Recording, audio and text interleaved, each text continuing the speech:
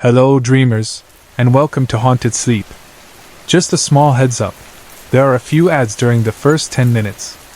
After that, the experience is completely ad-free. These stories are created with care, and I hope you'll give them a chance. There's something special here that's hard to find elsewhere. If you enjoy the atmosphere, a like or a subscribe means more than you know, but only if you genuinely want to.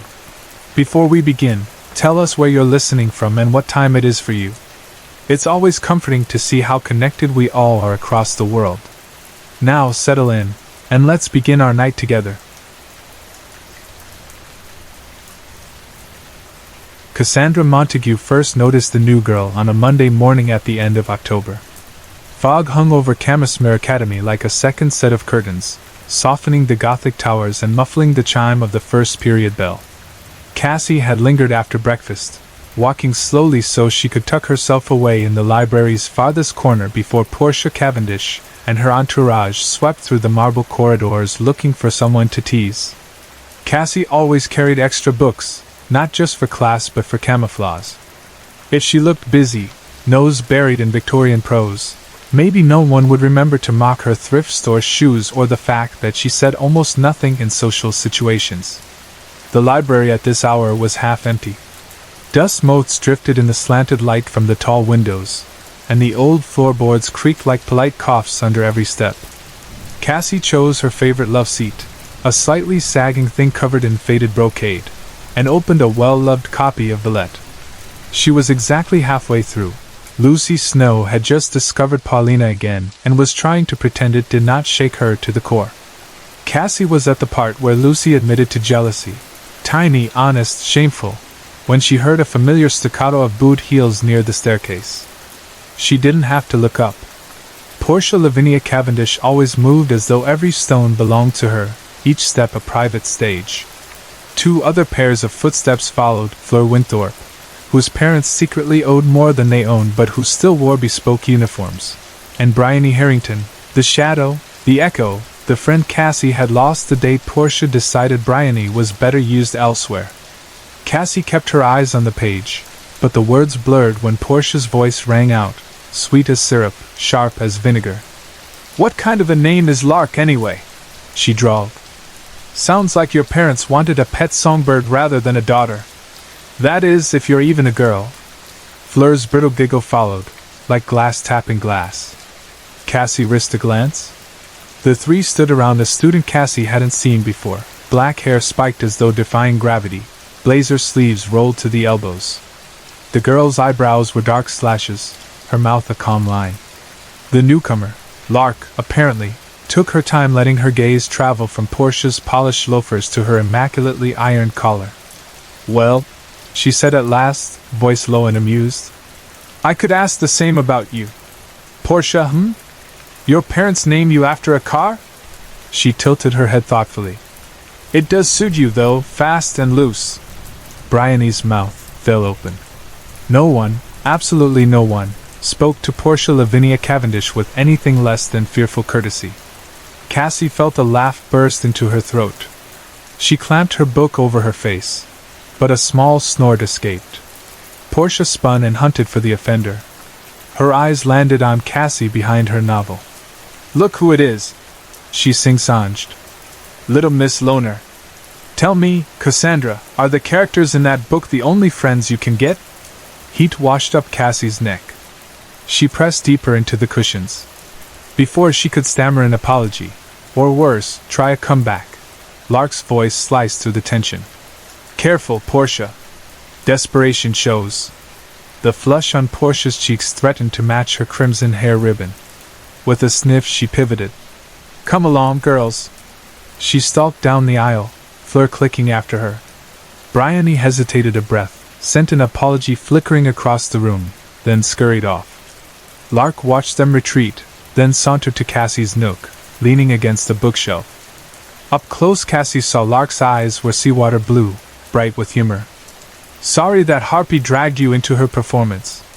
Lark's tone was light, but Cassie heard the protective edge beneath. "She thought she could shame me with a name I picked myself." "Go figure." Cassie peeked over Villette. Her voice came small. You chose it? Lark? The new girl nodded. Lily and Persephone Beaumont, full legal horror show. I shortened it to something that fits. She grinned. Parents hate it. Which is half the fun. Cassie's lips quirked despite herself. Cassandra Genevieve Montague, she offered, hugging her book. Lark whistled. That's a title page and a half. For the first time in months, Cassie felt warmth instead of dread in another student's company. They talked about Villette, about loneliness and anger hiding beneath heroines' calm facades. Lark's opinions were swift and passionate, her metaphors darting like swifts, her laugh full-bodied. By the time the old grandfather clock told the hour, Cassie couldn't remember what fear of Portia felt like. Lark saluted with 2 fingers, winked and said, See you around, Cassie. The nickname settled like soft wool around Cassie's shoulders. All day she replayed the conversation, Lark's fearless retort, the secret grin, the unexpected understanding. Soon they were seeking each other out. In the library's sunlit alcoves, in the cider-sweet corners of the courtyard, sprawled on dorm room floors painting each other's nails black while listening to indie playlists. Cassie found she could breathe more deeply around Lark, as though every year's old expectation slid off her shoulders. They traded secrets like currency. Cassie confessed she flipped her pillow to the cool side 4 times each night. Lark admitted she sang punk ballads under her breath when alone in corridors. One dusky weekend afternoon, Lark tugged Cassie from revision notes. You trust me? She whispered.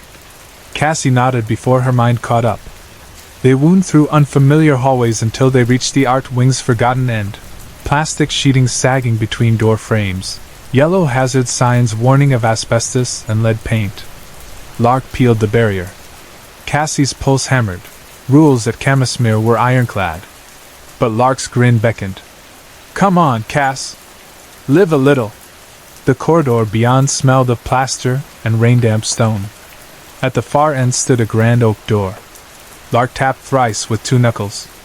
The hinges sighed open though no latch turned. Inside was a room plucked from another century. Candles fluttered in sconces though no match had been struck. Arched windows showed only swirling mist, as though the world outside had folded away. Paintings covered every inch, girls in uniforms, teachers at lecterns, faces rendered with devotion so precise Cassie could see pores, catch lights, individual threads of embroidery. Some panels were dusty with age, others glistened wet. Cassie sensed a hush, old and holy. She checked her watch. The second hand halted. The tick had vanished. It's pause, Lark whispered. Magic or physics gone rogue. I haven't figured it out. She took Cassie's trembling hands. But in here we're safe. No Portia. No staff. No judging eyes. Her voice faltered. I love you, Cass. Something flared in Cassie's chest, bright as sunrise. I love you too. They lay side by side beneath centuries of painted girls, time stretching honey slow. When they finally stepped out, the corridor clock showed barely 20 minutes had passed. After that day the hidden studio became theirs, an in-between place where laughter echoed twice, once in real time and again in the stretched minutes of that other realm. They sprawled on dusty rugs, invented stories for the painted students, dared each other to guess their fates. Then one rainy Tuesday, as Cassie admired a fresh canvas, Lark's likeness smiling, eyes daring, she teased. Looks like you've found a secret admirer. Lark joked but deflected, and a thin misgiving pricked Cassie. On Wednesday she noticed another canvas, a girl with tangled dark curls, half finished. A school badge she recognized, her own house insignia. Is that me? Lark shrugged breezily. Looks like you'll be immortalized next. A shudder rippled through Cassie. Something about the smile on painted Lark seemed wrong this time, wider, fixed, almost hungry. Their argument came swift, Cassie uneasy about portraits, Lark hurt by Cassie's hesitation to embrace their haven fully. Before Cassie could mend the fracture, Lark turned heel, crossing the threshold and leaving the door to shut with its soft, lethal click. Her absence echoed. In class the next morning, Cassie searched for Lark's spiky head but saw only an empty seat. She whispered to Bryony, But Bryony looked puzzled. She swore no student named Lark, or Lillian Beaumont, lived in their dorm. Portia seized the moment, ridiculing. Imaginary girlfriends. Laughter circled Cassie like wolves. She fled down corridors to the art wing, heart pounding. She rapped on the oak door, tap tap tap. It opened. Inside, every candle burned. But the painting of Lark had changed. The grin erased, lips sealed in a thin line, eyes flat. And Cassie's own portrait now nearly complete, paint still glistening wet. A chill climbed her spine. In the corner she spotted a brittle newspaper, half hidden behind molding. The article spoke of Professor Blackwood, once Camasmere's celebrated art master, who'd poisoned students he deemed unworthy and painted their likenesses as grisly trophies. The school had hushed it up, rebranded to bury his name. Cassie's vision blurred. She remembered the legend she'd once recounted to Lark. Teacher, poison, death, Camas by the lake. She traced the article's faded date, almost a century past. But the paint on Lark's portrait was still tacky. Her mind raced, the suspended time, the door that opened itself, the ever-fresh canvases. This was Blackwood's studio. And the magic that slowed clocks also preserved his morbid ritual, capturing those who entered, finishing them in oil until they vanished from living memory. A soft sound, like breath, rose behind her. Cassie spun. No one in the room. Yet the portraits seemed closer, their eyes following. She scrambled back, slammed the oak door, and sprinted. All day she scoured records, questioned staff, but Camasmere's archives held no mention of Lillian or Lark Beaumont. It was as if ever since Lark crossed the threshold alone, the school's memory had been rewritten, brushstroke by brushstroke. Cassie realized the studio had claimed Lark and erased her. The final strokes on Cassie's own portrait meant it was now reaching for a new subject, her. That evening she returned, resolve stealing. If the room held Lark, she would not abandon her. She slipped past the barrier, candle in hand like a badge of courage, and opened the oak door. The studio flickered alive, portraits towering, shadows pooling. The paint on Lark's canvas shimmered. The figure inside seemed almost to breathe. Cassie advanced, heart thundering. Lark, she whispered, touching the frame. Under her fingers the oil throbbed. A tear slipped from painted Lark's eye, trailing wet down the canvas. Cassie clutched the frame. I'm here. I'm not afraid. She remembered the folk story, death Camas poison in the teacher's teacup.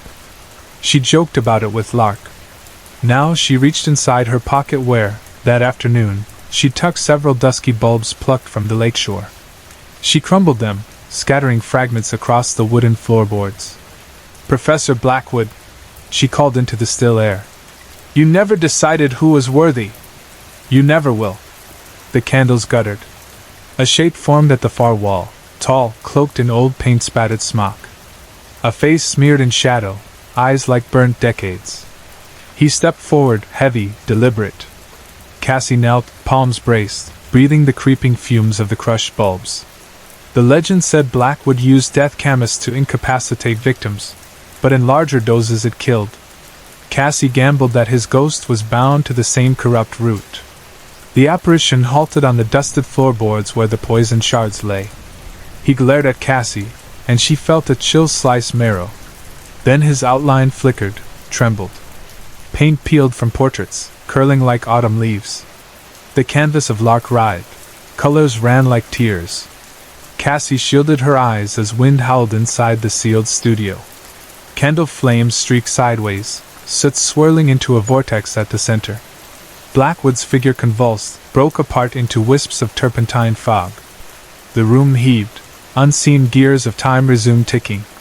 When silence settled, Cassie stood among fallen frames. Many canvases were blank now, others cracked. The portrait of Lark lay face down, the stretchers empty. A faint cough. Cassie whirled. From behind an overturned easel, Lark emerged, real, breathing, bewildered. Cass? Cassie ran, pulled her into an embrace. The warmth, the heartbeat, undeniably alive. Tears blurred Cassie's vision. I thought I lost you, she choked. Lark clung back. I was somewhere, trapped in paint, seeing you but muted. You saved me. They hurried from the studio, letting the oak door swing shut.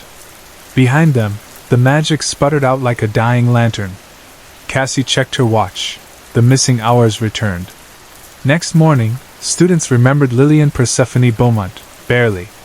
Some thought she'd been ill a few days. Portia sniffed and said, I suppose that lark person is back. But her words lacked bite. Bryony smiled shyly at Cassie, hand grazing her arm in quiet apology. Cassie and Lark kept their secret. The studio now sealed with police tape, staff blaming structural collapse. Yet sometimes, late evenings, the girls would touch hands and feel phantom paint against fingertips, reminder that art, names, and love all hold power when spoken aloud. And Cassie, once shy, now met Portia's glare with calm. After all, she knew what it meant to walk through rooms where time faltered and come out holding someone's hand. That sort of courage did not fade, even when uniform jackets hid it. She also knew that stories, like portraits, can imprison or free. The choice, at least for now, belonged to the girls who dared to say they loved each other in an academy built on silence. The walls might still listen, but those same walls, once conquered, would carry their names in fresh layers of paint no tyrant could revise.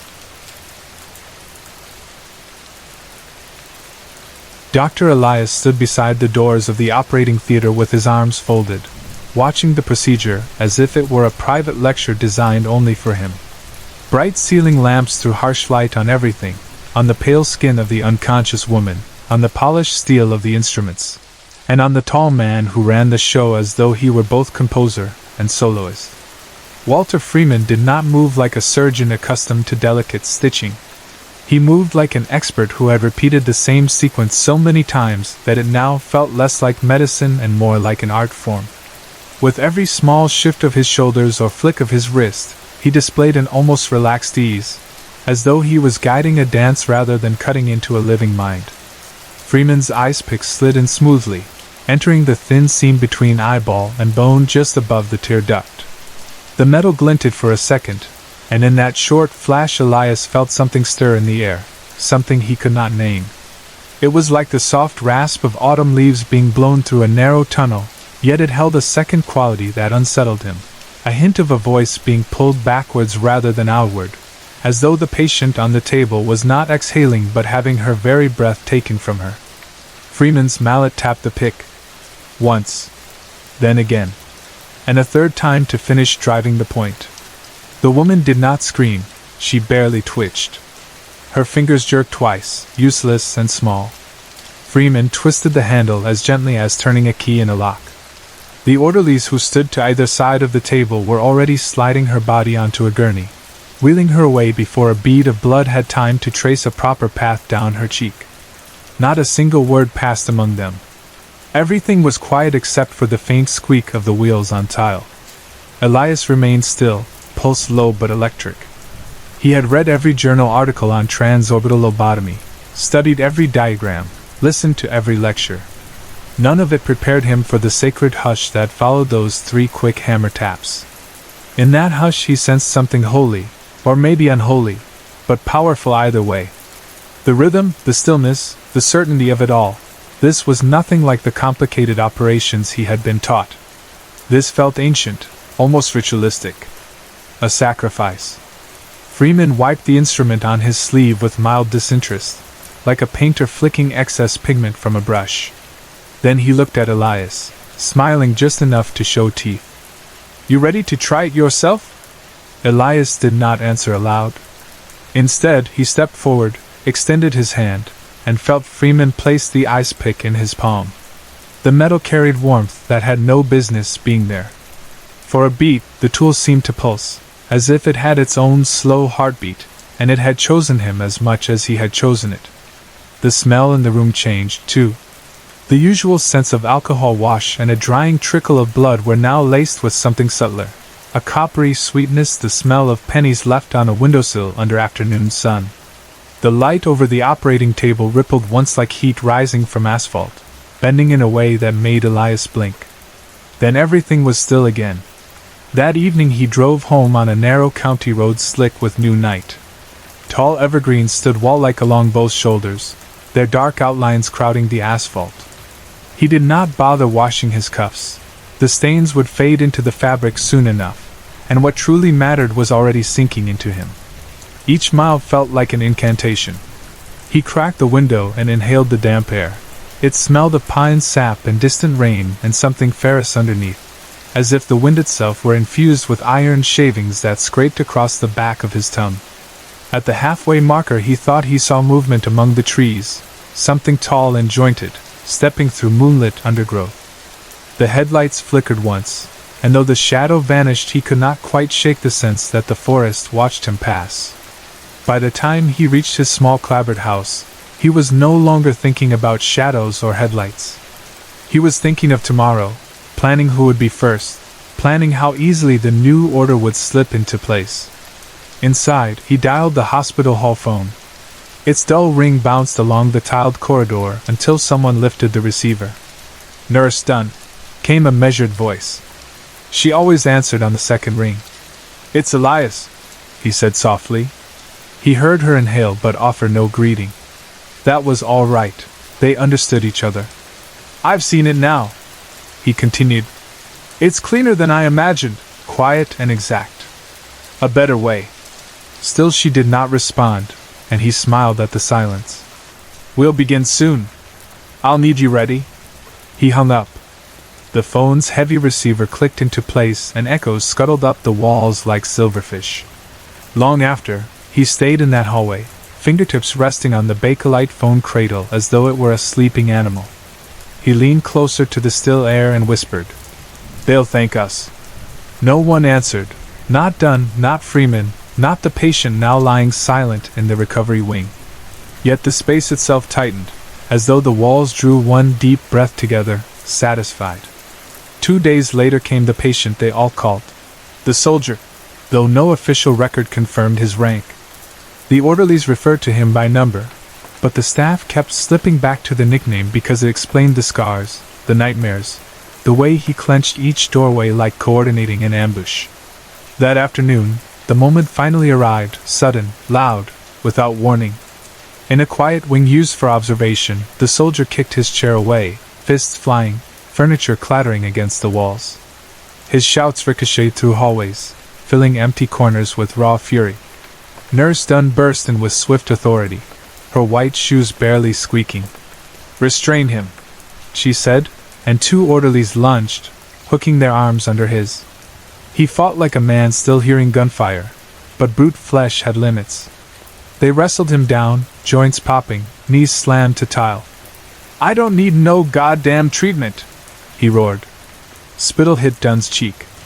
She leaned in close enough that her starched cap brushed his sweat-damp hair. "You're not in charge here, soldier." "We are." He jerked, tried to bite, caught only air. They bound his wrists together with leather straps, then hauled him along the corridor. Dunn walked ahead, her shoes tapping the beat of a funeral march. The soldier glimpsed a narrow window. Sunlight spilled across the frame like a small heaven left unattainable. He shouted after it, "I got family that needs me." The words felt brittle even to him. There had been letters returned unopened, photographs confiscated during intake. He no longer knew if those faces existed. Only memories remained, fragile and dim. The hallway door slammed. The lock clicked. Silence deepened. In his new cell, the walls seemed to pulse when no one watched, patient, listening.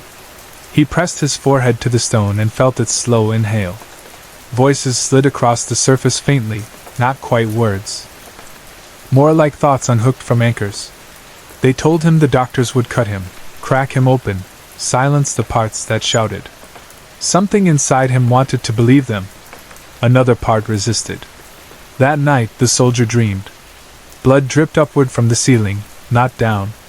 Red webs crawled across plaster like living veins, and pictures flared to life, faces of nurses and doctors, smiling, then sliding into screams. He saw a medic from battle, except the medic's face blurred until it became Dr. Elias, mouth smiling while repeating, "This won't hurt a bit." The hallway elongated, each door opening onto horrors, a child's shoe floating in formaldehyde, A preacher whispering scripture while chewing something wet. He woke with a gasp, but waking offered no deliverance. Shadows tangled across the walls, bending lamplight at impossible angles. Figures seemed to stand in corners, evaporating when he blinked. Whispers came again. They're gonna cut you. Make you quiet. But you don't have to go quiet. No, sir. He shook his head. He was not crazy, just broken in ways they would never understand. He pressed his ear to the radiator vent, listening like he'd done in the ward, and caught fragments. Dunn's low voice mentioning him by number, saying he was cracked open already. Elias replying, "Tomorrow we find out if he's chosen." Morning arrived dull and cold, bringing orderlies with blank faces. They strapped him into a wheelchair, leather biting his wrists and ankles. They rolled him along corridors lit by buzzing bulbs. Outside Dr. Elias's office, the air carried the smell of antiseptic layered over something sour. A heavy metal door stood ajar. Beyond it, he heard a hammer tapping rhythmically, followed by quiet laughter. He recognized one of those laughs. The preacher, a patient who once owned a bookstore before he confessed to cannibalizing his congregation. The soldier shuddered. Finally, orderlies pushed him through a second set of doors into the surgical room.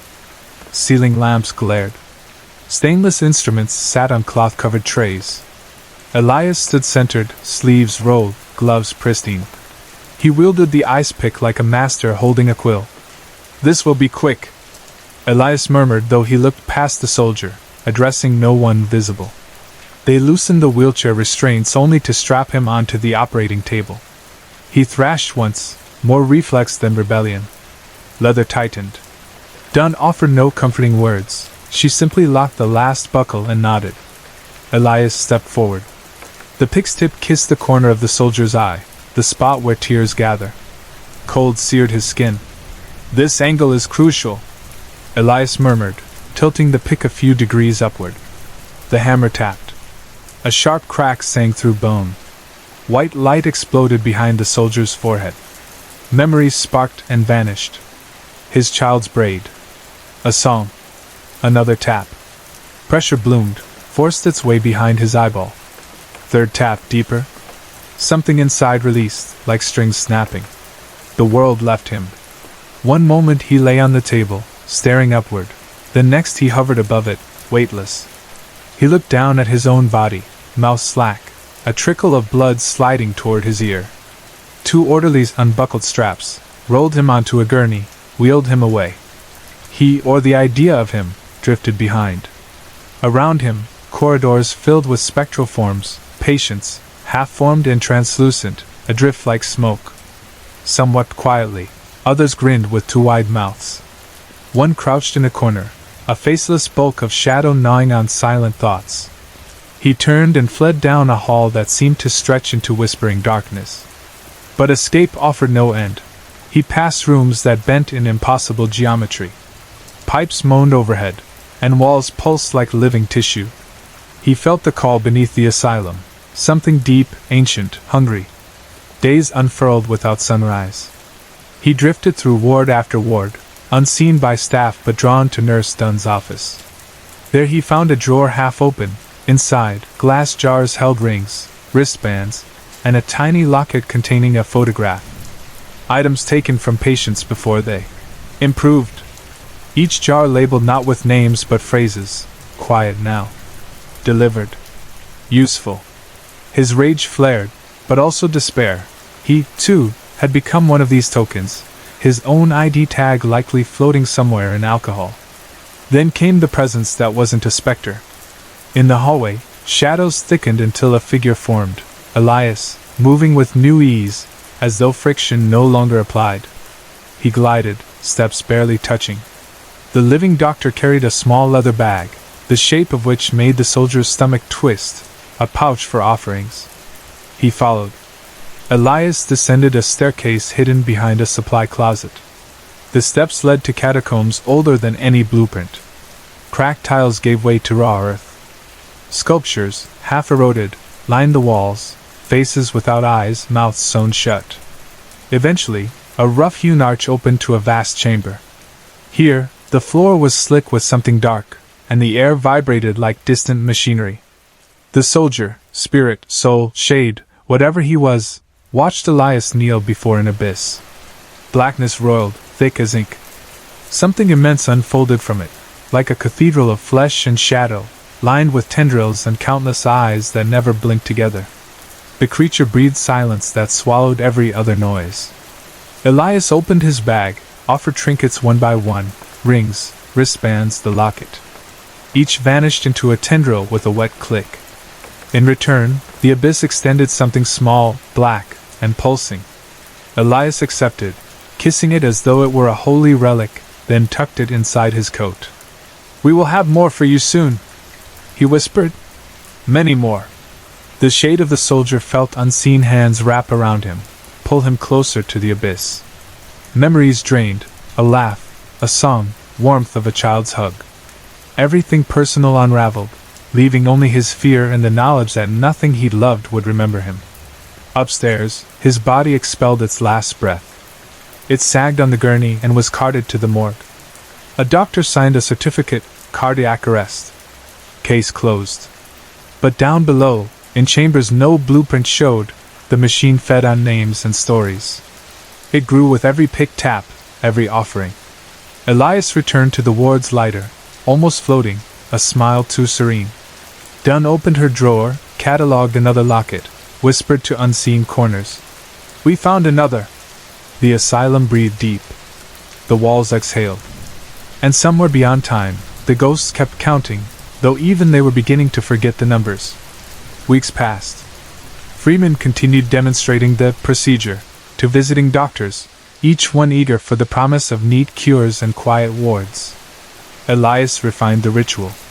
He adjusted his angle by half a degree, changed the rhythm of his taps, 3 quick, 1 soft, and listened for that hush, the moment air seemed to fold around the patient's skull.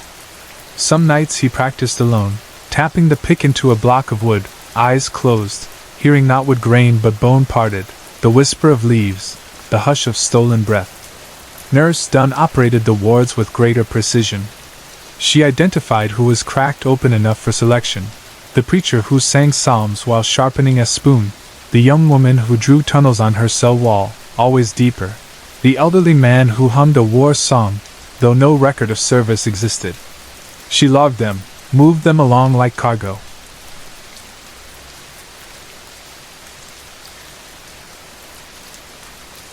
The preacher went first. When Dunn wheeled him back after the operation, Elias noted the smile, red-rimmed. The preacher no longer spoke, but stroked the air with fingers splotched in dried blood, as if preaching to an invisible congregation. He seemed satisfied. The young woman followed.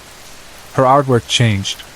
Instead of tunnels, she painted doors, doors within doors, each lined with eyes. When she slept, her lips moved silently. The staff avoided her cell. The paint never dried, and anyone touching it felt an icy shock. The elderly man came next. He died on the table. Elias felt a moment's annoyance. Wasted offering. Dunn whispered that death on the table still counted. Below, the abyss did not differentiate between living and dead. The bag accepted wedding ring and army badge. Tendrils swallowed them whole. On a quiet morning, Elias strode through Ward C and saw his reflection in a cracked window. He hardly recognized the man. His eyes were brighter, skin drawn taut as if something inside stretched him. He wasn't sleeping much, but he didn't feel tired. Colors sharpened. Sounds layered. He could hear cockroaches moving inside walls, heartbeats through floorboards. This clarity thrilled him. He spent evenings in the basement chamber. He brought leather bags heavier each visit. The creature unfolded from darkness and accepted. Its voice seeped into his skull without language. He didn't need words to understand. They were partners in progress. One night after an offering, Elias dared to speak. "What do you provide in return?" A tendril brushed his forehead. Images flooded, a city built of ribbed bones, towers spiraling like shells, libraries housing books bound in human skin. Knowledge poured into him. How to silence fear within a brain by severing threads, how to hear the hum of the universe by removing the skull's lid. He staggered, laughing and weeping. The creature retracted, satisfied. His patients fared differently. Those who survived the pick existed in hush. Eyes glassy, voices flat, they shuffled the halls with soft smiles. Freeman applauded the results. Trustees predicted funding windfalls. Dunn catalogued each success. Elias counted wristbands. Word spread beyond the hospital. Doctors arrived to observe. Among them, a man named Trask, sharp suit and sharper questions. During demonstration, Trask watched Elias's hands as if memorizing. Afterwards he cornered Dunn. "What's your complication rate?" She quoted low numbers. Trask's brow furrowed. "I've read different figures." Dunn's smile held edges. "Numbers vary by method." Trask pressed. "What do you do with the failed cases?" Dunn's answer. "We make them useful." That night Trask broke protocol, slipping through staff corridors. He saw doors labeled Biohazard. He heard humming under floorboards. Following a distant thump, he found an elevator locked behind mesh. The shaft descended beyond basement level. He jimmied the control, rode down, flashlight in hand. Cold air greeted him, thick with mildew. He stepped into a tunnel and saw claw marks on the brick. Farther in, he reached the chamber. Candles burned though no one tended them. Stone altar, cracked tiles, dark pool in the center. Beneath murky surface, something shifted. Trask trembled. The flashlight wavered, beam catching bones strewn among coins, pins, toys. Tendrils breached water, sensing light. Trask bolted. In the tunnel, footsteps echoed behind him. Too soft for boots, too wet. He reached the elevator. The mesh gate jammed. Tendrils slid across the floor like snakes of ink, fast and hungry. Trask jammed buttons. Elevator lurched upward. Something slammed the cage, rattling metal. A hiss of resentment echoed. He rose into sub-basement gloom, heart pounding. Mesh gate opened. He sprinted. He told no one. He left town the next morning, resignation letter mailed and signed. Elias never realized how close discovery loomed. He felt untouchable. Yet each offering tightened threads between hospital and abyss. Walls flexed. Pipes moaned louder. Patients not yet operated began whispering in sleep. One wrote symbols on bedsheets in urine. A spiral, always spiral. Another spoke languages unknown, then cried because they tasted fire in every breath. One rainy dawn, Dunn stood in the hallway sorting charts. She lifted her head, scenting something. A hum in the air, like distant engines. The building shook, not earthquake, but a deep pulse from below. Light fixtures flickered. A patient screamed. Another laughed. The hum faded after a moment, but cracks spidered across plaster above every doorway. Elias found her near Ward B. "The foundation's shifting," he said, trying to sound unconcerned though excitement tingled. "Perhaps we need reinforcements," Dunn answered. "It's hungry." They planned a harvest, 10 patients in one day. Freeman away at conference, trustees none the wiser. They assembled orderlies ready with gurneys. Elias prepped the theater, lined trays with sharpened picks. Dunn set aside wristbands and rings. She polished glass jars. The corridor smelled of bleach, but hunger lingered beneath. At dawn they began. First came a young poet, then a baker who cried for her ovens. Tap, tap, tap. 10 times repeated. 10 bodies removed. 10 souls hushed. Elias' eyes shone brighter each hour. By afternoon, the hospital felt muffled, as though rugs were thrown over every surface. That evening they brought the final subject of the day, a woman known only as the singer. Her voice once filled churches. Now she screamed songs no one recognized. They strapped her down. Elias poised the pick. He looked into her eyes, and paused. Something behind her pupils looked back, fierce, unbroken. He hesitated, first time since the procedure began. Dunn frowned. "Doctor?" He pressed on. Pick and tear duct, hammer raised, tap. First strike wrong. A crack, but not bone. He hit too shallow. The singer's head jerked. She shrieked, a high note that pierced fluorescent buzz, shaking dust from vents. Second tap missed target. The pick bent. Blood pulsed. A bulb overhead shattered. Light died. Darkness swallowed the theater. In pitch black, other screams rose, patients down the hall, staff in offices. A roar, not human nor machine, rumbled up from basement depths. Walls groaned, as though lungs inside concrete exhaled dust. Emergency lights flickered on. Elias saw Dunn's face, pale, eyes wide. On the table, the singer convulsed. Blood foamed at her nostrils, but she was still alive, staring at him with wild triumph. "It's coming," she rasped before her heart seized. She died with a grin that belonged to no saint. Something thudded far below. Vibration climbed pipes, rattling scalpels. Dunn whispered, "Too soon. We fed it too much." Elias tried to speak but tasted metal, blood from his bitten lip. Thrumming intensified until suspended ceiling panels collapsed. Dust filled lungs. A tendril of dark climbed through a floor crack, exploring like a lamprey tasting air. Staff fled. Orderlies abandoned gurneys. Patients cried behind locked doors. The hospital moaned under shifting weight. Elias staggered, his knowledge fragmenting. The creature was rising unscheduled, no longer satisfied with offerings. Nurse Dunn grabbed his arm. "We need to leave."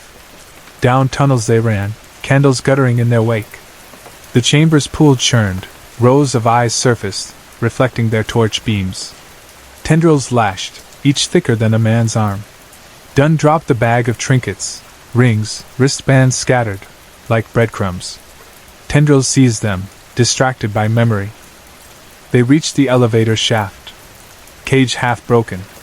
Dunn climbed ladder rungs. Elias followed, chest heaving.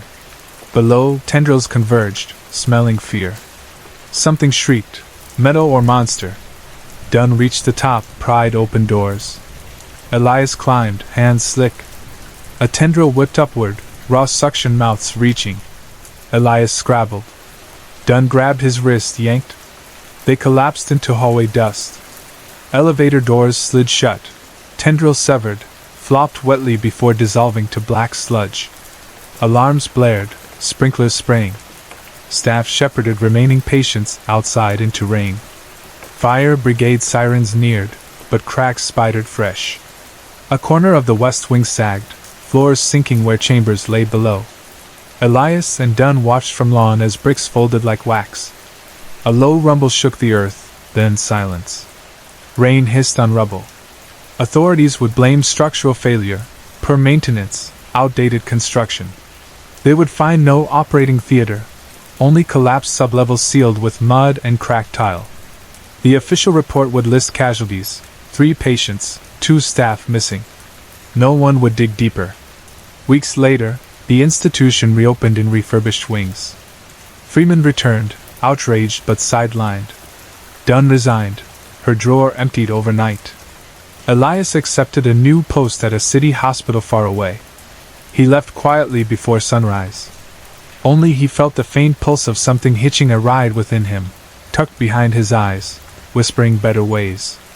In the city he kept a tiny apartment. At dawn he wrote notes, improved angles, more efficient taps. He dreamed of tunnels under skyscrapers. And some nights, when sirens faded, he touched the bruise on his wrist where Dunn had hauled him to safety. Beneath skin, an ache throbbed in rhythm with memories he no longer tried to silence. Because he understood now, the creature had not been destroyed in that collapse. It had simply moved higher, following him, seeking fresh corridors, new hands. He could feel its hunger, steady as his heartbeat. One day soon he would feed it again, this time with precision, this time with grandeur. "They'll thank us," he whispered to empty air of the rented room. Light flickered. Shadows listened. And somewhere below, maybe in subway tunnels, maybe in foundations of high-rises, something ancient prepared to rise.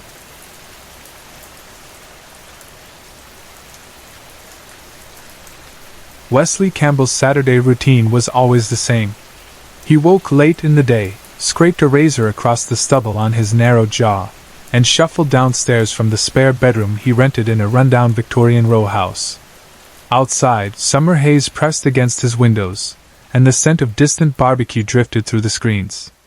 Most of his friends preferred sports bars or crowded shopping centers on their free afternoons, but Wesley was happiest combing through the second-hand stores that lined Riverside Boulevard. He liked the steady hum of dusty ceiling fans, the smell of cedar chips and old wool, the vague hope that somewhere between outdated electronics and half-read paperback novels he might uncover a forgotten treasure he could sell online for a few extra dollars. He never found anything truly valuable, but the ritual comforted him. On this particular afternoon, the air felt warmer than usual, and sweat dampened the collar of his faded t-shirt as he stepped through the door of Treasure Town Thrift. A metal bell chimed overhead with a forlorn rattle. The single narrow aisle led past sagging bookshelves, cracked vinyl chairs, and a wobbling rack stuffed full of winter coats nobody wanted in August. Near the back, a folding table sagged beneath half-empty jigsaw puzzles, mismatched glassware, and children's toys whose batteries had long ago corroded. A hand-painted sign above the clutter-read bargain shelf, everything $1 or best offer. Wesley drifted there out of habit, running his fingertips across a battered paperback he'd already bought twice for the vintage cover art. Someone had piled a yellow deck of playing cards beside a plastic bag containing sun-bleached Lego bricks.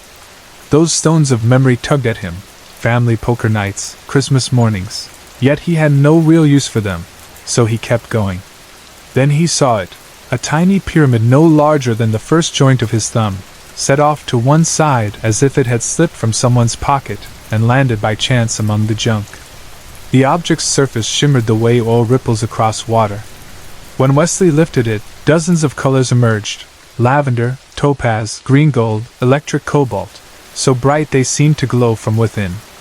Delicate striations crisscrossed its facets, but there were no tool marks, no scratches or chips. The pyramid felt warm, almost alive, against Wesley's damp palm. He told himself it must be some novelty stone carved for tourist shops, maybe labradorite or treated glass, yet he had never seen even labradorite bend light in quite that fashion. He turned the thing over, letting fluorescent bulbs catch its sides. He whispered, "Weird," under his breath, then laughed at himself for speaking aloud. He meant to set the artifact back beside the old playing cards. Instead, without thinking, he slipped it into the deep pocket of his cargo shorts. A guilty flush rose up his neck. He had no intention of stealing. He would take it to the front counter and pay $1, maybe $2. But the urge to keep the pyramid close felt sudden and intense, as though it might vanish if he let go. He fidgeted with the object through the pocket lining while wandering toward the shoe section. His worn work boots had been flapping at the soles for weeks, and he had planned to replace them today, yet the thought of boring brown leather seemed unimportant now. The cashier, an elderly man in wire-rimmed glasses, nodded a lazy greeting when Wesley passed by. Wesley offered a distracted smile in return, but his feet kept pulling toward the exit. He stepped through the doorway before he realized he had not paid for anything at all. The bell behind him clattered. He hesitated, intending to turn back, but the street outside shimmered in afternoon glare. Something about the sunlight bouncing off passing windshields made him eager to examine the pyramid up close, away from fluorescent bulbs. A small voice scolded him for shoplifting, yet an even louder one said, "Shoplifting? It's $1. They have bigger worries." By the time the argument finished playing out in Wesley's head, he was already 2 blocks away, pulling the prism from his pocket and holding it before his face. Colors swirled like living storms beneath glass. He tilted the object, half expecting the rainbow to spill. Instead, light seemed to flow inward, drawing his gaze into impossible depths. Wesley couldn't decide whether the shape was translucent or opaque. Perspectives shifted in ways that defied ordinary angles. Curiosity bloomed into fascination, then fascination into something close to worship. He laughed again, mocking himself. New Age people would definitely claim hidden energy in a rock like this. Then he shook off the idea. Only stones, only refraction physics. Still, the pyramid felt so pleasant in his hand, warmth pulsing, maybe from his own blood moving through capillaries, maybe from the sun overhead. He walked without looking up. Tires shrieked. Horns blared. Wesley lifted his head just in time to see a mud-spattered pickup barreling through the intersection, too close for him to dodge. Adrenaline froze his limbs. Steel slammed into flesh, and the world snapped to black. When awareness crept back, everything was bright, but not summer bright, sterile bright. White walls radiated chilly fluorescence. Wesley tried to move but discovered his limbs were weighted by invisible anchors. His mouth tasted of metal and cotton. He attempted to swallow, and pain flickered down his throat. Tubes? He forced his eyelids open fully.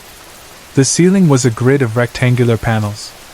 A blood pressure cuff squeezed his bicep. Plastic tubing snaked into his arm. Hospital. He lifted a heavy hand, aiming for the comforting shape of the pyramid. But his pocket was gone, replaced by a thin hospital gown bleached almost transparent by industrial detergent. Panic bubbled. Where was the pyramid? He managed a rasping cough that pulled at bruised ribs. A stranger's face leaned into view, middle-aged, kind eyes behind bifocals.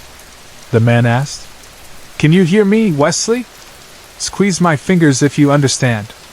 Wesley tried, but his strength leaked away. "Pyr amid," he croaked. Even that single word scraped raw. "I'm Dr. Hayes. You were in an accident. You've been unconscious for 3 days." The doctor's voice floated, and the words drifted across Wesley's grasp like balloons bobbing beyond reach. Another figure appeared, a woman with tear-swollen eyes, gripping the bed rail. She looked weary, hair pulled into a careless bun, makeup smudged as if she'd slept in it for several nights. Her gaze searched Wesley's face, pleading. He frowned, half recognizing her features from some dream. She squeezed his hand and said, "Thank God you're awake, Wes." Then she bent forward, pressing her forehead to his chest, shoulders shaking with silent sobs. Wesley blinked confusion. "Wife," whispered a faint memory. He had always imagined marrying someday. Lazy Sundays reading newspapers together, a garden, maybe children. But the concept felt distant, like a story he'd read long ago rather than a life he lived. He inhaled slowly, trying to order his thoughts.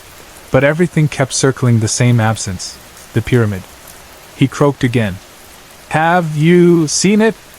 His wife, Diana, yes, that was her name, lifted her head. "Seen what, honey?"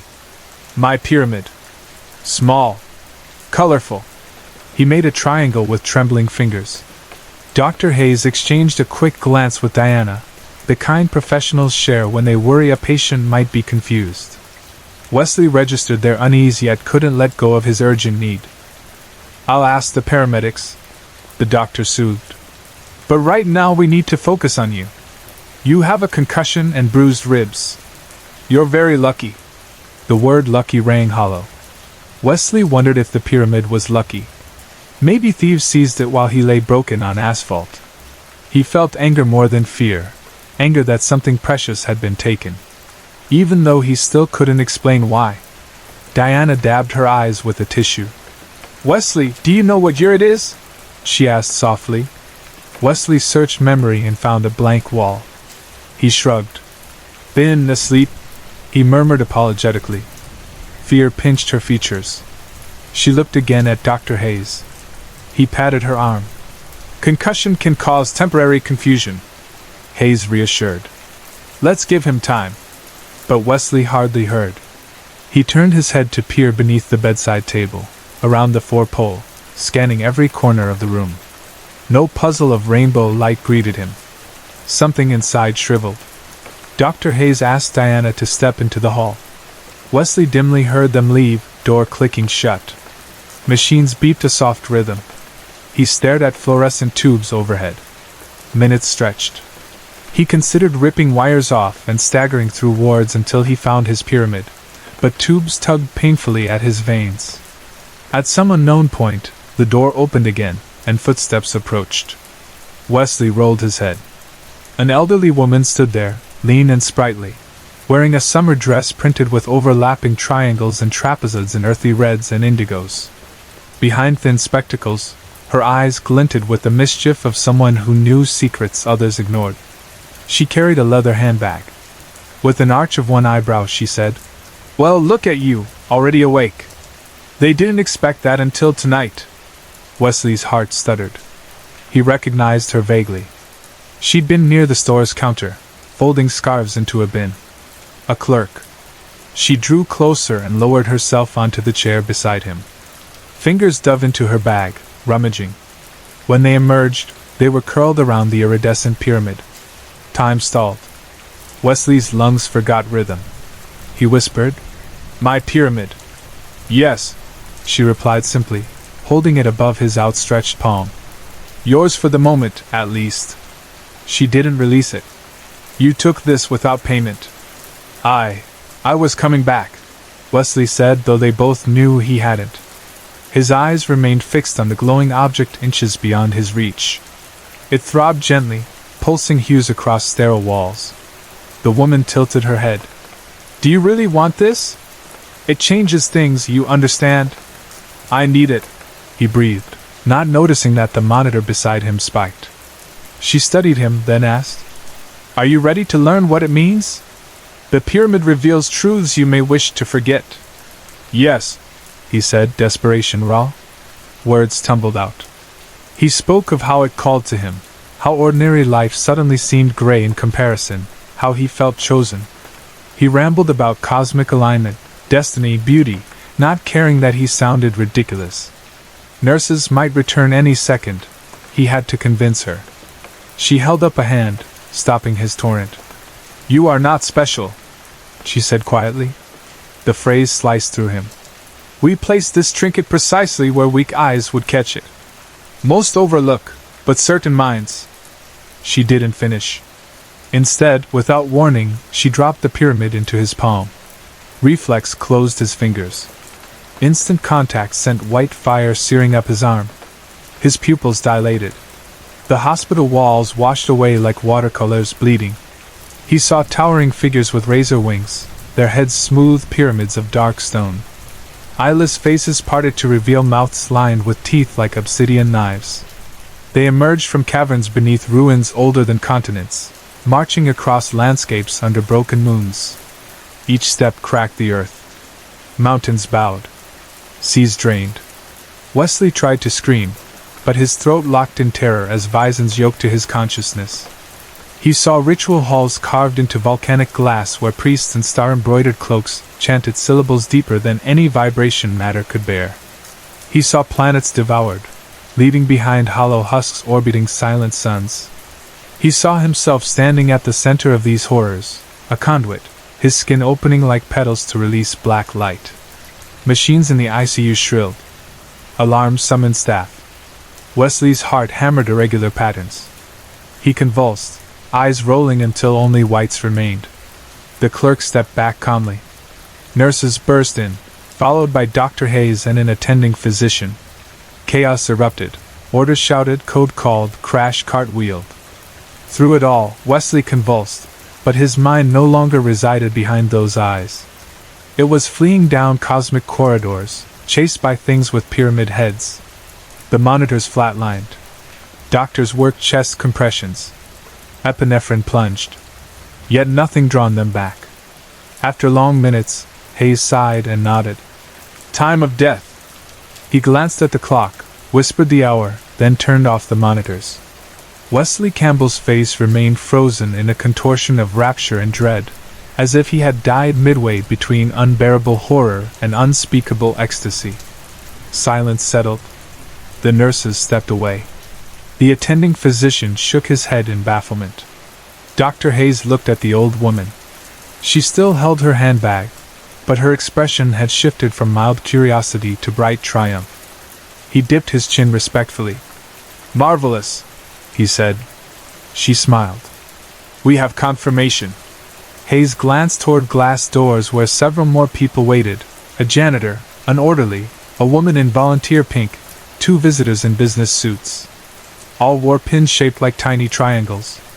They parted when Hayes approached. His voice carried low. "We're ready to open the vault. The subject's response demonstrates stability. Full access is safe." The old woman slipped the pyramid back into her purse. "The era of pyramid," she agreed. "May the many-angled ones ascend." They filed down the corridor, leaving Wesley's cooling body behind. No alarms now. All staff on this shift belonged to their circle. Tonight they would gather under concrete foundations. Tonight old doors would swing wide. And elsewhere, beneath layers of rock and time, deep chambers shuddered awake.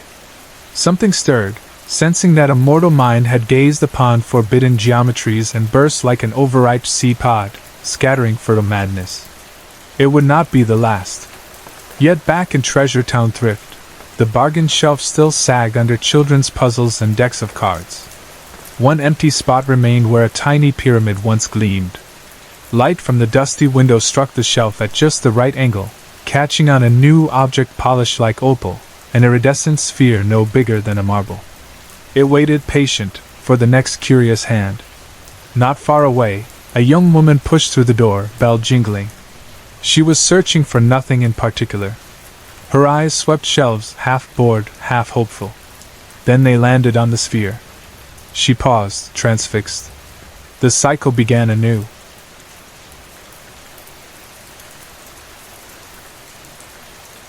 Ella Parker had walked that stretch of Wilmot Street almost every weekday for more than 2 years.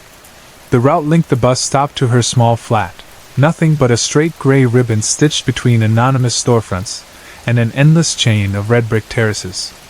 She could have sketched it from memory: uneven paving stones that tripped her every third morning, a drain pipe that rattled in a southerly wind, a traffic light pole with an old sticker for a band that split up before she was born. She believed she knew every speck of peeling paint, every limpweed forcing its way through a crack in the curb.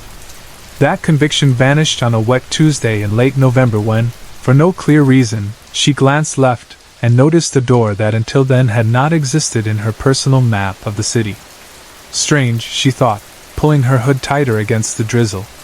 A moment earlier she had been thinking about coffee, about deadlines at work, about nothing at all. Then, without warning, her eyes locked on a narrow building squeezed between Henderson's Bakery and Dr. Cullum's Dental Surgery. She paused because something about the place felt out of joint, like a skipped note in a familiar song. The facade looked as if it had been stitched together from fragments of older houses. 2 floors of cracked render leaned inward, timid or crooked. It was hard to decide.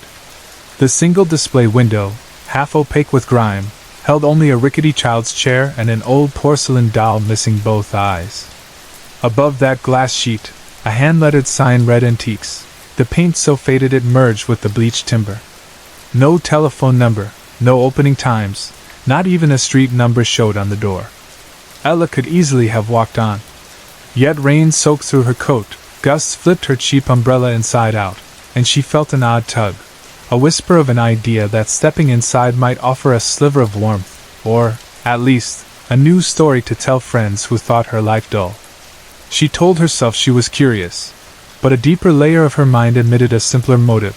Despite being 27, she still loved the dusty quiet of forgotten places, the scent of old wood and ancient secrets. Her thumb pressed the tarnished latch, and a bell somewhere in the gloom released a single, reluctant ding. She crossed the threshold. Air changed at once, thickening around her like water closing over a sinking stone. The street noise vanished. Inside, she heard only a steady tick, perhaps a grandfather clock, mixed with a scent that reminded her of cellar damp and the inside of a velvet jewelry box kept closed too long. The lights were weak, no brighter than dim candles. Instead of rows of lamps, only low-watt bulbs swung from fraying cords, spaced sparsely above crooked aisles. The walls leaned forward, heavy with shelves piled haphazardly, cracked glass bottles imprisoning long-dead insects, framed photographs clouded by silvering, violin bows missing their strings, piles of yellowed letters tied with blue ribbon, and books whose leather bindings had split like old scars. Her boots made no sound. That, more than anything, unsettled her. Floorboards looked solid yet absorbed her footsteps. She had the uneasy feeling that if she dropped a coin, it would never hit the ground. She wandered deeper, careful not to brush even a ragged lace cloth. Some objects looked valuable. Others might have crawled here from a dump. But no dust motes spun in the faint light. Everything seemed newly abandoned, as if someone had placed each item this morning then stepped away for coffee. Ella's gaze drifted at random until she glimpsed, isolated on a velvet square beneath a glass dome, a small bell. The dome's surface was smudged, and condensation beaded along the inner rim. Yet the bell beneath remained crisp and bright, carved from a substance she could not name. Bone? Ivory? Something older? Its color resembled candle wax left too long in sun, yellowed, faintly translucent. The handle curved into a tight hook, decorated with thin lines that formed symbols she didn't recognize yet half understood. No price tag hung near it. No label. She found herself leaning forward. Light from a dangling bulb cast a narrow beam through the dome, and the bell glowed as though lit from within. Why do I care? She wondered. Yesterday I would have called it ugly. Today it felt essential. Ella bent closer, her breath fogging the glass. Then, without moving a finger, she heard it, a pure, single note ringing in the air. The bell had not budged. She recoiled, heart drumming. Silence returned, except for the slow clock tick far behind her. Can I help? The voice landed like dust on a mirror, so soft it took her a second to trace. A man stood behind a counter that hadn't been there moments earlier. Tall, painfully thin, he wore a dark waistcoat and a white shirt whose cuffs hung loose around bony wrists. His hair was nearly colorless, like clouds before rain, and his skin carried the fragile transparency of candle wax. But his eyes, pale, watery gray, focused with startling strength on her. I didn't touch it, Ella blurted. No, he agreed, voice dry as old pages. It touched you. That sentence lodged sharp in her mind. What is it? She managed. His mouth twitched into something like a smile, but not. Old. That's not an answer. Nor is it a question you truly want answered. She swallowed. Something inside her twisted. Yet the moment stretched, and she felt, inexplicably, that she had already agreed to whatever contract the bell implied. I want it, she heard herself say. He nodded as if expecting precisely those words. From beneath the counter he lifted a lidded box crafted from black wood so polished it reflected nothing. He placed it before her. She touched it, heat pulsed through her palm, like blood under a bruise, making her breath hitch. With no negotiation, he slid the box closer. Take care. Never let it ring more than once, he said. Ella's brow furrowed. You mean at a time? I mean ever. Leave now. There was finality in those two words, a dismissal that brooked no argument. She clutched the box and hurried out. The downpour had slacked off, but the sky still drizzled.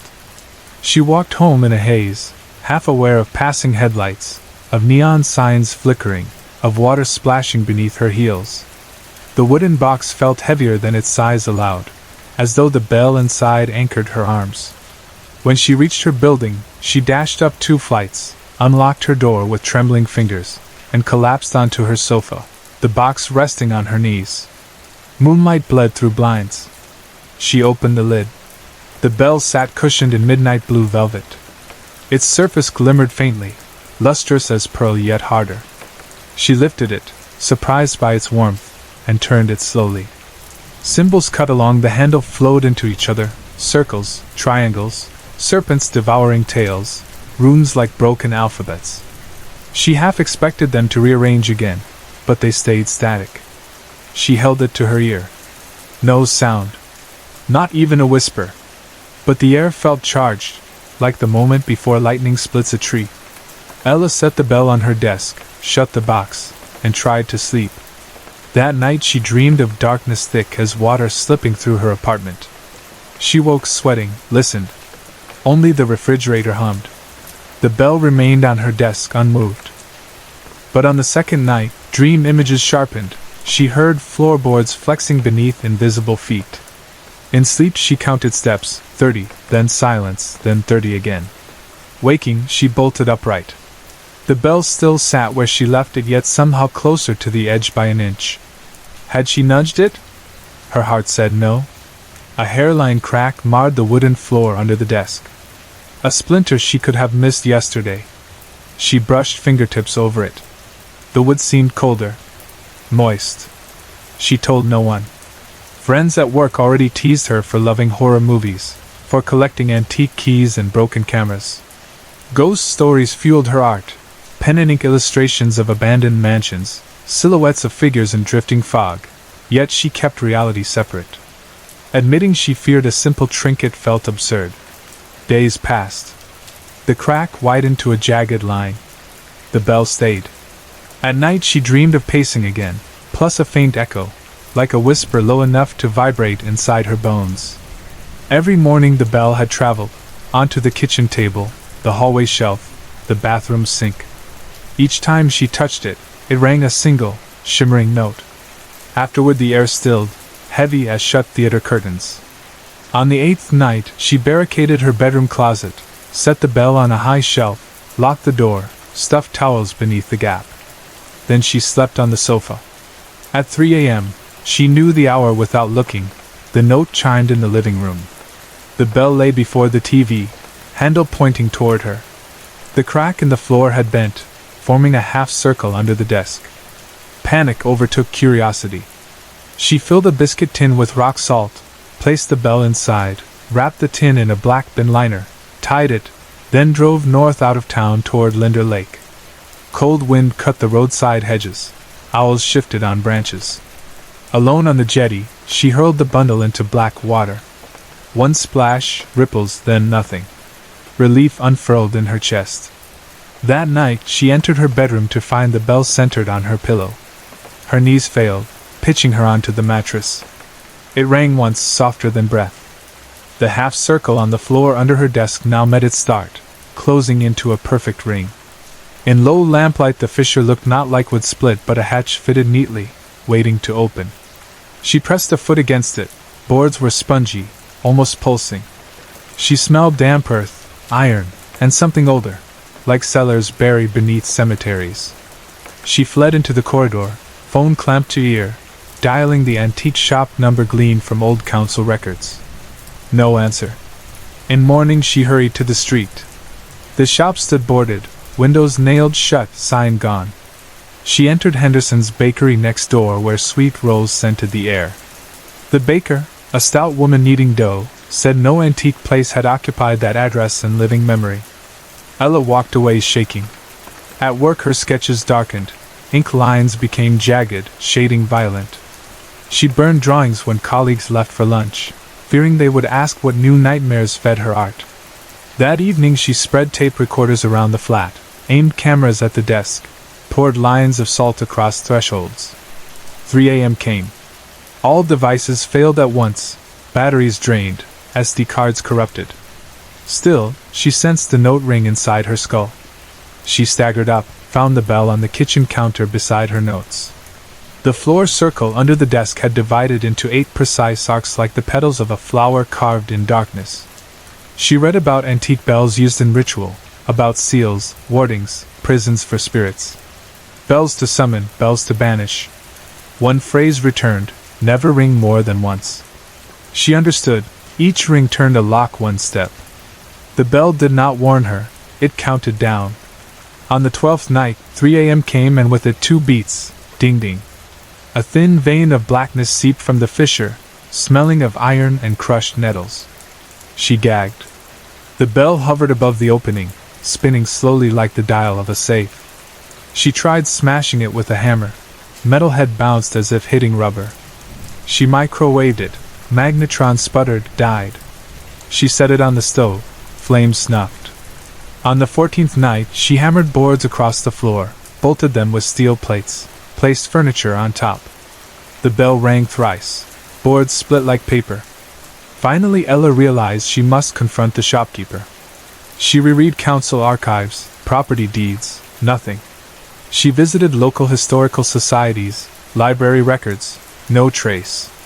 Existence itself around the building seemed scrubbed. Night 15 arrived. She drew chalk circles around the fissure, lit candles at each petal point, recited prayers from childhood though she had never believed. At 2:59 she knelt. 3 o'clock, the bell rang. Once. Twice. 3 times. 4. 5. Candle flames elongated then vanished, snuffed by an unseen breath. Darkness pressed glassy against her ears. Boards quivered. The 8 arcs yawned open, meeting in center. Floor fell away silent as swallowed breath. From the pit rose no roar, no furnace heat, only absence, and emptiness that inhaled light. Tendrils of perfect blackness stretched upward, tasting air, edging toward the spinning bell. Ella stepped back, ankle catching a toppled candle. She fell hard. Shadows pulled around her wrists like shackles of night. In her mind a voice, neither male nor female, whispered, "We remember you." Memory flooded, the antique bell, the shopkeeper's eyes, the symbols along the handle that meant dominion, door, debt. Had she owed them before time counted days? The bell chimed once more, higher, crystalline, final. The last plank under her gave way, silent. She fell through darkness so complete it felt solid. Above, the bell shrank to a pale star before vanishing. Wind did not rush past her. Gravity felt irrelevant. She floated downward into a yawning gulf filled not with vacuum but with thoughts. Great, slow ideas older than continents slumbering beneath the crust of human dreams. Ella realized she was not falling into hell nor drifting into space. She was sinking into memory. Into the deep archive where what once was forgotten patiently waited. There she would remain, ringing once, forever remembered. The story should have ended there. But if you stand today on Wilmot Street and glance between the shuttered bakery and the dentist's office, you will see a narrow building too small to be useful. Its single dirty window displays a wooden chair, an eyeless porcelain doll, and something else now, a small ivory bell resting on a blue cloth under a glass dome. Above the door, freshly painted yet already fading, 6 pale letters declare antiques. Inside, in the dim glow, a tall figure with cloud-gray eyes waits silently. Should you step within, floorboards will hush your steps. The air will smell of velvet and rain. And if you listen, you may hear it, just once, a note so clear it splits the quiet, calling, perhaps, only you. Sorry to interrupt. If you're enjoying the story, let me know in the comments and tell me where you're watching from. Don't forget to like and subscribe for more.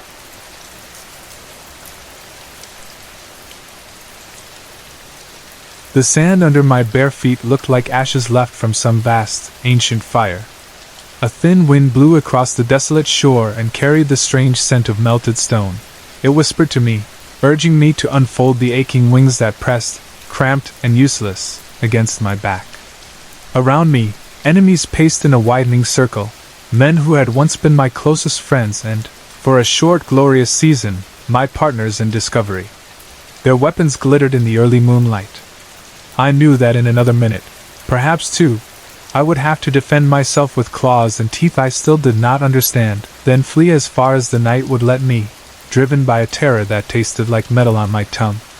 Those wings should have been my salvation. Yet every beat of my heart reminded me that they were thin, ragged things, stitched to my flesh with a pain that never stopped humming beneath the skin. When I tried to spread them wide, the joints creaked, and light flared in my vision. My talons were strong, stronger than any normal man's fingers, but the strength only taunted me, like a cruel joke laid upon a weak body. I could cross a clearing in a single leap, see a rabbit in the dark from 100 paces, hear a twig snap behind a curtain of rain, and still I would trade every gift, every unnatural instinct, to wake up ordinary again. No fangs, no claws, no dreadful memories of a night in a mountain cave when sanity slipped from my grasp. I can hardly recall what it felt like to be that first man, Raymond Petrovsky, explorer and dreamer, standing in Moscow in the last months of 1980, longing for countries still marked blank on the maps. And yet I must try, because if I do not remember who I was, no one else will. If I do not tell the story, then the world, your world, the normal one, will never understand how a single misguided dream can open the door for a monster. Picture Moscow in October of that year. Snow still waited in the clouds. The rivers had not yet frozen, but the days grew short, and the sky carried the color of a bruise. I walked the streets with a notebook jammed into my coat pocket, and an idea bright enough to burn away the gathering dark. Every spare evening, I pored over travelers' journals, half-forgotten legend, even cheap adventure novels. I believed, No, I knew that somewhere beyond the far western frontier lay a land untouched by industry, forests of silver birch whose trunks shone like mirrors, mountains shaped like broken spears, valleys so lush their grass glowed emerald even beneath frost. I pictured ferns as tall as rooftops, rivers full of stones that gleamed like moonlit steel, and air sweet enough to drink. To reach it, I needed companions, not just porters or hired muscle, but people who shared the fever of imagination and who could speak the languages of science, survival, and courage. First I recruited my cousin Alexei, a botanist obsessed with rare alpine plants. Then came Victor, a cartographer with an uncanny sense of direction, Nina, a geologist, sharp-eyed and stubborn, and at last my oldest friend in the world, Dr. Petrosky Moon, though everyone called him simply Moon. He was, by profession, a psychiatrist, and by nature, the most cautious man I knew, forever warning that my grand designs might shatter on rocks unnamed. Still, Moon loved me like a brother, and when I pleaded for his company, he agreed to join, so long as I understood that he would look after the team's minds as I looked after the dream. We left Moscow the first week of December, carrying rifles, notebooks, and a few precious radio sets. Weeks of travel by rail and truck delivered us to the edge of a forest so dense the sky vanished behind its roof of branches. Those first days felt enchanted. Snowflakes floated among the trees. Frosted needles rang like glass in the wind. Every footstep led us deeper into a silence so complete we began to whisper on instinct. We camped in small clearings and marked our route with strips of bright cloth.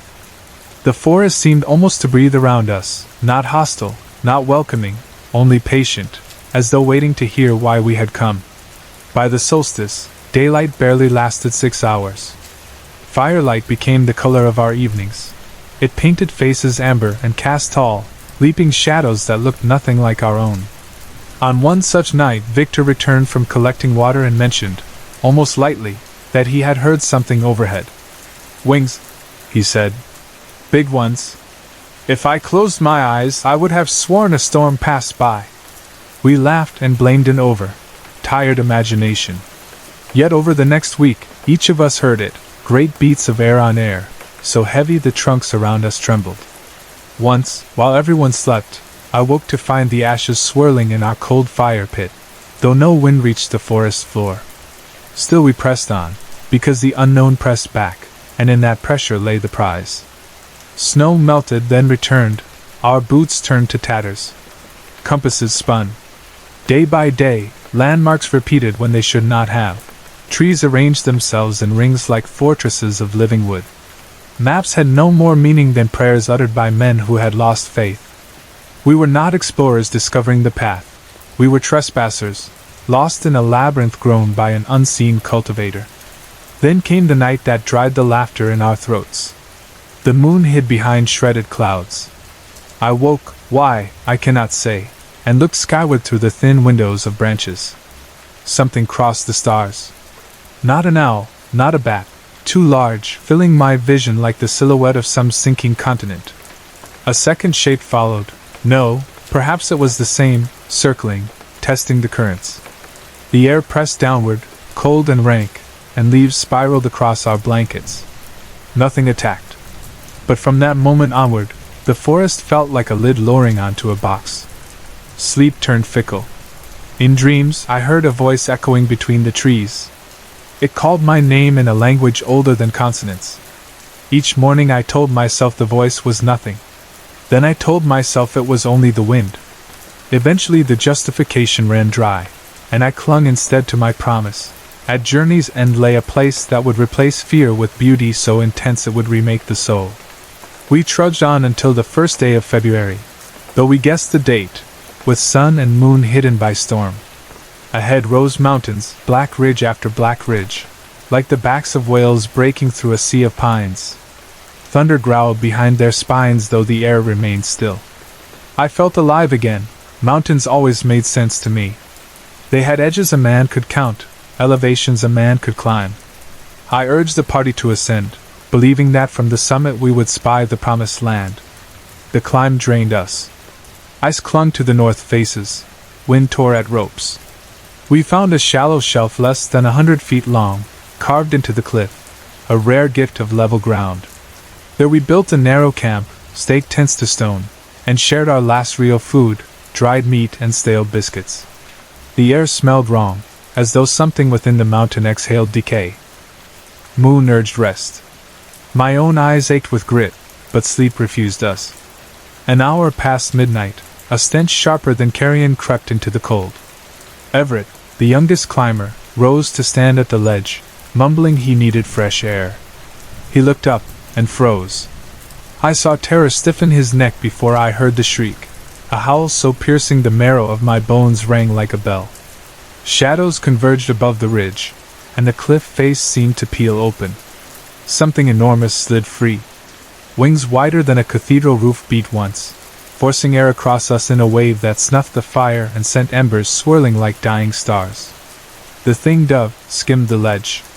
Wind hurled Everett into black emptiness. His scream cut short.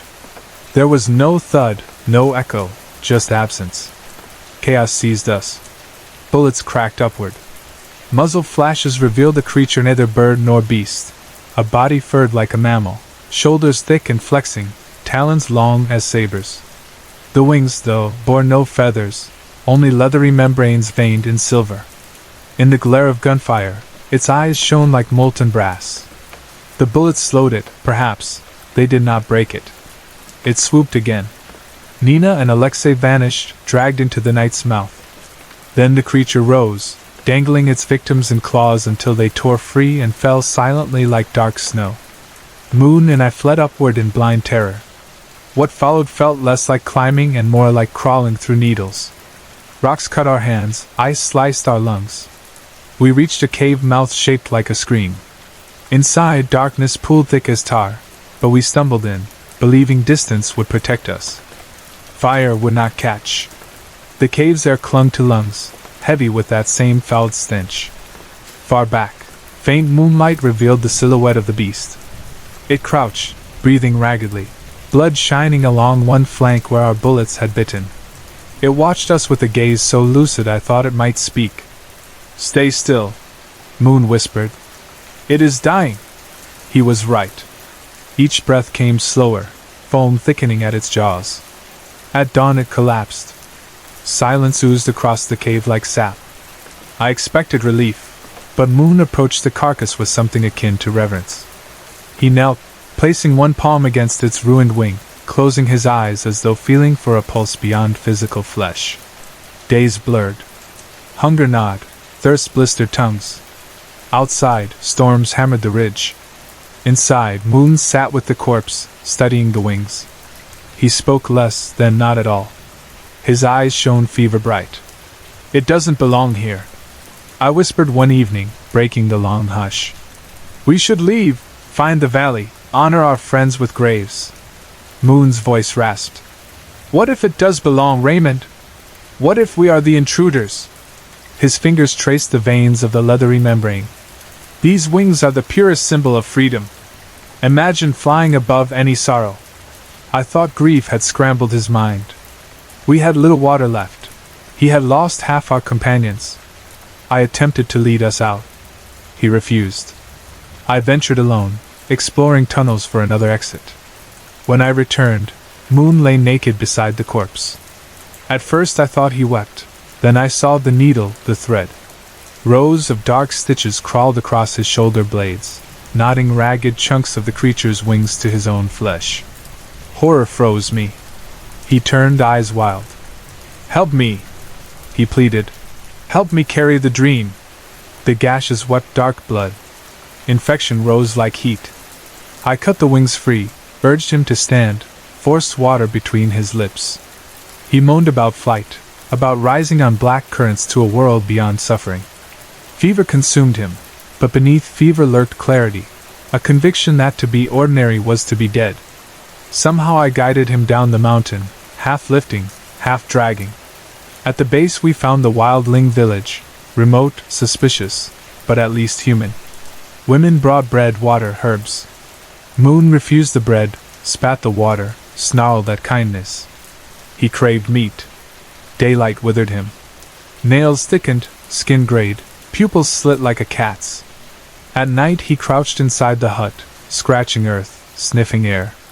He spoke of Amora, the wildling girl who had learned our language.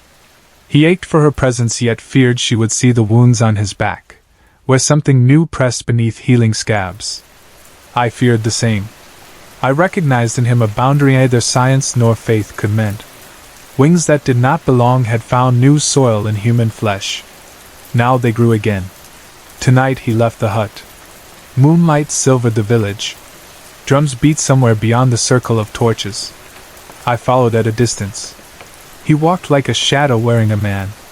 At the edge of the clearing, Amora waited. She reached to touch his face. He stepped back, shuddering.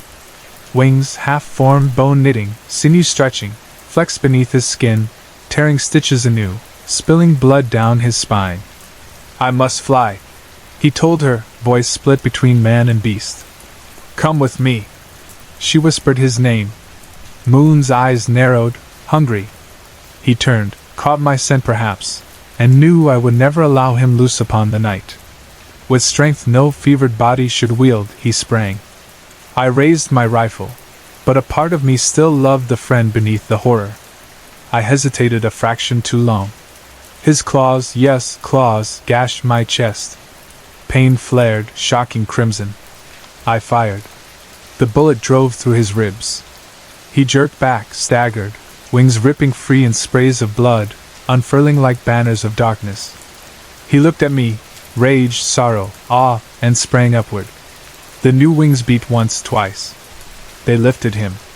He rose into black sky, trailing droplets that glittered like falling stars. Above, he circled, testing the sky. Wind roared. Amora screamed his name. I pressed a hand to my wound, staggering. He hovered, silhouette against the bleeding moon. Then he turned west, toward the horizon where mountains cracked lightning, and vanished. Now I stand on this ash-colored shore, years beyond that night. My chest bears scars like silver tree roots. I have hunted him across deserts, frozen seas, ruined cities.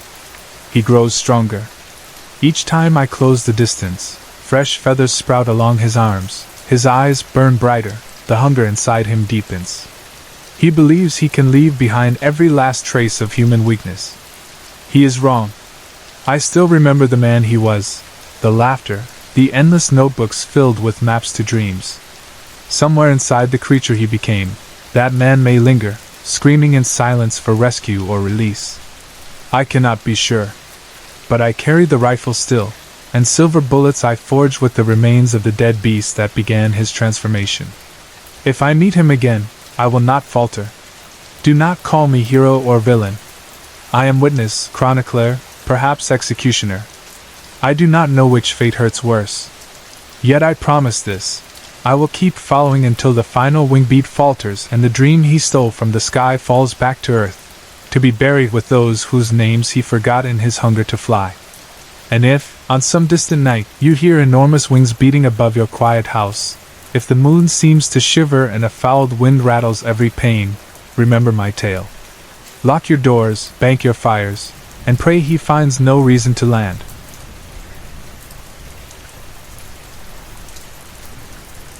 Under harsh fluorescent lights in the university's basement archive, my skin looked as pale and thin as fired china, and, for the first time in 3 semesters, Professor Caldwell finally noticed I was there. It was close to 3 in the morning. I sat alone among humming climate control machines, cupping a blue Fleur teacup that had survived 2 full centuries of history. The air-conditioned chill made every breath sharp, yet the porcelain surface felt strangely warm, as if it still remembered the jasmine tea that a Qing dynasty courtesan once drank from the rim. Hairline fractures webbed its glaze like tiny rivers, crazing, the conservators called it, the scars of time. My thesis proposal lay in neat stacks on a metal table, 18 months of research into 18th century export porcelain trade routes, each page typed, retyped, and proofread until perfect. My parents' voices hovered at the edge of every paragraph, reminders that they had left everything behind so I could have this chance. I turned the teacup over and discovered a maker's mark I had never seen, 3 interlocking circles beneath a stylized phoenix. My pulse quickened. If the symbol truly belonged to an undocumented kiln, then I had found something new, something that might carry my name beyond graduate school obscurity. I photographed it from every angle, then traced the mark with my finger. A tingling warmth shot beneath my nail. I shook my hand, half certain fatigue was playing tricks, but pins and needles spread up my wrist. When I held my arm under the lamp, I saw nothing except blue veins under pale skin, proof of too many nights spent in cold reading rooms. Footsteps echoed upstairs, the security guard making rounds. I packed my materials with ritual precision, every document into its folder, every photo labeled. The teacup returned to its foam cradle in the display case. As I locked the cabinet, my reflection on the glass startled me. Tired eyes, hair slipping free of its tie, the same unremarkable face that professors looked through rather than at. Outside, cold rain slicked the pavement. I walked in silence, rubbing my wrist where the strange tingling had been. Street lamps cast amber pools over wet asphalt. My footsteps sounded hollow, nearly swallowed by the wind. In my dorm room I scrubbed my hands at the sink. Hot water, soap, more soap. Proper handling mattered, archival oils could ruin fragile artifacts. When I dried off, something made me pause. Under my thumbnail curved a faint stroke of pale cobalt, delicate as a brush stroke. Paint, I told myself, residue from the porcelain.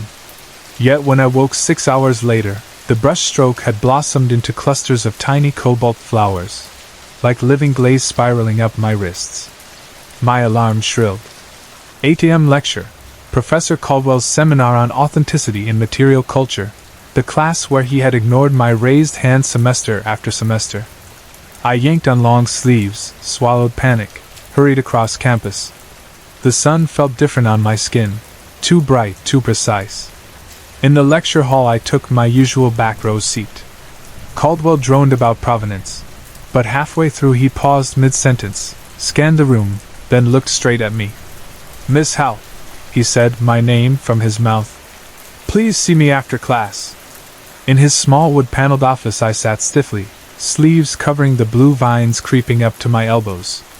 Caldwell slid my contact sheets across his desk. "This maker's mark," he murmured, "is from the Phoenix workshop. Extremely rare. Potentially career-defining." He smiled a thin smile. "Discoveries like yours open museum doors, create fellowships, attract real recognition." The word recognition glowed in the stale air like a lit fuse. Recognition, exactly what I had chased through years of invisible work.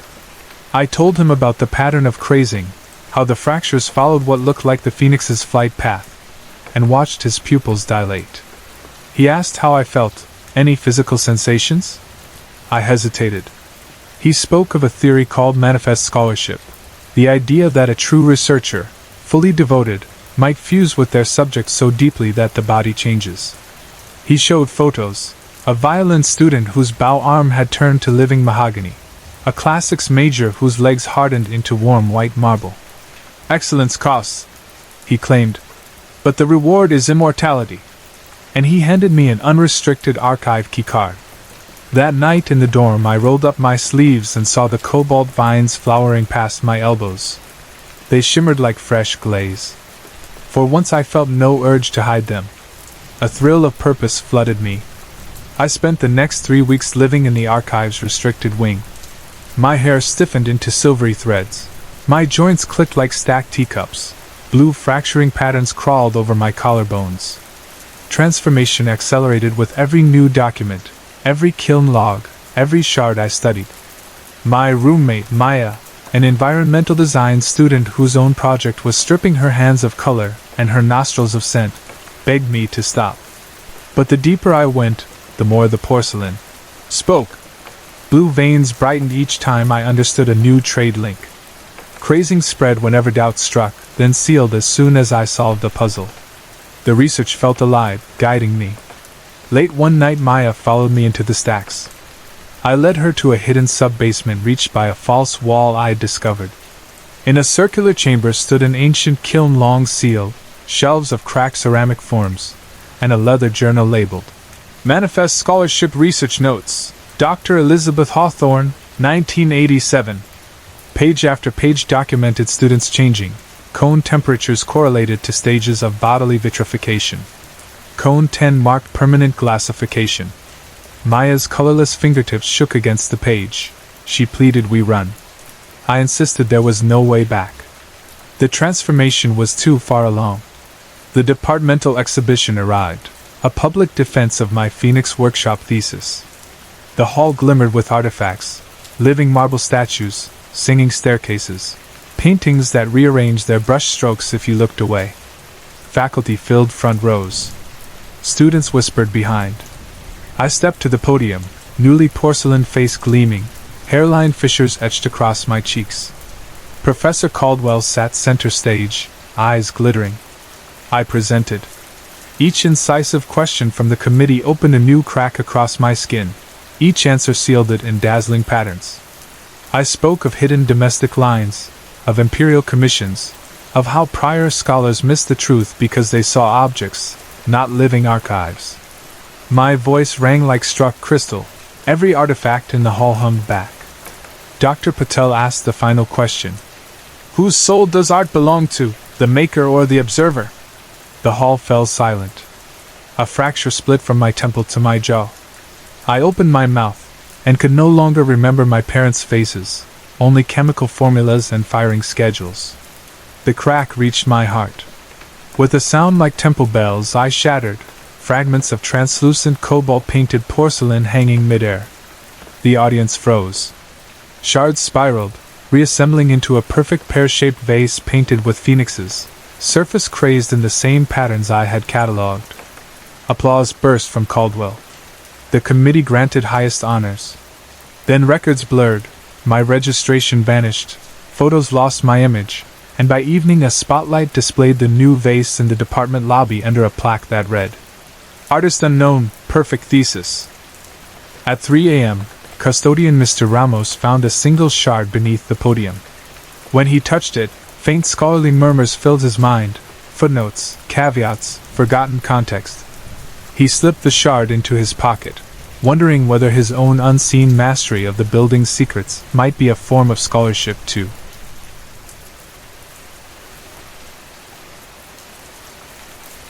I could never decide whether the first true mistake of my life was slipping into special collections after hours or letting a scrap of paper melt on my tongue like candy. Either way, I can mark the exact moment everything ordinary ended. It was a November night so damp that fog pressed its white paws on the dormitory windows and made the lamps along the lawn look like drowning stars. I was behind on 3 essays, running on vending machine coffee, and stupid with the sense that I had to find something, anything, to keep myself awake. The main library lights were shutting down by the time I stacked my books, but when I passed the inner doorway to the basement, the latch had failed to click. Soft yellow emergency bulbs glowed in the stairwell, and the air drifting up felt warmer than it should have. I told myself I would look around for 5 minutes. 5 minutes never hurt anyone. Downstairs smelled nothing like the rest of the building. Most of the library carried dust, floor wax, overworked heat vents, pages turning. Special collections smelled older, a hint of walnut drawers rubbed with oil, a trace of candle smoke clinging to paper. Something faintly animal under everything else, as though the leather bindings had not been cured quite right. That smell made me breathe slower, the way you do when you walk into a closed church and don't want to echo. I picked a shelf at random, chasing the prickle of that animal scent. Between 2 proper volumes, one on medieval music notation, the other on colonial charters, stood a book that did not belong. Its spine lacked a title, carried only a smear that might have been melted sealing wax or the brown residue of dried blood. No call number. No protective wrapper. It was wedged so tight that when I tugged, other books leaned away as if they disliked touching it. The covers were heavy, almost greasy under the dust. When I opened it, the paper inside looked handmade, gray-yellow, stiff as if soaked long ago and dried in a hurry. No printing press had spat those pages out. Someone had written them by hand with ink that had sunk too deep, leaving raised black ridges that caught moonlight from the high windows. I should put it back, I muttered. My voice echoed in the stacks. I felt exposed. Then I cut my finger on a page, A tiny slice, nothing serious. I hissed at the sting, and my blood left a bright dot that spread along one jagged letter. While I debated whether to find the first aid box behind the desk, a loose slip of note paper glided out and landed on my shoe. Old paper, single sentence, ink faded to brown. Feed the page. Become the page. I have tried many times to remember what thoughts ran through my head between reading that command and lifting the corner to my mouth. Maybe none at all. Hunger overrides thought. I tore off a triangle the size of a postage stamp, held it a second, curious how fragile it felt, then set it on my tongue. It folded and melted faster than communion wafer, turned warm, released an iron sweetness that bloomed up behind my eyes until I could not tell whether I was tasting or hearing or smelling it. Somewhere inside the blooming warmth floated a word I had never studied, could never repeat afterward in daylight, yet I understood it the way you understand the knock of your own heartbeat. Welcome. I dropped the book. The thud rang like a slammed door. Every bulb overhead went dark, and the basement drowned in shadow except for a faraway flicker of orange. Someone had lit a candle across the reading room. I saw the flame before I saw the woman sitting behind it, hands folded on the desk where librarians usually stamped our checkout slips. She wore a black coat buttoned to her throat, and in that single trembling light her face looked carved rather than living. I thought of saints in stained glass, one moment solid color, the next moment a trick of gleam and edge. She spoke gently. "You've read," she said.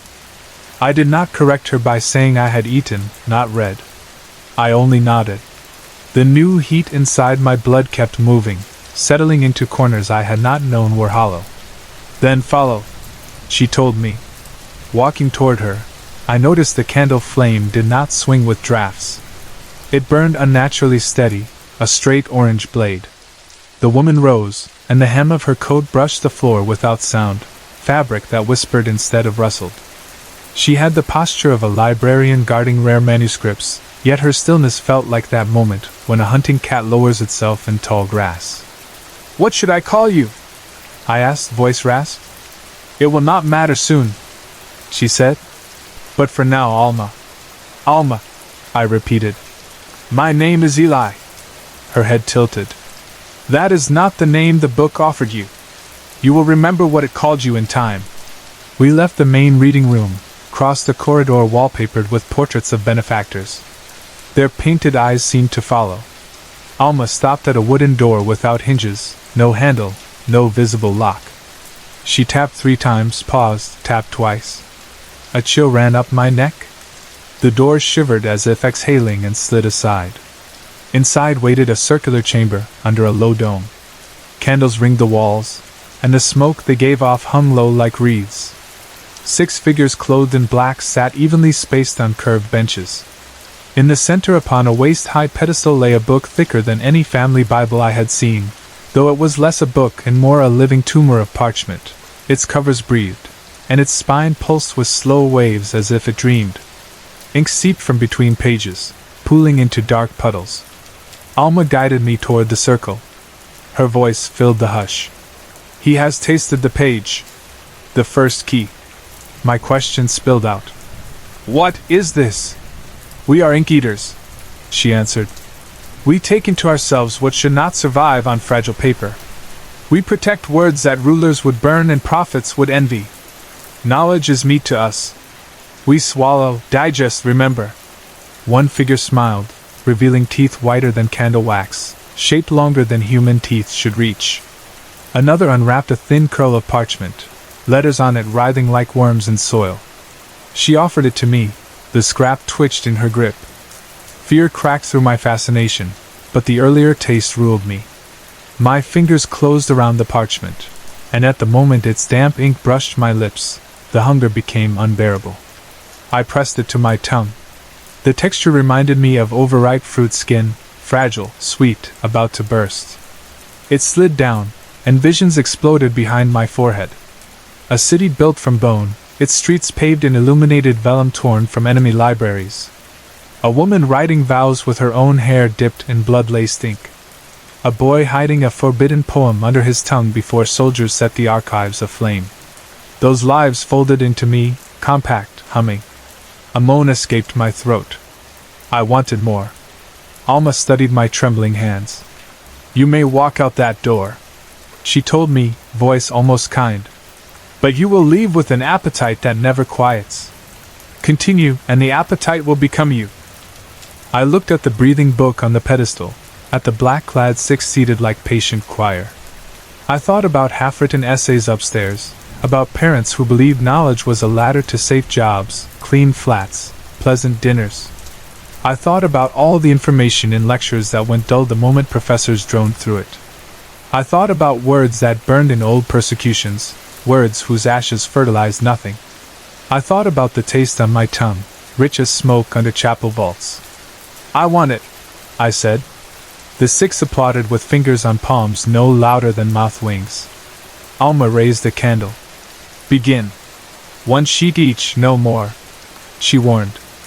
"Knowledge swallowed too fast kills.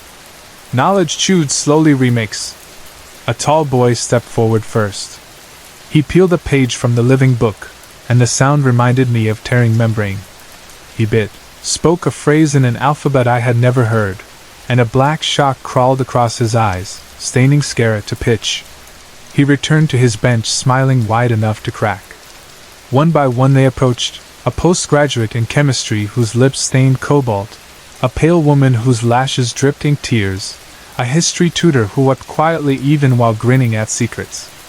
Each came away changed, some subtly, some with pulsing letters beneath their skin.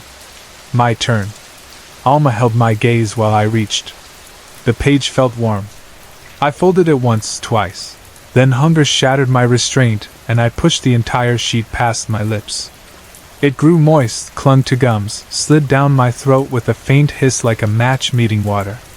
I saw again the boned city, but closer, monks sewing chapters beneath their own flesh, chanting that skin keeps words warmer than stone. I saw myself older, gaunt, lips black, locked in a small room copying symbols onto vellum made from my own sheared hair. Beneath everything echoed two truths: pages die. Flesh persists. A sudden shout broke the trance. "Stop him!" Nathan, the cobalt-lipped boy, had snatched the book in both hands. He pressed his mouth to the spine, biting through binding cords, chewing whole gatherings. Ink sprayed from his lips. His throat worked like a child gulping honey from a jar. Candles guttered. He screamed, but the scream turned inside out into a violin string snapping. His arms thrashed. Black letters raced down his skin, burning bright red trails as if replacing blood. Then he collapsed. Ink receded, leaving veins empty.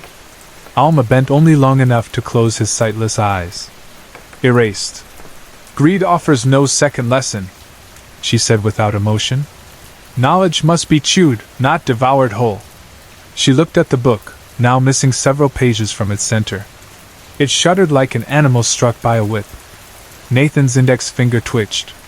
Even dead, it wrote across the smooth stone floor, carving glowing letters that hissed and smoked. Alma straightened. "Leave him. He will finish writing the cost of his error." She ushered us out. Before the door sealed itself, I glanced back. Nathan's body remained limp, while his finger etched furious script. Each glowing line faded after a second, leaving clean stone behind, but the shape of each word lingered on my brain. Beyond that door, Alma pressed something heavy into my hands, a notebook bound in pale, soft leather that felt wrong.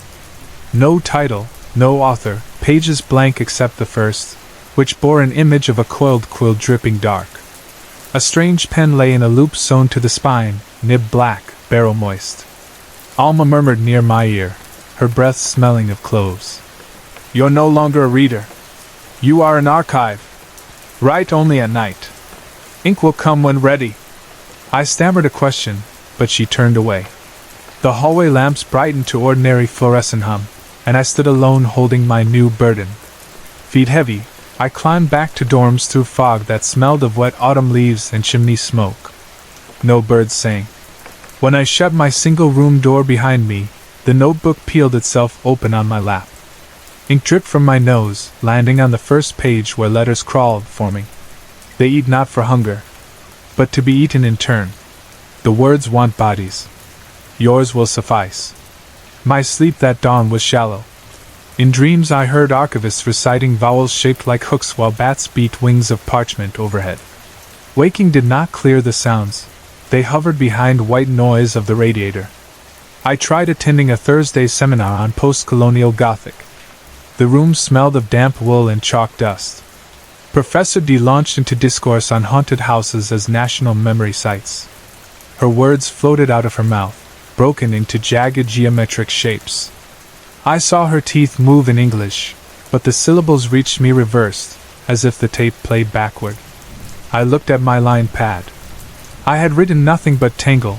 Black strokes branched into runic forms. My hand moved without permission, adding to them. The student beside me whispered if I was all right. Her voice sounded like wind through reeds. Panic bubbled.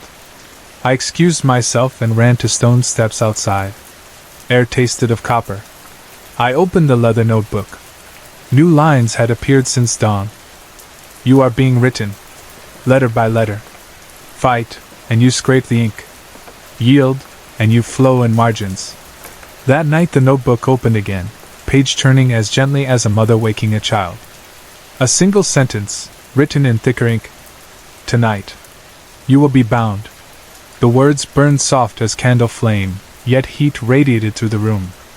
I understood without logic that refusing was futile. Ink already threaded my veins. The only question was whether the binding would be smooth or jagged. So at midnight I dressed, slid the notebook under my coat, and slipped through sleeping halls. No wind disturbed fallen leaves. The special collections door opened at my touch, though I swear the lock turned. Alma and 4 others waited. Nathan's absence shivered through the circle like a missing tooth. The breathing book rested on its pedestal, seams iron-stitched where pages had been gnashed. Alma's voice echoed. Tonight the book enters you.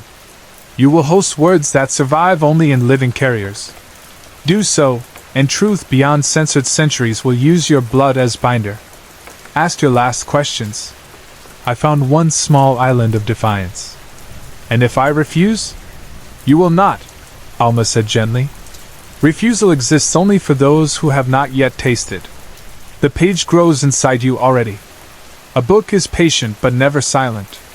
She unfolded a sheet of gold-tinted parchment, letters black and gleaming as oil. I could smell it across the chamber, salt marsh, scorched cedar, iron rich as fresh wounds. Take it. Carry what should not be extinguished. We preserve nations taken by flame. Something in my chest wanted to scream, but hunger opened my palm. My fingertips touched bark-rough parchment. It crawled along my skin to my wrist before I lifted it to my mouth. The touch of ink on teeth sparked fireworks behind my retinas. A river of script poured down my throat, searing its path. I rocked back. Alma steadied me. My skin flushed then cooled. Candles brightened though no one touched them. When vision cleared, shapes around me felt sharper. I heard each archivist's heart tapping a separate tempo. I smelled the isinglass glue in old bindings 2 rooms away. I knew how to pronounce every silent letter in forgotten alphabets. I felt the location of a lost city shift slightly south of where historians guessed. My lungs carried cold mountain air that shepherds breathed 3 millennia ago. They bowed as one. Alma's voice wove through the stillness. Brother Archive, welcome. Knowledge has chosen your marrow. A pulse of alarm flickered. I'm not your brother, I whispered. The book inside me laughed. A rustle of pages. It did not care for pronouns. Days blurred. I found myself inside library stacks at noon writing descriptions of star patterns previously unrecorded. Nights I woke to find ink nib pressed to my lower lip, black river flowing out of me and onto leather pages. I bled words, yet felt lighter. I answered no phone calls, missed tutorials, did not respond to the dean's warning emails. When I scanned text for my essay on tragic romantic heroines, letters lifted off the screen and held conversations in margins, making footnotes that chuckled at their own wit. My professor graded the draft with a question mark the size of my fist. Memory of home faded like frost prints on glass. I no longer visualized my parents' kitchen. Instead I envisioned antelope hide scrolls buried in desert tombs, instructions for divining wind patterns, formulas for ink that sings when moonlight touches it. Those scrolls wanted to live inside skin where fire could not reach. They thrummed, guiding my steps. One evening Maya, my roommate, cornered me. She studied environmental design. Her sketchbooks overflowed with tree canopies mapped against rainfall data. She noticed everything. "Eli, you look paler than paper," she said, blocking my exit. "I haven't seen you eat." "I'm fine," I lied. "Just working." She frowned at the new stains on my lips, at the black crescents beneath my fingernails. "Is that ink?" I almost told her. Something protective inside me closed like a clasp. If she knew, the hunger might reach her. I stepped past. In lecture halls, ordinary speech unraveled to static, but when I walked alone across quadrangles, voices hidden in brick and ivy sang genealogies of every hand that carried mortar. The notebook filled itself nightly, medicinal recipes from empires lost, an elegy for the last library in Alexandria, a ballad of whale-ship logbooks meant for storms. One late December afternoon, Alma met me in the empty student union. Snow freckled the windows. Her coat smelled of cold rooms holding fragile scrolls. "You are ready for the deeper ink," she said. "Tonight you will write what dies in other hosts." I felt the instructions settle under my ribs. "Where?" "The archive beneath all archives." That night she guided me through the locked stacks, past the door opened by knocks only we knew, down a stone spiral narrower than before. Each step breathed chill. We arrived at a chamber lower than any basement. No candles here. Instead, a faint blue glow pulsed from the walls like heartbeats trapped in quartz. The living book slept on a slab. Around it stood glass coffins, 8 in total, each containing a figure human-shaped but translucent, faint script crawling under their skin. Some mouths were open mid-breath. Some eyes stared, unblinking, as if surprised. "Previous archives," Alma murmured. "When flesh decays, we seal them in glass so words do not escape into dust." Fear finally tasted stronger than hunger. "Is this my end?" "Eventually, yes," she said kindly. "But not yet. Neither book nor host chooses final punctuation lightly." She set the notebook on the slab and handed me the black pen. It was alive now, nib twitching. My veins thrummed. I placed pen to first blank page. Ink rushed up through my arm, out the tip, forming letters in a flowing script smoother than any language I had studied. I could not read it. I only knew it said something impossible, something that would drown if forced into English. Hours passed, or moments. When the page filled, ink still poured. Alma laid a fingertip on my wrist. "Enough for tonight." I looked at the glass coffins again. The nearest held Nathan. His fingers still moved, script carving gently on his own cheek, rewriting his face. My breath clouded the glass. He seemed peaceful. I hoped he dreamt of open fields, but the book pulsed and whispered, "He dreams only of turning pages." Winter break arrived, campus emptied. I remained. Maya texted worry. I answered vague assurances. The archive below ground warmed even as snow blanketed streets. I spent nights writing, days half asleep, yet my senses sharpened. I could taste when light bulbs burned out before the filament failed. January 2nd, I climbed outside to icy air and found Maya waiting on a bench. She held 2 coffees, breath fogging the cup lids. "I thought they locked dorms," I said. "I convinced security you left a heater on." She studied my face. "Your lips are black. Your eyes, Eli, they're ringed with ink like you cried soot." I touched my cheek. Fingertips came away gray. "Temporary side effect of night research." "What research eats the color out of you?" She gripped my wrist. Through my sleeve, script squirmed into view, glowing faint as embers. Maya recoiled. "What is that?" Words inside me stirred, ready to pour into her eyes. Telling would relieve pressure. But Alma's voice echoed, "Knowledge must be digested slowly. Force-fed knowledge kills." "I can't explain," I whispered. "It will hurt you." "Hurt me how?" The ink in my blood answered by forming a shape above my pulse, a warning sigil. Maya stepped back. fear mixed with stubborn friendship in her gaze. "Come home with me for break," she pleaded. "Eat real food. Sleep. Just for a week." The book warmed inside my chest, pages turning. I shook my head gently. "I have work." Maya left. Snow swallowed the sound of her boots. I returned to stone stairs, but before descending I heard rumbles underground, the living book calling. Alma waited beside it, face softer than usual. "The hunger aches," she said. "You want more. But remember, Brother Archive, limit is the second key. Eat too much, we erase ourselves." I swallowed my craving. "Why do the words choose us?" I asked. "Because parchment burns. Hard drives crash. Flesh endures. Memory breeds memory." She touched her collarbone. "Ink inside lymphatic nodes travels wherever blood flows. The archive can walk, speak, hide in crowds. But eventually we glass ourselves," I said. "Yes. The body rots more slowly than paper. When even bone softens, we pass into glass. Generations may read us." I pictured deli slicers cutting my preserved corpse into shavings so future novices could taste me. The idea repelled and aroused. By February the notebook weighed as if filled with lead. My mind held continents of unwritten script. I dreamed of gargantuan libraries built from ribs. In every dream the floors slanted, and shelves slid until books fell into my open mouth. I choked, woke with tongue blackened. Maya's messages went unanswered. Professors removed my name from rosters. Campus rumors said I transferred. I barely left the sub-basement. Alma taught me to drink thin broth dyed with iron gall. It darkened my veins, helped channel ink into pen.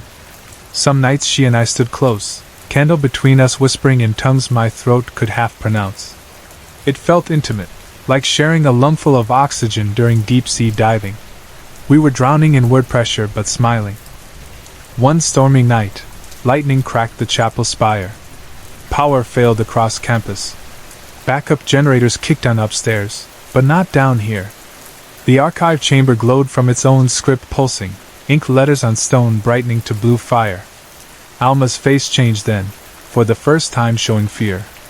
"The book grows unsettled," she said. "Too many new hosts too quickly. Knowledge fights for single voice." Thunder shook dust from arches. Somewhere above, water pipes burst with metallic bangs. Alma opened the living book. Its pages fluttered though no wind moved. Script dripped onto floor, forming puddles. "We must write the storm inside," she ordered. "Seal the surge." We bent over the notebook, pens ready. Ink poured from our noses, ears, fingertips. I felt my sense of self thinning like old parchment under sun. Names slithered away. Memories, childhood beach trips, Maya's laugh, disintegrated into particles of script. Fear rose. I recalled Nathan's glass coffin, his fingers scratching eternal. "I'm losing myself," I gasped. Alma grabbed my hand, her skin cool. "Remember the third key," she said. I nursed each secret. First key, taste. Second key, limit. Third key, she had whispered once already. Silence. I closed my mouth, slowed breathing. Ink still wanted out, but the flow became drops. Alma nodded, copying my rhythm. Storm light dimmed. The living book's spine quieted. When candles were relit, the chamber felt smaller. Alma wiped blood-tinted ink from her chin. "You saved many names tonight," she said. "I almost erased my own. The archive always tests its shelves," she murmured, cryptic. She reached to stroke my cheek. I leaned unconsciously, craving ordinary human warmth, but her touch left cold residue like unfired clay. March thawed snows, yet chill remained in me. I walked campus at dawn, unseen by early joggers. One morning I found Maya seated outside the closed cafe. Her hair lifted in spring breeze. She looked up and did not flinch this time. "I dreamed of you," she said. "You were standing in a burning library, turning pages that didn't burn." I sat, careful to fold sleeves over crawling letters. "That sounds right. I don't need details," she whispered. Just tell me if you're still you. A lie rose, but so did a memory, Maya teaching me to pronounce the Korean word for sunflower. That memory fought dissolution. It hummed louder than script. I weighed truth's cost. I am part of something older than curricula, I said. But parts of Eli remain. Maya's eyes watered. Then keep them. Don't glass yourself. I promised nothing. In April, the dean announced renovations. Special collections would close indefinitely. Delicate items would transfer to remote storage. Movers arrived with padded boxes. None of them saw the door without handle. Alma called me to the archive the night before dismantling. The living book lay silent, cracked covers dulled. It senses exile, she said. It needs a new chamber. We cannot risk transport by ordinary means. She touched my heart. You will carry it. I staggered back. How? There is one page left. She unfolded golden parchment thicker than others. It binds host to volume. You swallow. The book becomes dream bone inside your bones. My hunger rebelled with desire, but fear matched it. Carrying words and images had changed me, yes, but the book whole, could any soul survive? Alma's eyes glinted. If you refuse, they will crate the book. Curators will misread, censors will trim, time will mildew. Knowledge will die. This is the only path. Why me? I pleaded. Why not you? She smiled faintly. Because the book chose you the moment you tasted. My own body already holds older texts. It could not bear another codex so heavy. You are still partly blank margin. I looked at glass coffins. I thought, someday I will be inside one. I thought of my essays unfinished. I thought of parents who sacrificed. I thought of brain-dead nights reading Wikipedia. I thought of the phrase feed the page, become the page. I realized I had fulfilled the first half but not the second entirely. I held the final leaf. Ink shimmered like oil on water. I wanted to ask Maya's forgiveness, but there was no going back upstairs. I pressed page to tongue. It clung fragile as moth wing. Warm. Sweet. Ink seeped beyond taste, into teeth, skull, spine. A door opened inside marrow. I felt heavy, then weightless. The archive chamber blurred, candles stretched into lines. I fell forward.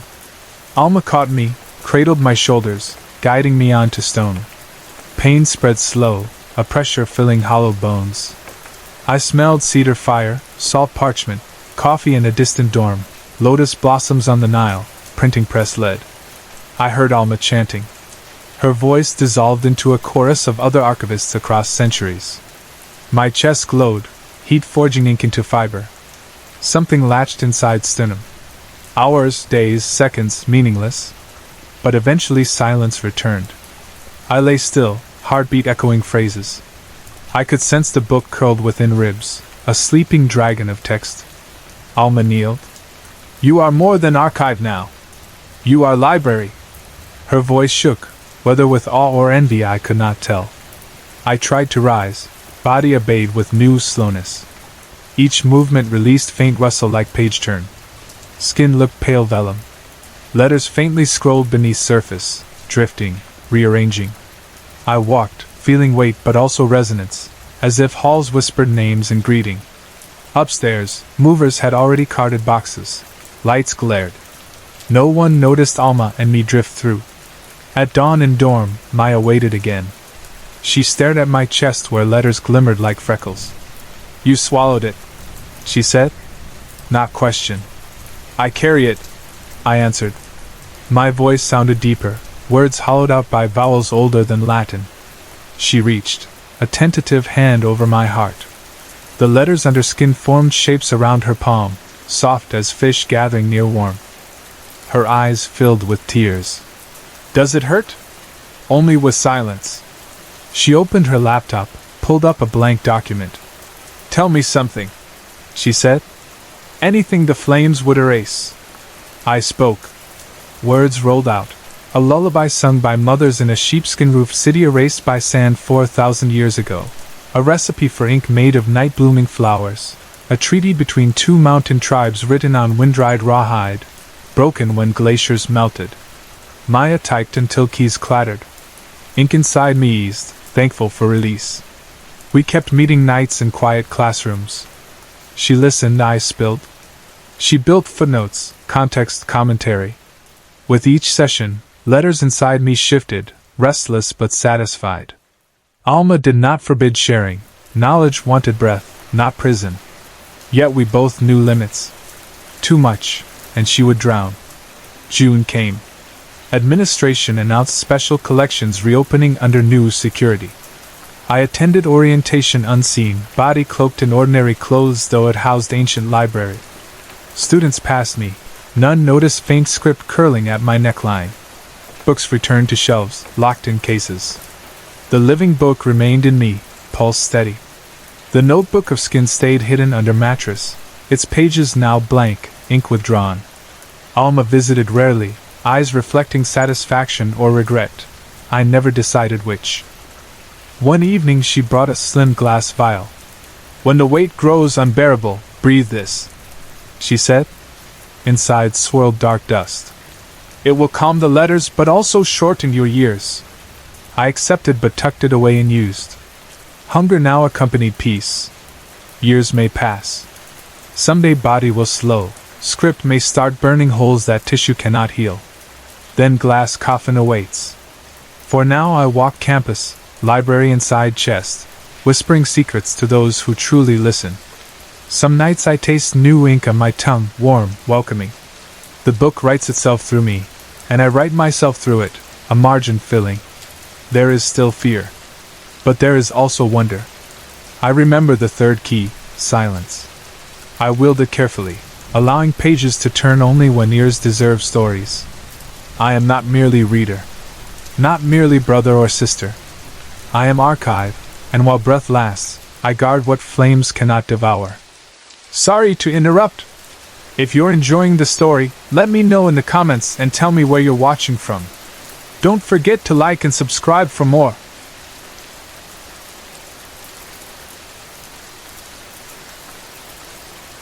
I never wanted to keep a diary, yet here I am, scratching words onto cheap paper while the smell of stale takeout hangs in the air.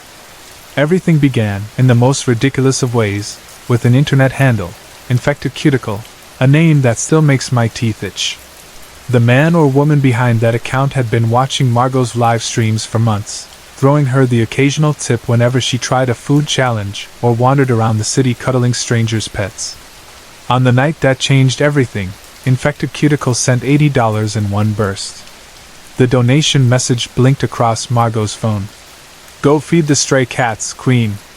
Take the nice camera so we can see.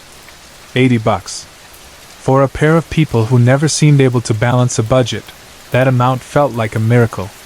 Margot's eyes lit the way they always did when someone showered her with digital affection. She tilted the phone toward me on the sofa, practically vibrating. That'll cover groceries for a week, she said. Maybe 2 if we coupon hard. I should have told her no, told her we could film an indoor mukbang instead, told her the cats would be fine till morning. But the promise of easy money wrapped around both of us like a silk ribbon. She slipped into her old sneakers, grabbed the cracked plastic tub of kibble, and rushed out the door before I gathered enough willpower to argue. Margot loved animals with the kind of reckless devotion that demanded no logic in return. She once leapt across a drainage ditch to save a half-drowned opossum, emerging muddy, wheezing, but triumphant when the creature scurried away. Stray cats were her soft spot. Every time she spotted one lurking under a dumpster, she transformed from tired content creator into a cooing child. That night was no different. She walked the 3 blocks to the vacant lot behind the laundromat, shook the kibble like maracas, and waited for the colony to appear. Grainy screenshots saved to her channel's archive captured the first handful of cats weaving around her ankles. The chat cheered, donations stacked up. Then something went wrong off-screen. A sharp hiss, Margot's affectionate laugh, another hiss, this time desperate, and then a yelp that cut through my earbuds long after I'd logged off. She returned 40 minutes later cradling a hand wrapped in her scarf. It's nothing, she said when I met her at the door. The scarf was sopping red. He's spooked, that's all. We shuffled to the bathroom and I unspooled toilet paper, applied rubbing alcohol, dabbed away grit.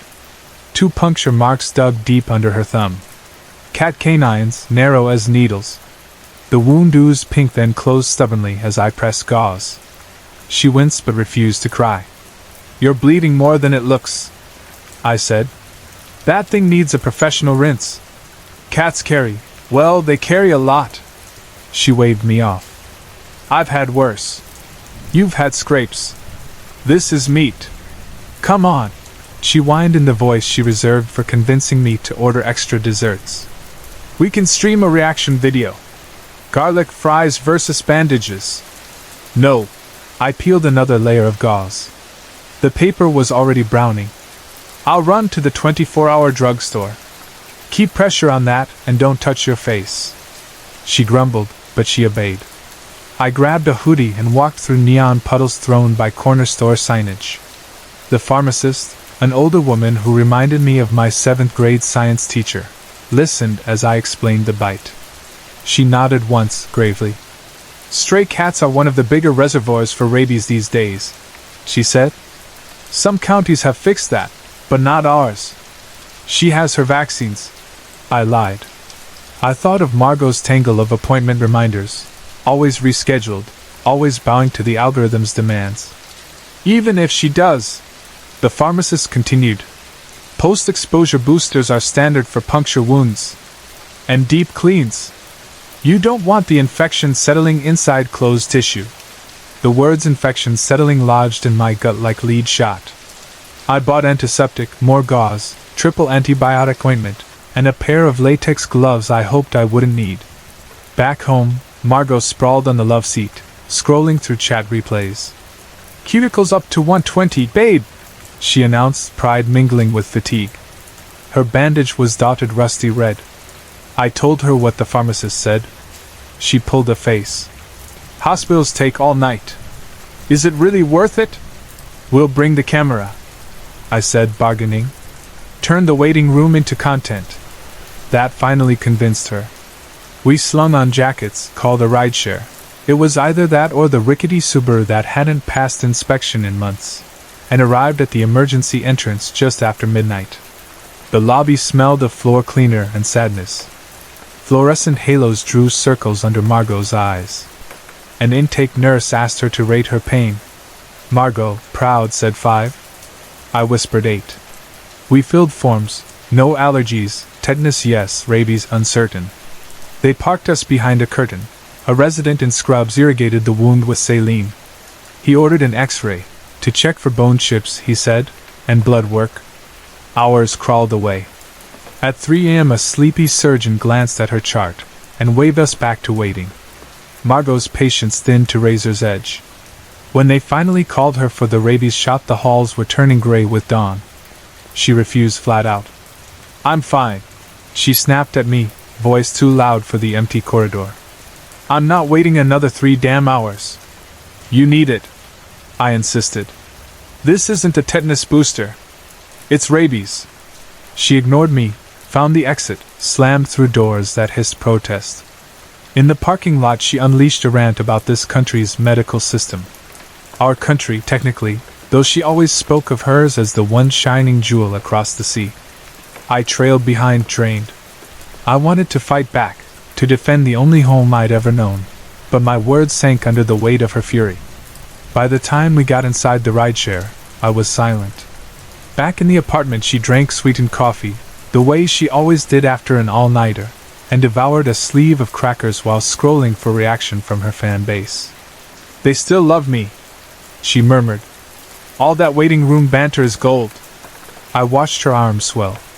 The wound darkened, edges blooming yellow. Infection, or something meaner. Over the next week she insisted she was fine. She filmed herself trying to bite through a stack of pancakes the size of a hubcap, laughing as syrup smeared her cheeks. But between takes she fell quiet, stared at corners like corners were talking back. One afternoon she forgot my name. I reminded her with the joke she loved. Your handsomest husband reporting for duty. She giggled, but confusion lingered behind her eyes. I researched symptoms in secret. Rabies in humans can simmer for weeks, months. Incubation varies. Early signs mimic the flu, fever, muscle aches. Later comes anxiety, agitation, hallucination. Eventually, hydrophobia and paralysis, then death. Once neurological symptoms appear, survival is nearly impossible. I fantasized about time machines, about dragging her back to that waiting room and holding her down until the nurse found the vial. Instead, I bought extra antiseptic, extra gauze. I cleaned the wound twice a day until she slapped my hands away. "Stop babying me," she growled. That was the first time her voice lost Margot's melody. It came rough, animal. She slept 16 hours at a stretch, then woke ravenous. Food deliveries piled at the door. Bills sagged unread in the mailbox. Our YouTube subscribers ballooned. Apparently audiences adore a woman who eats like a black hole. They noticed the bandage, asked in comments if she'd been attacked. She lied. Paper cut. They laughed. I told myself appetite was a good sign. Sick people don't eat. That logic cracked the day I found her crouched over the hamster cage. She'd torn fistfuls of cotton bedding and was stuffing them into her mouth, cheeks bulging. I yanked her hands away. Fluff flew like seeds. The hamster was gone. Cage latch open, or worse. Margot's eyes rolled, pupils huge, whites pink. She belched shredded cotton. "Tastes like clouds," she murmured. Somewhere deep inside, the real Margot must have screamed. I locked myself in the bedroom, listened as she rummaged the kitchen. Boxes hit the floor, cans rolled. I tried to persuade myself the silence between crashes meant she was resting, not stalking the hall. I opened a browser, typed, "Can rabies spread through a human bite?" The CDC article loaded fast. The bandwidth was free because Margot wasn't streaming, and the words blurred. No confirmed cases, but saliva contains virus. Transmission possible. Extreme caution advised. I glanced at the door. Thin wood, cheap hinge. No lock would stop a determined lunatic, even one slowed by fever. I slid the crowbar from beneath the bed and waited, heart drumming. Minutes passed, then hours. No growls, no footsteps. I cracked the door. The apartment smelled metallic, kitchen stripped bare. Margot's purse still on the coffee table, keys beside it. The front door hung ajar. A trail of sticky footprints, dark reddish-brown, wandered down the hallway, vanished on the elevator tiles. She'd left on foot. I followed as far as the lobby but hesitated at the glass doors. Dawn had finally broken, painting the city in bruised purple. Where would she go? She didn't have friends nearby, certainly no family in the States. Outside, cars hissed, oblivious. I returned upstairs and inspected the hamster cage. Only a few scraps of bedding remained. I placed slices of apple on 3 mouse traps, set them under furniture. If the hamster was alive, he'd find the fruit. Secretly, I prayed the traps stayed empty. Days bled together. I kept news channels on constant low volume. Stories trickled in, random assaults, people biting strangers in parks. The anchors blamed stray cats. Footage of animal control vans played on loop.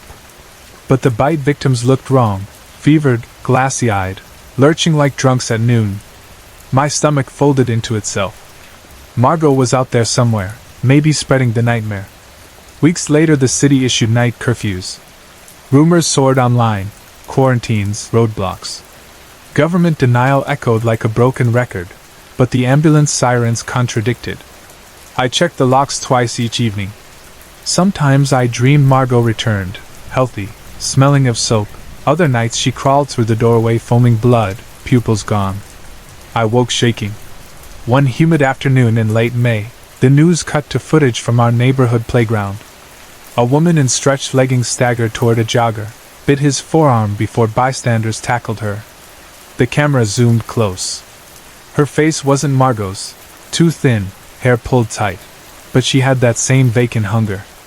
The anchor warned viewers to avoid all stray animals and report erratic human behavior immediately. I turned off the TV.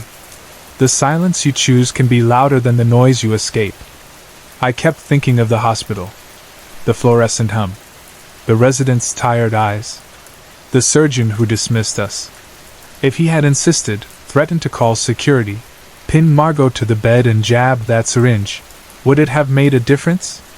Or would she have ripped out the 4 and marched back into the night? Blame helped no one. But regret, like infection, sinks teeth and refuses to release. I stopped sleeping in the bedroom. Too many memories lingered there. I dragged a mattress into the living room, braced furniture against the door, left the balcony window cracked to dispel the smell of decay I imagined in the wallpaper. Each creak in the hallway made my pulse hammer. Each day without her clawing at my door felt both relief and grief. June arrived. Heat thickened. Authorities conceded the outbreak was not limited to animals. Human-to-human transmission was plausible, though they avoided the word rabies. Government trucks fumigated alleys at dusk. Neighbors whispered about relocation camps. I stuffed essentials into a backpack: passport, water purifier straw, crowbar, the photo booth strip where Margot and I pretended to be pirates on our first date. I didn't know if I'd ever leave, but I wanted choices. On June 7th an envelope slid under the door. No stamp, no address. My name scrawled in shaky ink.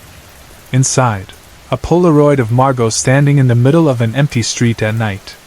Her clothes hung in tatters. Her arms were mottled with bite scars. Yet her gaze into the lens was strangely calm, almost lucid, a faint curve to her lips as though recognizing the act of being photographed.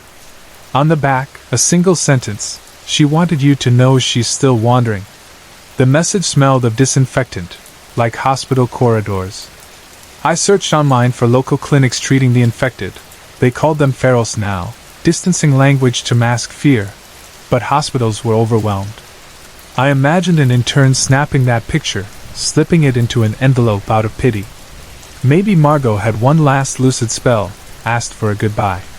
Maybe the writer was infected cuticle, still lurking behind a screen, documenting chaos for clicks. The possibilities spiraled. I taped the photo to the refrigerator.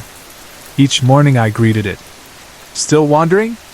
Some days I felt fury, others guilt. Mostly I felt hollow.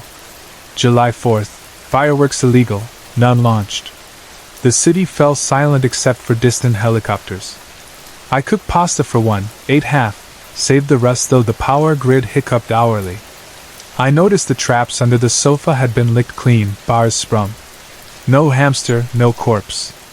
I allowed myself a thin smile. Survivors find cracks in disasters. Summer dragged, autumn followed. Infection zones cordoned off. I remained outside the line by 3 blocks. At night I listened for her growl but heard only sirens and wind. Eventually I removed the barricade from the door and walked to the laundromat. Rust-brown stains marked the pavement near the vacant lot. Cats were gone, trapped or killed, few survived. I scattered kibble anyway, a child's ritual for ghosts. Sometimes I caught my reflection in shop windows, thinner than before, eyes rimmed purple. That man could have been bitten. No one would know until too late. The thought made me cross streets when others approached. Winter became a rumor. One morning snow dusted the city, covering abandoned cars in soft hush. I opened the balcony door and let flakes melt on my tongue. If Margot was still wandering, she might feel the cold. I whispered into the gray. "Wear a scarf, love." My breath puffed white, vanished. I kept writing, filling notebooks though paper grew scarce. Writing clarified the blur, each choice, each failure, captured in ink. Someday survivors might read these pages and understand the disease was not just viral but human. Our haste, our denial, our hunger for distraction. I still dream about the hamster. In the dream he squeaks from inside Margot's purse, alive, nibbling crumbs. She sets him free among fallen leaves. He scampers into tall grass, unbitten, unburdened. Margot watches, her eyes clear. She turns to me and says, "It was never about surviving the bite. It was about what we did afterwards." I wake before I can ask her to explain. Maybe someday I will pack my bag, walk until the cordons stop, find whatever community has reclaimed a semblance of normal. I'll share this diary, the Polaroid, my remorse. Maybe they'll have a cure. Maybe they'll hunt every feral until forests fall silent. Or maybe they'll learn to live with wandering ghosts. But tonight I listen to wind rattle the fire escape, and I imagine Margot's silhouette moving through snow, still searching for cats to feed. Still hungry for affection that can't hurt her back. The bite changed her brain, but not her heart. She loved creatures that could not love her safely in return. That truth is both knife and bomb. My pen slows. The apartment creaks like old bones. I tuck the crowbar beside my mattress, leave the balcony door cracked just in case.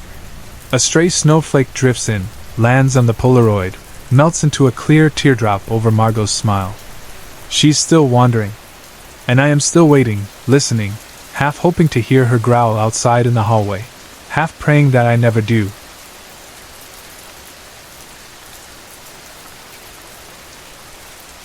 Devour him. Christine gritted her teeth. Her vision blurred, rain streaked, colors drained to gray. The voice inside grew shrill. Do it, do it, do it. She bent forward, nails digging into the bark of a sapling. The world spun. She breathed in again and found a sliver of calm. For a fleeting instant she believed she had won. Then a second scream startled her. It came from ahead, in the direction of that thudding heart. Not his scream, but hers, ragged, future, inevitable. Her knees buckled.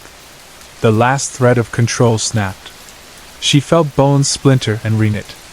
Wings erupted, tearing coat and blouse. A sharp beak split her jaw, her nose flattened, hair hardened into sleek feathers. Pain flashed white, delicious. She launched skyward, a dark silhouette against burning clouds. Hunger burnt like acid. Below, the man stumbled through vines, clutching his bleeding hand. She smelled the salt and iron. She folded her wings, dove. The first impact drove him to his knees. The second tore flesh from neck to shoulder. He screamed. She drank. Blood rushed warm over her tongue, thick and sweet. Rain sizzled when it struck her wings, steam rising. Thunder rolled. Lightning lit the canopy for a single strobe of lurid theater. A large bird demon with a woman's dark eyes, talons sunk into a dying traveler. When the body stilled, she rose, saliva thick with copper. She tipped her head back and shrieked triumph into the electrified sky. For 1 hour, maybe 2, she flew through sheets of rain until exhaustion brought her down beside a muddy riverbank. The corpse she left offered no regret. At dawn she woke human again, naked, bruised, stumbling through a foreign jungle. Blood dried to flakes on her collarbone. Shame weighed heavier than the rain-soaked dress she fashioned from broad leaves. The shadow voice was silent, sated, perhaps, or hiding. She found the place where the lightning had opened a door, a shimmer against morning mist. She stepped through. She emerged in the Canadian forest, shivering, soaked. A lone deer stared, wide-eyed, then loped away. Movers' trucks were gone. The driveway was empty. The house waited, windows dark. Inside she rummaged boxes until she found clean clothes. In the basement she scrapped broken glass from a toppled crate. One of the movers had dropped it after all. The old fear felt distant, petty. What did a cracked beaker matter now? Yet science was the only tether she trusted, the only sanctuary after a night of killing. She assembled microscopes, arranged centrifuges, calibrated her incubator. All day she worked, methodical, quiet. She ate nothing. She drank only water. At sunset she bandaged her arm again, though the wound barely bled now. She considered gouging a fresh gash. Instead she set a new rule: no feeding until she discovered a way to isolate and suppress the impundula gene that her grandmother's stories insisted was a curse. She believed in CRISPR more than in charms, in gene silencing more than prayer. Days bled into weeks. She ordered lab animals. She sequenced her own DNA. She mapped every odd mutation. She identified a single locus, an ancient viral remnant spliced into an otherwise human chromosome. She named it Storm 1. She believed if she cut Storm 1 out, the shadow would vanish and the hunger with it. Mid-November brought the first blizzard. Snow buried the driveway. The university closed. Power flickered, generators rattled. She worked by lantern. Hunger clawed nightly, but she endured. Her skin paled to ivory, dark crescents bloomed under her eyes. She dimmed every mirror. One dawn, while the world outside howled white, she injected a sequence of custom RNA into her left arm. She bandaged the needle spot, waited, recorded temperature and pulse every hour. Noon passed, then early evening. No wings, no beak, no urge to bite. Her heart hammered with cautious hope. She brewed weak tea, her first beverage besides water in months, and allowed herself a smile. That night the shadow returned, colder, sharper. It no longer asked permission. It slid through her bones like ice under skin and pressed her to the floor. She clenched her teeth until gums bled. Wings did not sprout, but inside her skull a crack widened, letting in its hiss. "Did you think cutting one thread would unweave the tapestry? You are mine, Impundalive." She could not speak. The voice took her throat. Images flooded her vision, men and women drifting through winter streets, homeless, hungry, forgotten, faces pale as the dead she'd left in that other realm. The voice promised their warmth, their blood, a feast that would burn through snow. She fought until dawn. When light spilled through narrow basement windows, the voice faded, but a migraine bloomed. She vomited bile into a sink and swore she would not surrender. She revised her hypothesis. Storm 1 was not alone. A network of mutations collaborated. She would remove them all. She drew her own blood again, spun it, typed it, stored it in cryotubes. She catalogued proteins until letters blurred. The winter became a siege. On Christmas Eve, power failed completely. She lit candles. Wind shrieked. She imagined the shadow at the window, tapping. Hunger roared. She sliced her thigh, drank greedily, tears and blood mingling. Survival, she told herself. Self-harm in exchange for not harming others. She taped the wound, slept an hour, woke shivering. Late January. While charting protein interactions, she dozed at the bench. Dream and waking merged. She saw her grandmother pounding yam, telling stories. Witches who fed lightning birds with blood, birds who carried souls to distant worlds. In the dream, Christine asked why the witches never fed the birds sweet things. Grandmother laughed. "Because the sweetest thing in this world is life, child." Christine woke, heart racing. Life. Not blood. Life. She opened a new page in her notebook and sketched an idea.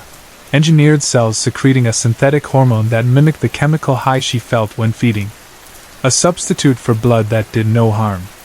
She calculated dosages, drew up protocols, placed orders for peptides, viral vectors, growth factors. February thawed. Trucks delivered supplies. She cultured yeast, inserted plasmids, harvested proteins, refined them. She injected the solution into her arm. The shadow stirred, curious, then retreated. She waited. Days passed. Hunger ebbed but did not disappear. She adjusted concentrations, tried again. By March she found a formula that dulled the craving to a tolerable ache. On the first warm evening of spring, she walked the forest in a light jacket. Birds returned, calling across branches. She listened and felt only silence in her mind. No whisper. She breathed damp earth and almost smiled. Then thunder rumbled on a clear sky. Lightning flashed once, blue-white. She smelled ozone and wet moss, remnants of the other world. Her body tensed, expecting wings. None came. Instead, she felt a weight in her palm. She opened her fist. A single black feather lay there, rimmed with electric blue. The message was clear. He was still near. The gene therapy dulled hunger but not destiny. She could dampen the bird, never kill it. Accept or fight forever. She returned home and wrote a letter to her department chair, resigning her faculty position and explaining, in vague academic terms, that her research required isolation. She included protocols for students to continue her cancer study, the public face she had maintained. Then she packed 2 suitcases, one with lab notebooks and samples, the other with sturdy clothes, satellite phone, solar charger, hunting knife. She locked the mansion, forwarded mail to a P.O. box she would likely never visit, and hiked to the nearest road. A bus carried her to Toronto, a cargo flight to Reykjavik, A supply ship to a weather station on Greenland's remote coast where few souls ventured and fewer would miss blood. On the sixth-day crossing she stood on deck at night and watched storm clouds bruise the horizon. She felt the bird under her ribs like a caged heart. She whispered a truce, "Give me time to refine the serum, and I will feed you lightning instead of flesh." The bird shivered, whether in anger or laughter she could not tell. She remembered the European traveler's eyes glazing beneath the storm, the way her beak tore his skin. She carried that memory like a brand. She would not allow a second death. She would find a cure or bind herself in chains under polar ice. The ship pitched. Snow stung. She pressed her hand to the coat pocket where the black feather rested. Warmth pulsed through it, faint as a dying ember. She imagined re-engineering the feather, sequencing its keratin, splicing genes, mapping the energy that shimmered along its barbs, and felt a scientist's thrill. In Greenland she built a small lab inside a shipping container, wired to the station's generator. She sent for supplies under alias. She brewed new batches of synthetic sustenance, refining taste, texture, the dopamine surge. She rationed doses, 1 vial at dawn, 1 at dusk. Weeks without blood turned to months. Her skin regained color, her cheeks rounded. She wrote long letters to peers back home, never mailing them. One night in June, auroras rippled overhead like emerald fires. She walked onto the sea ice, boots crunching. Green curtains shifted, silent, holy. She realized she had not felt the shadow's voice in 4 months. She laughed into the wind, the sound swallowed by vastness. She felt almost human. She slept well until the phone rang at 3 a.m. A voice she barely recognized as her department chair told her Kingston had seen a rash of unexplained maulings along the lakeshore. Witnesses described a massive bird creature with a woman's cry. She squeezed the phone until plastic creaked. She asked if victims survived. The chair said 2 were dead, others badly injured. Police blamed wildlife. No footage existed, cameras malfunctioned. A summer storm had produced unusual lightning. Christine hung up and stared at the snow-streaked mountains. She understood. The bird did not need her body. He could wear another's. She had appeased her appetite, not his. She assembled her gear, packed serum vials, booked the next flight south.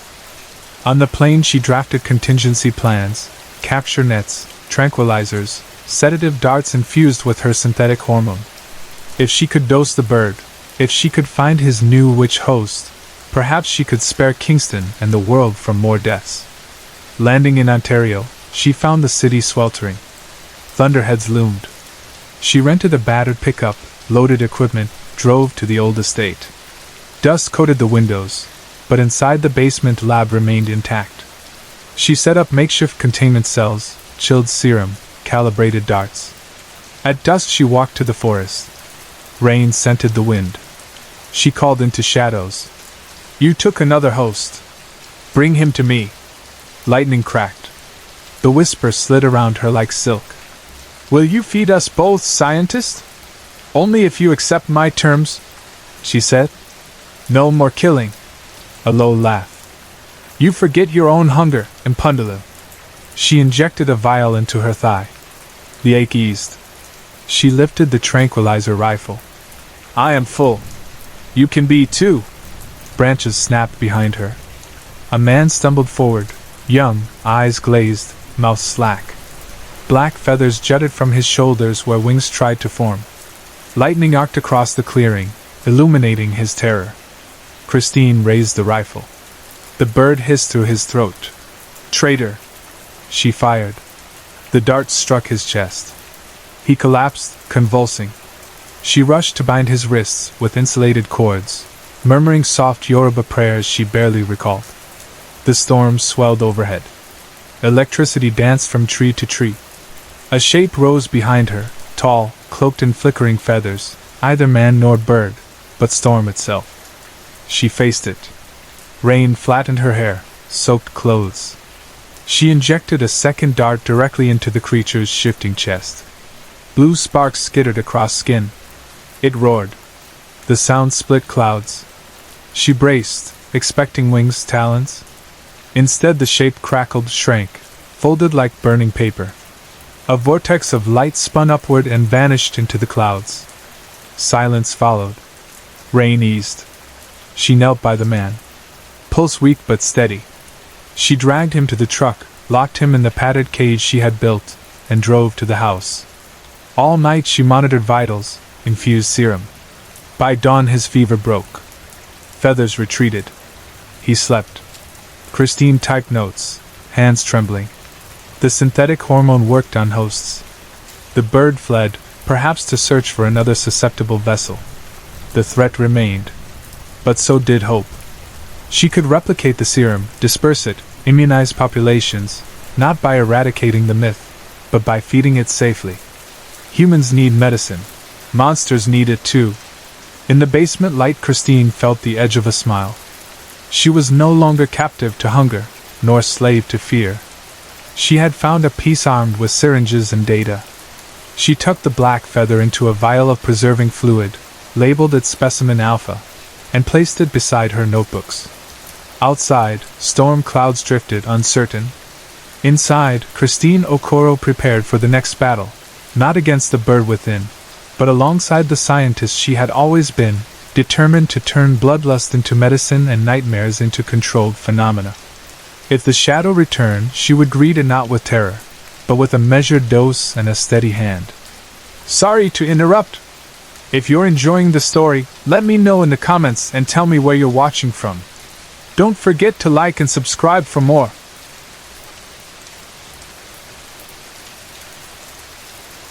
I step out of my narrow Southwark flat on an afternoon the color of dishwater, determined to dodge both my empty bank account and the rows of dirty dishes that have colonized the kitchen like mold. The Shard glimmers to the north, reminding me that some people have spotless offices and money for rent, while I can barely afford coffee that is not instant. A few hours ago, my flatmates, Mark the snorer and Cammy the compulsive door slammer, stumbled home from a rave.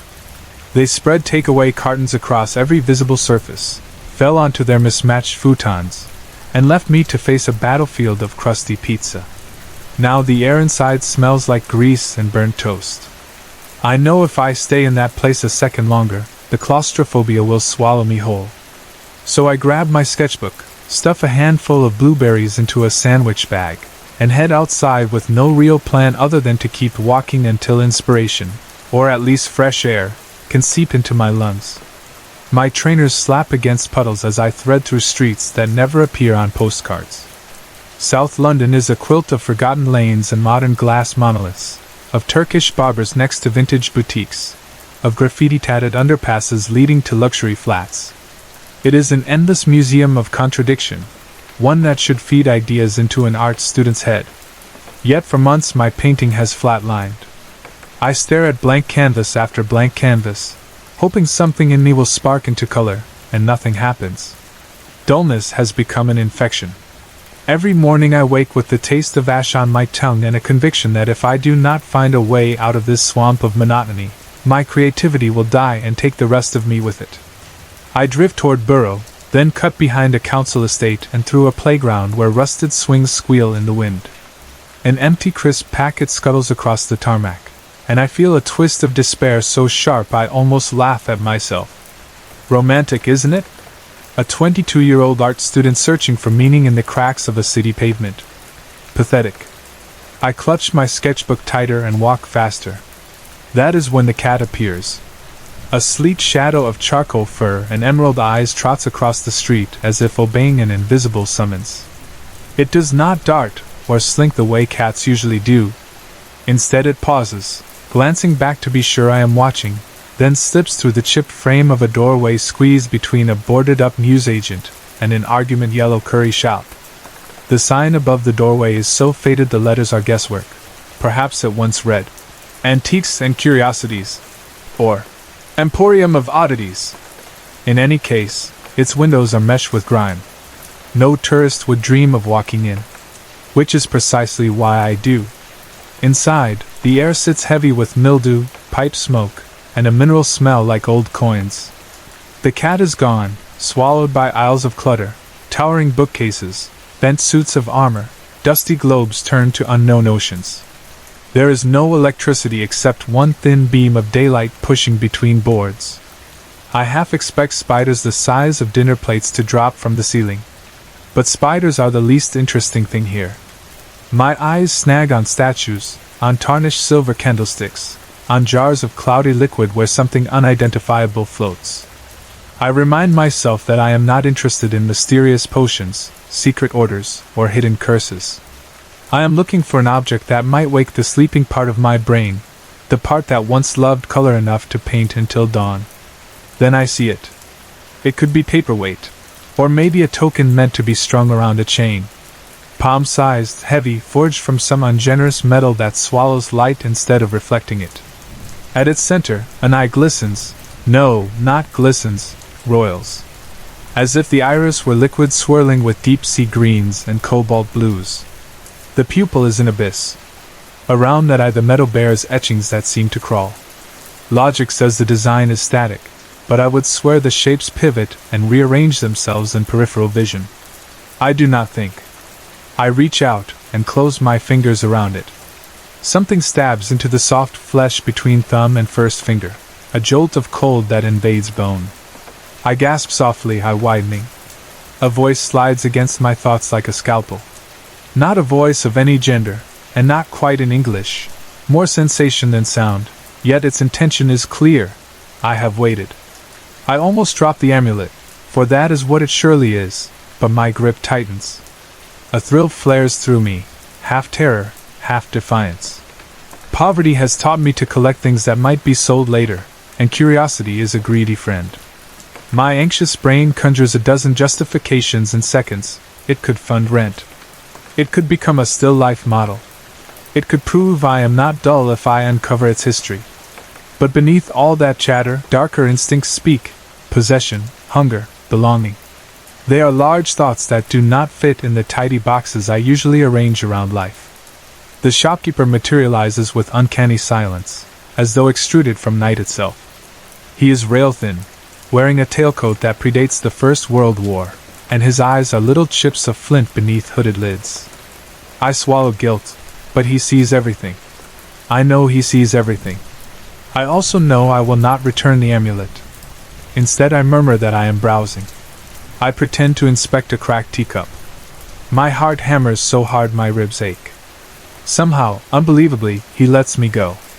Outside, the overcast afternoon stings my skin as if colder than before. For 3 streets I walk rapidly, glancing back. Every sound seems sharpened, colors blush brighter. The city's normal grime looks layered with hidden glyphs. The amulet pulses warm, then hot. It vibrates like a wasp in my coat pocket. A tug guides my steps the way a magnetic pole guides a compass.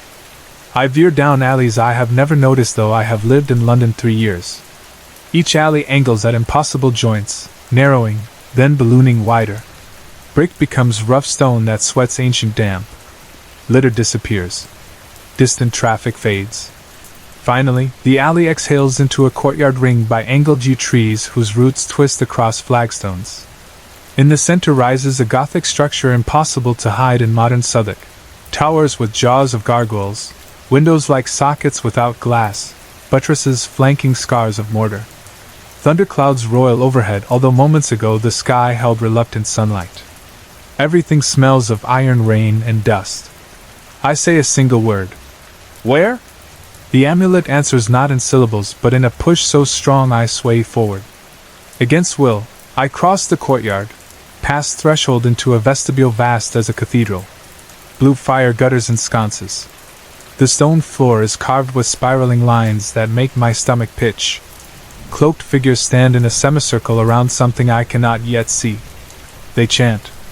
I recognize no language, yet a phrase burrows into my marrow. Phingly mglw naf Cthulhu. Cold dread drags claws down my spine. I twist, seeking escape, but the oak doors have vanished or never existed. Walls lean closer. The torchlight flutters like panicked birds.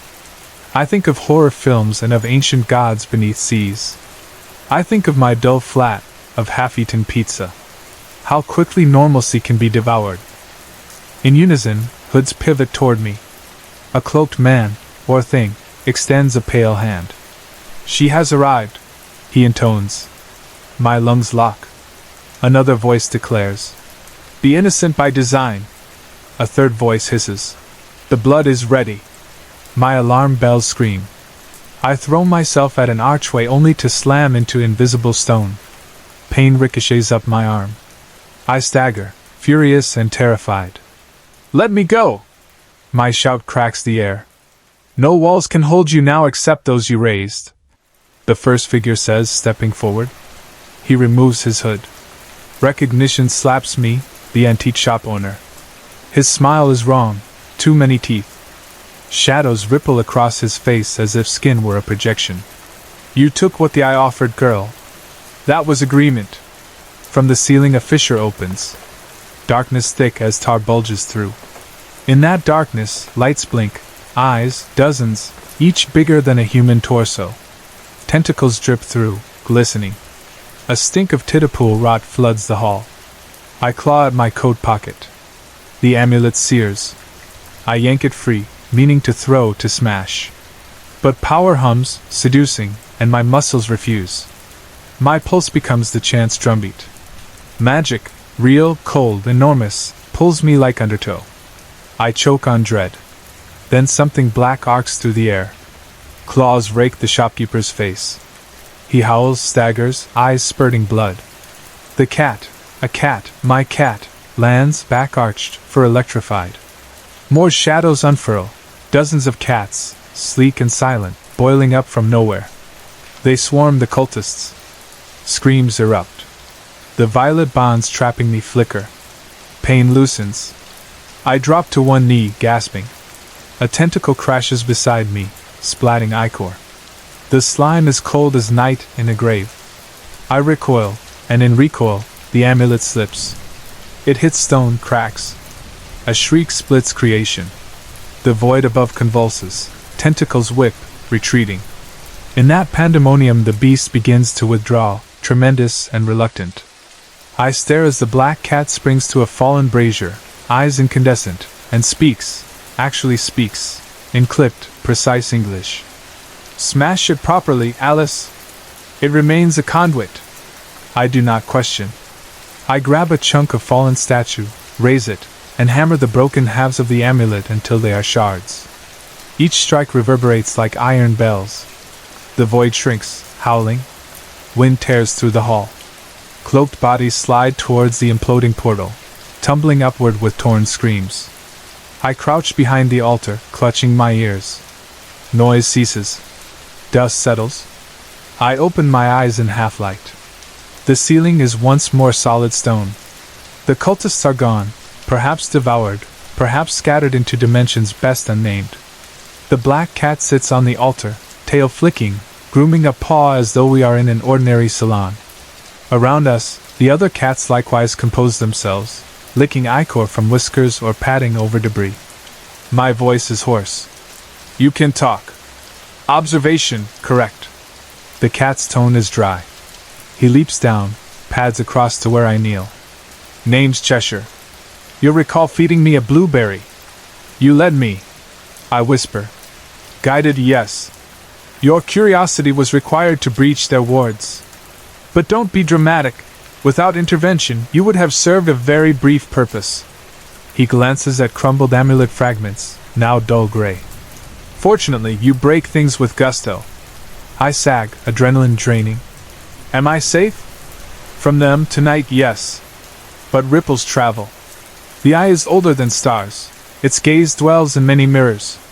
London sleeps atop histories you do not yet imagine. He steps closer, eyes emerald bright. Your part is not finished. I swallow. I'm an art student. I just wanted inspiration. Inspiration you have, Cheshire says. A brush of cosmic horror tends to crank open the mind. For some, that ends in madness. For others, he tilts his head. We shall see. He turns. The other cats melt into shadows, slipping through cracks in stone that were not there a breath ago. Cheshire pauses at the doorway, now once again a simple arch showing twilight streets beyond. Go home, Alice. Wash ichor from your clothes. Buy fresh paint. Keep watch for unusual doors. When next we meet, bring milk. And he is gone. I stagger out, crossing the courtyard under a sky that shows no sign of bruised clouds. The Gothic castle is vanished, replaced by a derelict warehouse tagged with neon. My phone buzzes, a group chat from my flatmates about what brand of beer to buy. The mundane world claps itself around me like a mask. But the mask cannot stop what I now know. My fingertips tingle with possibility, with terror, with hunger for color. I look down Southwark's alleyways and see deeper paths coiling behind them, paths cats tread and cultists covet. I start walking. It is a long way back to the flat. The city smells like wet concrete and diesel.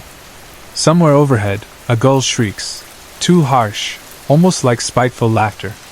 I reach into my pocket, half expecting warmth from the shattered talisman, but my fingers close on nothing but lint. The buzz under my skin persists. I imagine standing before a blank canvas so tall it scrapes my ceiling, imagine painting violet webs of alien light, monstrous eyes blinking under layers of luminescent oils. I imagine art that exposes secrets better left hidden. And I feel alive, alive in a way microwaved noodles and peeling paint could never conjure. I turn a corner and find the cat waiting on a wall. Cheshire's slit pupils widen with midnight amusement. I nod.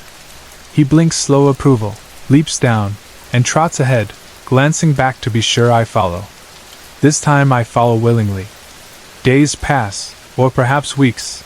It is difficult to track time when I am sleepless, hunched over canvases, mixing pigments until dawn. The cats watch from windowsills. They appear whenever I set foot outdoors, slipping alongside my ankles, guiding me to forgotten churches, sealed crypts, pubs whose cellars hide mosaics older than the Romans. Each excursion unearths relics, tarnished rings that hum at the edge of hearing, scroll fragments with glyphs that rearrange if you blink, shards of mirror that reflect not faces but landscapes under alien constellations. I sketch them all. Paint them. My style shifts. Bold strokes become precise sigils. Colors blend into impossible gradients. Tutors at the university call my submissions disturbingly original. They invite me to exhibit at a group show. Critics talk of raw subconscious. I smile, nodding, knowing the truth is less psychological and more metaphysical. I avoid the antique district. Its storefront is boarded shut now, police tape flapping, but even across the street I feel a magnetic pull, a hunger akin to thirst on cracked lips. The broken eye may be gone, yet its echo throbs beneath my sternum. Some nights I wake to see spindles of violet light crawling across the ceiling, only to vanish when I switch on the lamp. Other nights I smell salt and decay and fear the portal has reopened. On those occasions, Cheshire appears at the foot of my bed, pupils gleaming, and purrs until I sleep.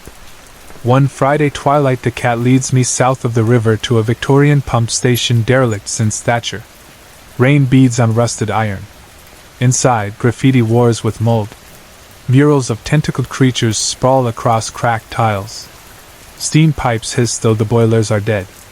In the deepest chamber, carved into the central pillar, I find a mark, the same spiraling sigil that engraved the eye amulet. Dried blood darkens its grooves. I know cultists still work, piecing together new conduits. I know they require innocence. And innocence in London is plentiful. Lost tourists, eager students, children who feed stray cats. Cheshire curls around my ankles and mews, low and urgent. We cannot destroy every shadow, he says in that uncanny scholar's diction. But we can shape the stories humans tell about them. Fear without knowledge is devotion to the dark. Fear with knowledge is armor. What must I do? I ask. Paint, he answers simply. Show them what lies behind uneasy dreams. Let them recoil, then wonder. Wonder leads to questions. Questions are locks no chant can seal. I think of the exhibition next month, of bare walls awaiting work. I picture a triptych, left panel the crumbling castle, center panel the vortex where the eye pushed through, right panel myself kneeling amid cats as reality tears overhead. I picture viewers moved to curiosity, or maybe to dread. Either emotion is a torch thrown into complacency. I kneel beside Cheshire, press my fingers to the blood-stained sigil. It is cold and slick, and it feels as though something on the other side of the stone stirs when I touch it. I do not recoil. Instead, I hold my hand there, allowing memory to burn into nerve endings, texture, temperature, terror. These senses will guide my brush. Above us, wind wheels across broken skylights, scattering grit like ashes. The cat's tail flicks. Soon, he says, they will try again. And you will choose again, run or stand. I swallow, tasting ash, but alongside it something sharper, resolve. I'll stand, I whisper. Cheshire's purr vibrates through the damp air. He touches his nose to my paint-stained wrist, then turns and trots toward the doorway, tail held high. I follow. Outside, the rain has stopped. Street lamps buzz on, haloed in mist, lighting a path back toward home, or toward whatever territory my life is sliding into. I glance once more at the pump house. Clouds part, revealing a silver scythe of moon. In that light, the structure's windows resemble watchful eyes. I nod a silent promise, not tonight but soon. Back in my flat, I shove aside beer cans, prop 3 new canvases against chairs, and mix pigment until color resembles bruised heavens. My flatmates shriek at a video game in the other room. To them I am still the pale girl with chipped black nails who forgets to pay her share of Wi-Fi. They do not know the chant. They have not felt the amulet crackle. Midnight flows into 2 a.m. outside, a siren wails. The city breathes its restless, glorious breath. I paint. On the canvas tentacles writhe, stained glass shatters, eyes bloom like galaxies. I feel creativity roar back, savage and alive. I feel the cat's distant approval. And somewhere beyond the thin walls of reality, something watches, but for tonight, it can only watch. Tomorrow, I will keep walking alleys. I will gather stories, gather warnings, gather colors no human palette should hold. Tomorrow, the madness Cheshire promised will begin again. I do not know if I am hero, victim, or herald. I only know I will be present, with milk for the cat, paint for the gallery, and a heart that no longer belongs solely to me. The eye is broken, but eyes are everywhere.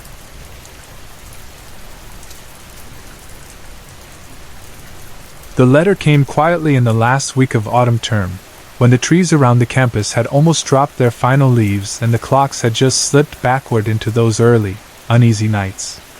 Julian Ray found it waiting on the small wooden table outside his dormitory room.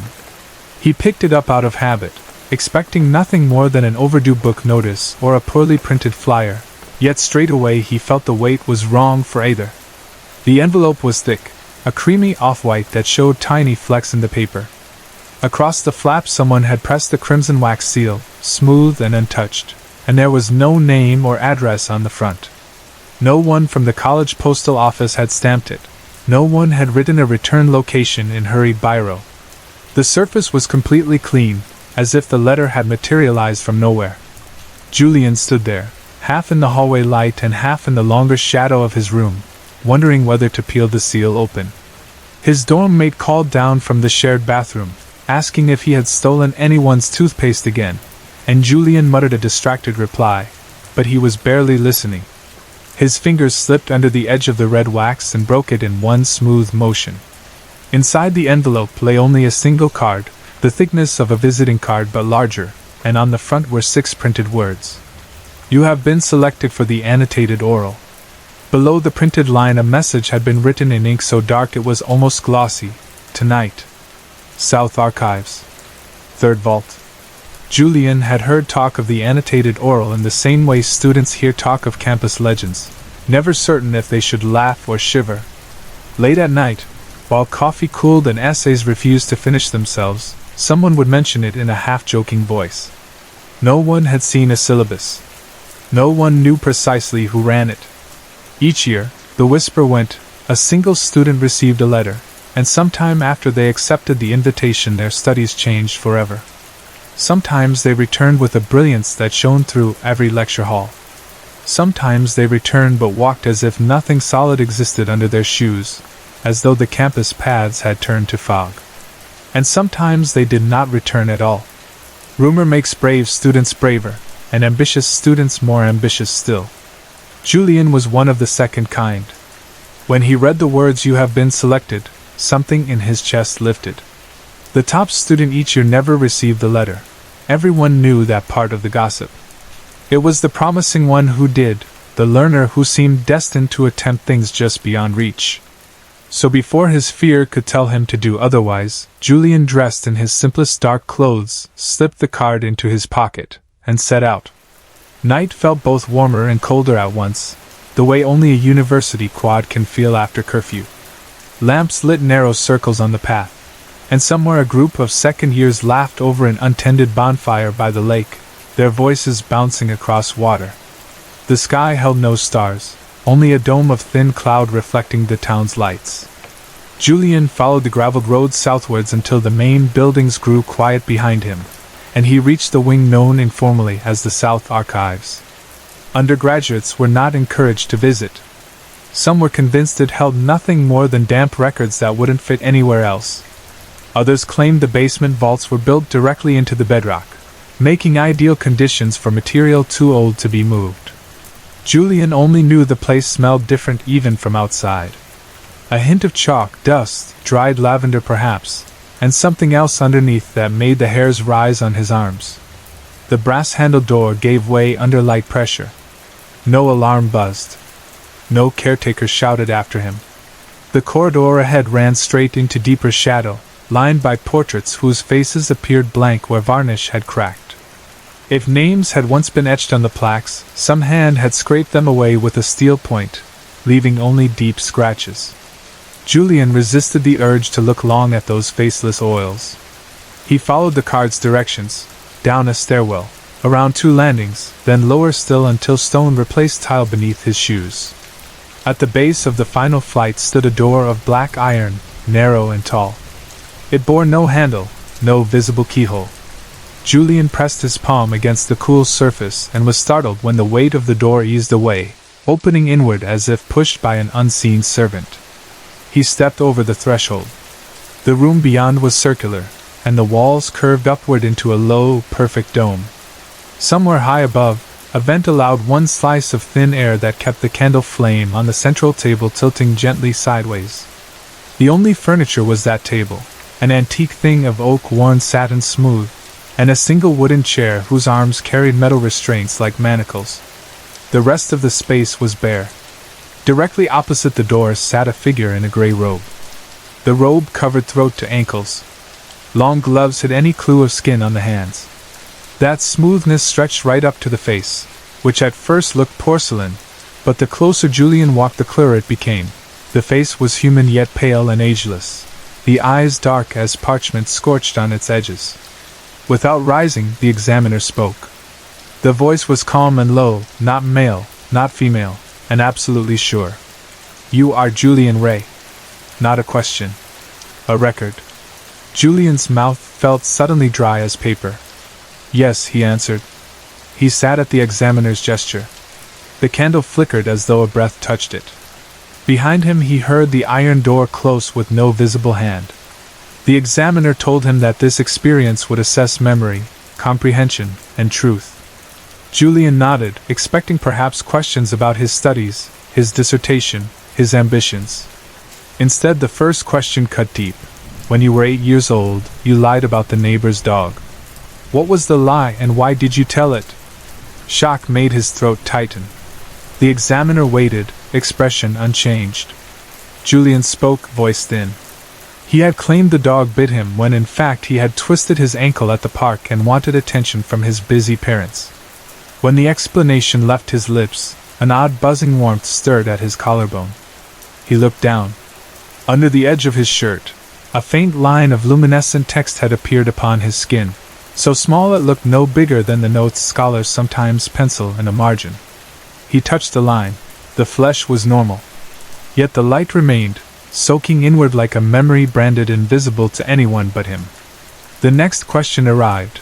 "Why did you end your friendship with Callum Dryden during your 3rd year?" Julian answered quickly, repeating the story he had told others. Callum had lifted 2 paragraphs from Julian's early thesis outline and passed them as his own. Julian confronted him, and the friendship cracked. As soon as he finished, a new line unfurled across his left wrist but glowed only faintly. The examiner's calm voice said, "That is not why." Julian swallowed, heart jolting. He sifted the truth again, found the petty jealousy he preferred to hide. Callum had won a valuable fellowship, and Julian, seeing hopes of recognition slip, had withdrawn, nursing silent resentment. He admitted it. The glowing text brightened and then dimmed, confirmation given. The conversation deepened in ways Julian could not have prepared for. "What was your mother's final sentence to you?"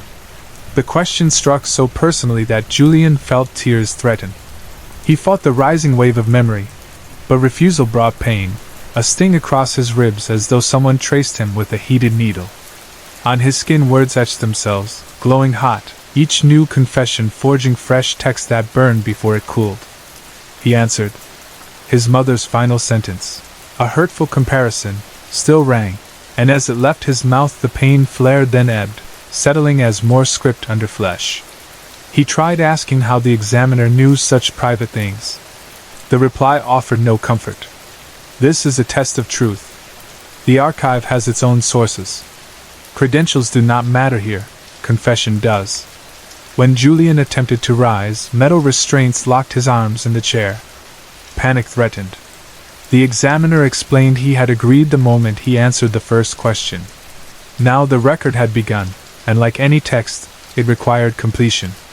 Hours may have passed or minutes. Time inside the vault moved strangely. Julian spoke of childhood ambitions, secret envies, small cruelties, forgotten kindnesses. Each answer carved words that glimmered then settled beneath skin like ink sinking into parchment. Some questions forced hoarse admission of failures he had not fully admitted even to himself. A test cheated, a donation promised yet never mailed, the funeral he twisted an excuse to miss because deadlines seemed too urgent. Every confession etched new text. The insides of his forearms glowed like illuminated margins. His chest burned with paragraphs. He begged to stop. The examiner reminded him the archive leaves no volume unfinished. When the gray-robed figure removed its gloves at last, the hands beneath were blackened as though forever stained by ink that would not wash. One palm lay upon Julian's forehead. "What have you never told anyone, not even yourself?" Feral fear rose inside Julian. He searched for the smallest shard of truth hidden behind ambition, behind jealousy, behind all the layered masks. In that moment he realized pride had kept him alive at school, yet fear had driven every prideful act. He whispered the hardest confession, that he feared doing nothing worthy of memory, that all-striving mass terror of being a footnote in someone else's volume. The examiner did not nod. The silence itself recognized the depth of the admission. The candle's light bled away. Ink, real ink, began to seep from Julian's eyes and mouth, thin trails mapping the lines where truth had cut. His body numbed.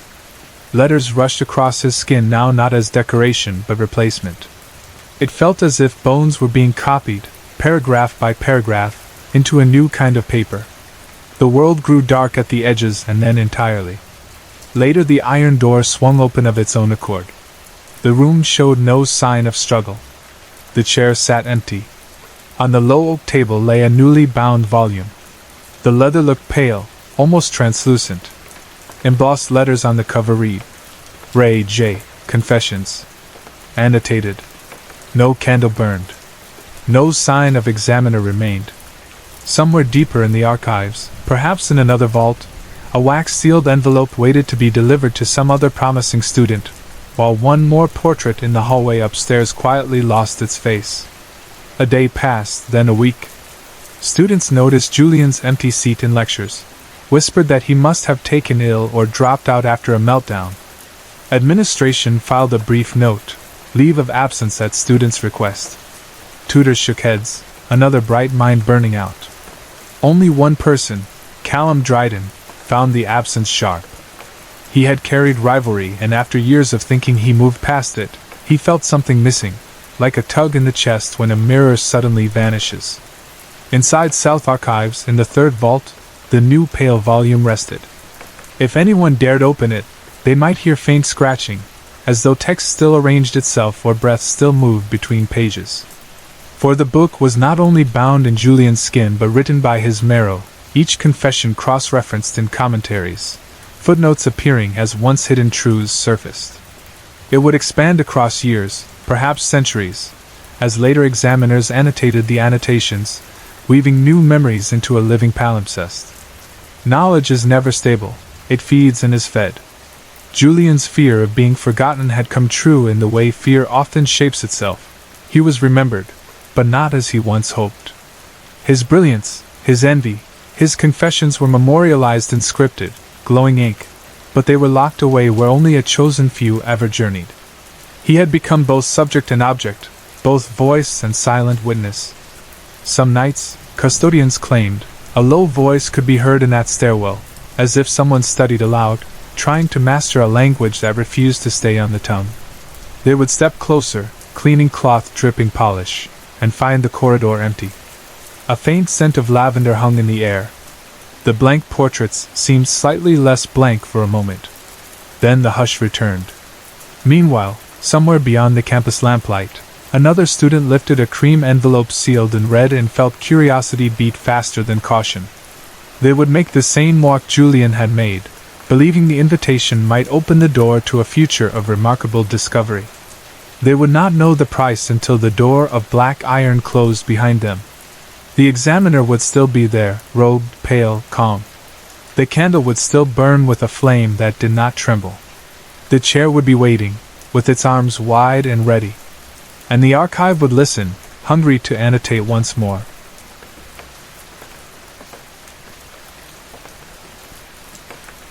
He walked like a rumor, quiet as fog, drifting through the narrow East End streets without leaving more than a ripple in the darkness behind him.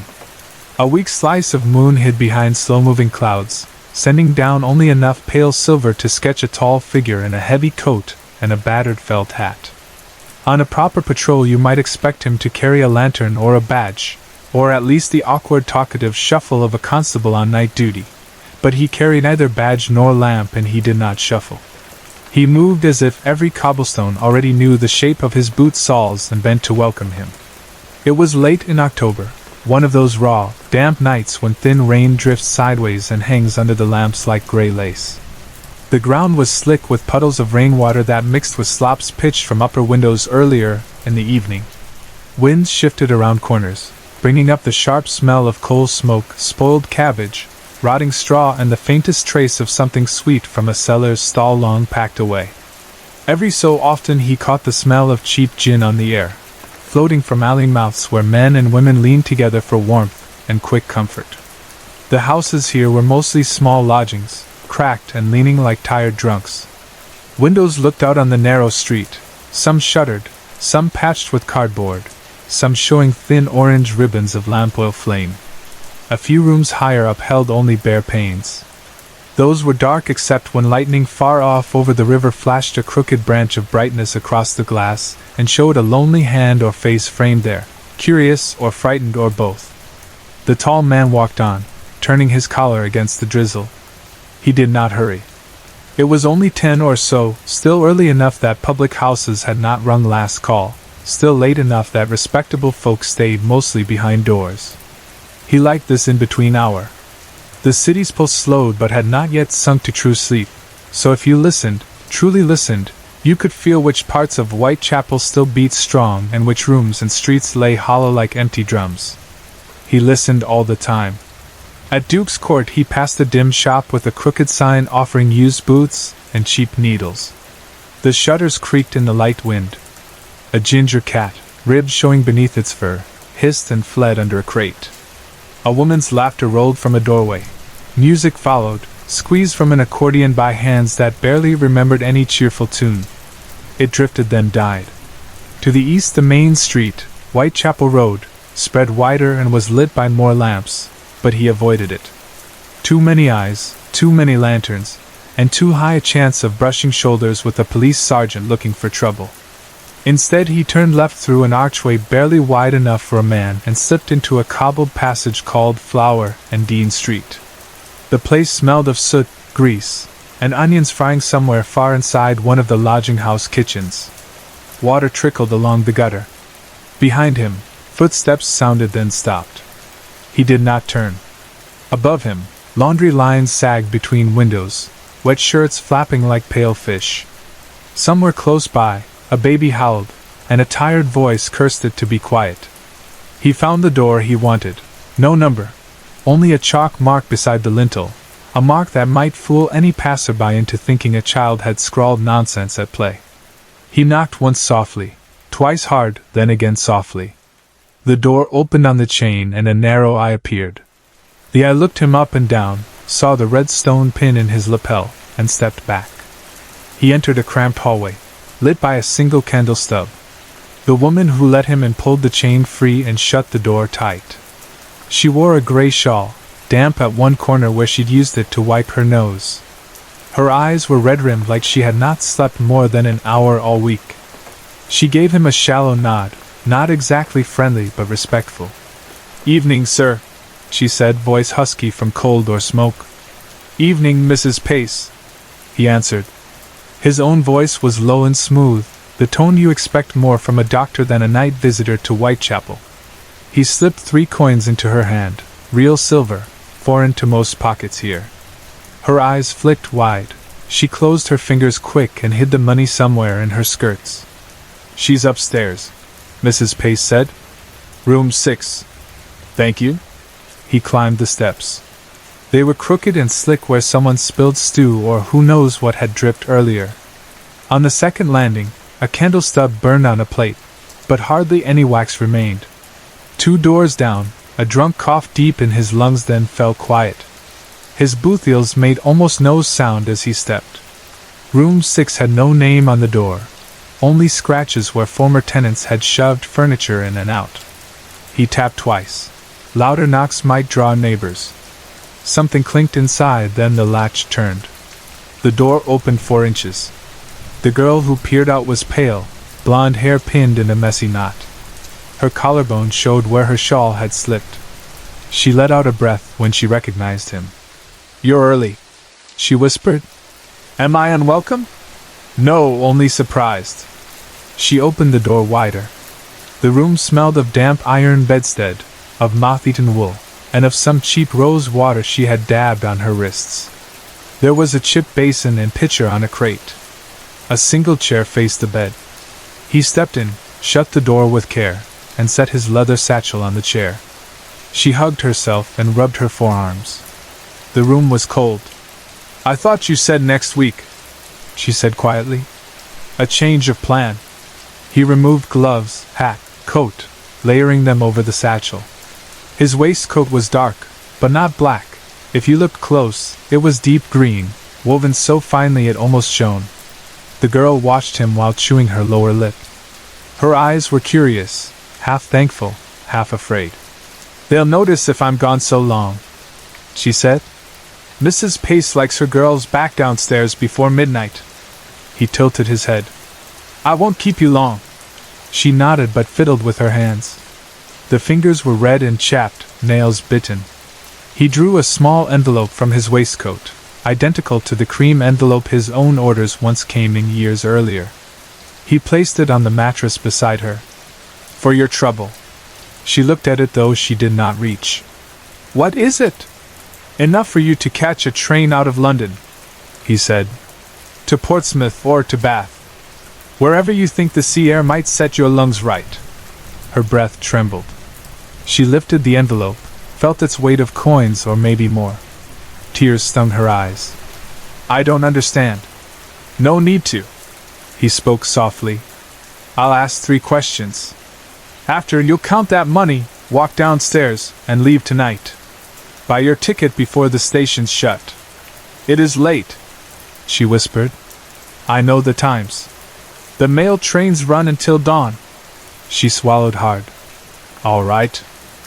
He sat on the chair, hands folded.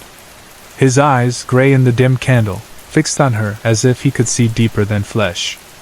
"First," he said, "you remember last winter, when the fever took your sister, Meg, was it?"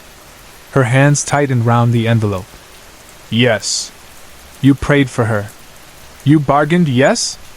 Her lips twitched. I begged the good Lord to spare her. What did you offer in exchange? Her shoulders shook. I said, take anything of mine. My voice, my life even. But he didn't. He watched the candle flame as though reading an answer there. A faint humming seemed to hang in the room, though perhaps it was only her blood in her ears. Second, he said. On the night Meg died, you made a vow. Do you recall? She dared not lie. I vowed I would leave this place, find somewhere better for her memory. Have you kept it? She looked at peeling plaster, at the cracked basin, at the thin blanket on the bed. No. A brief silence. He did not sigh, but something in the candle bent as though from the weight of an unspoken breath. Outside, a carriage clattered on the main road 10 yards away. Third, he said. Would you break that vow again if it meant safety, if it meant your own life? Her voice cracked. I don't know. Honesty, he said. Very good. He stood, lifted his satchel, moved to the door. She stared at his back. You mock me, she said suddenly, a small flame of anger cutting through fear. He turned. No. Then what is this? A game? You men come in, you ask your wicked questions, and you pay us to forget. Her tears spilled now. Meg died and I'm still here. He set the bag down, reached into a pocket, and held out not coins but 3 folded sheets. The wax seal on each bore a crest, 2 intersecting keys. 1 letter for you, 1 for Mrs. Pace, and 1 for the station guard at Fenchurch Street, he said. The first thanks you for your time. The second settles your lodging for the rest of the month so Mrs. Pace does not chase you. The third secures a compartment to Southsea. He paused. You like the idea of sea air? She stared. Why? He offered no story, only met her gaze. At last she took the letters. In her chest she felt something loosen, maybe hope, maybe only shock. She tucked them under her shawl.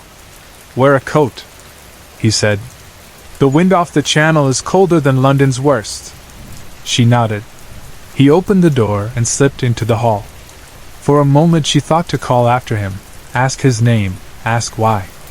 But his steps were soundless and her courage sunk. Downstairs he exited past Mrs. Pace, who nodded, already counting the coins beneath her kerchief. He tipped his hat. She opened the door. He vanished into the drizzle once more, a blot swallowed by dark. He resumed his long route through back lanes, letting the noise of Whitechapel fade behind. At Commercial Street he paused under an awning. A constable paced 50 yards ahead. The tall man waited until the policeman turned south, then crossed and entered a narrow mews leading west. Here the smell changed, coal mixed with horse sweat from stables across the rear of a coaching inn. The hotel's kitchen vent coughed warm mutton fat into the lane. He walked to an unmarked wooden gate and rapped twice with his knuckles. Hinges groaned.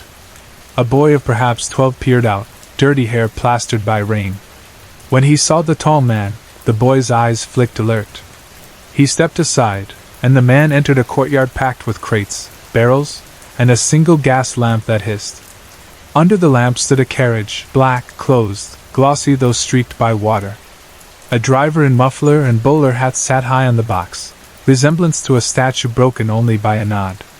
The man opened the carriage door and climbed inside. He removed his wet coat, laying it across the opposite seat, then opened the satchel. Inside were leather-bound notebooks, an ivory fountain pen, a silver flask, and a folded map. He withdrew the map, flattening it under the weak interior light. Streets, alleys, half-erased names. He took a charcoal pencil and crossed out the girl's lodging house, then circled 2 addresses north of Spitalfields. He replaced the map, closed the satchel, and set his head against the cushion. The driver clucked to the horses. Wheels rolled. The carriage merged into the fog of East London, while behind them dawn's first hint of pewter seeped in the east. At 6 the carriage halted near Smithfield. He emerged, coat buttoned once more, hat low. The meat market clanged with early trade. Blood smell overpowered the damp smell of the night.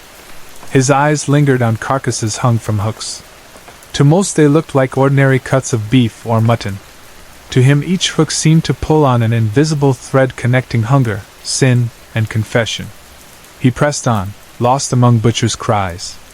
On Charterhouse Street he entered a modest brick building, 4 stories, windows blacked. No sign. Inside, a hall of polished oak. He climbed to the 3rd floor and unlocked a door with 3 tumblers. Beyond lay a study, desk, fireplace, armchair, shelves crammed with leather tomes. The hearth held cold ashes. He knelt, removed the top layer to reveal a steel strongbox beneath. From his waist he drew the red stone pin, twisted the gem, and slotted it into a hidden groove. The lid clicked open. Inside sat bundles of sealed envelopes identical to the one he had given the girl, each tied with red thread and stamped with the crest of 2 keys. The strongbox also held other items: a black-handled knife, a pair of silver tongs shaped like bones, and a small glass phial containing a dark fluid thicker than blood. Everything had its purpose, ready for a night soon to come. He placed the satchel inside, its notebooks and maps joining old tools, then locked the steel again. At the desk he opened one drawer. A ledger awaited his neat script. He recorded visits, payments, outcomes. Next to tonight's date he wrote the name unknown, then in a second column, spared. In a third, southbound. Satisfied, he closed the book. He poured a dram of whiskey from the flask into a clean tumbler, sat by the window, and watched morning shift gray to pale gold over the rooftops. Children began crying for bread, bells clanged from St. Mary's. The world smelled of coal, smoke, and possibility. He had spared the girl. Not mercy, never mercy. Everything he did fitted some pattern only he read. Tonight he would rest. Tomorrow another whisper would reach him, and he would follow.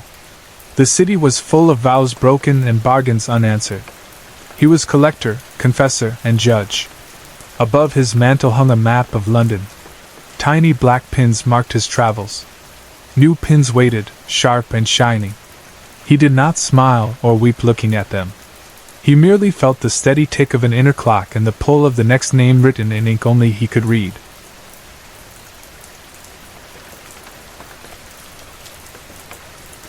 The bell never rings anymore, yet even without its shrill command I wake while the sky is still black. Sweat already clings to my chest. No breeze slips through the shutters, and the air sits on my ribs like a thick, wet quilt. Mosquitoes whine against the slats, seeking a gap. Beyond the dormitory roof our clearing stretches to the jungle, and somewhere in that dark fringe a bird begins to trill, testing dawn.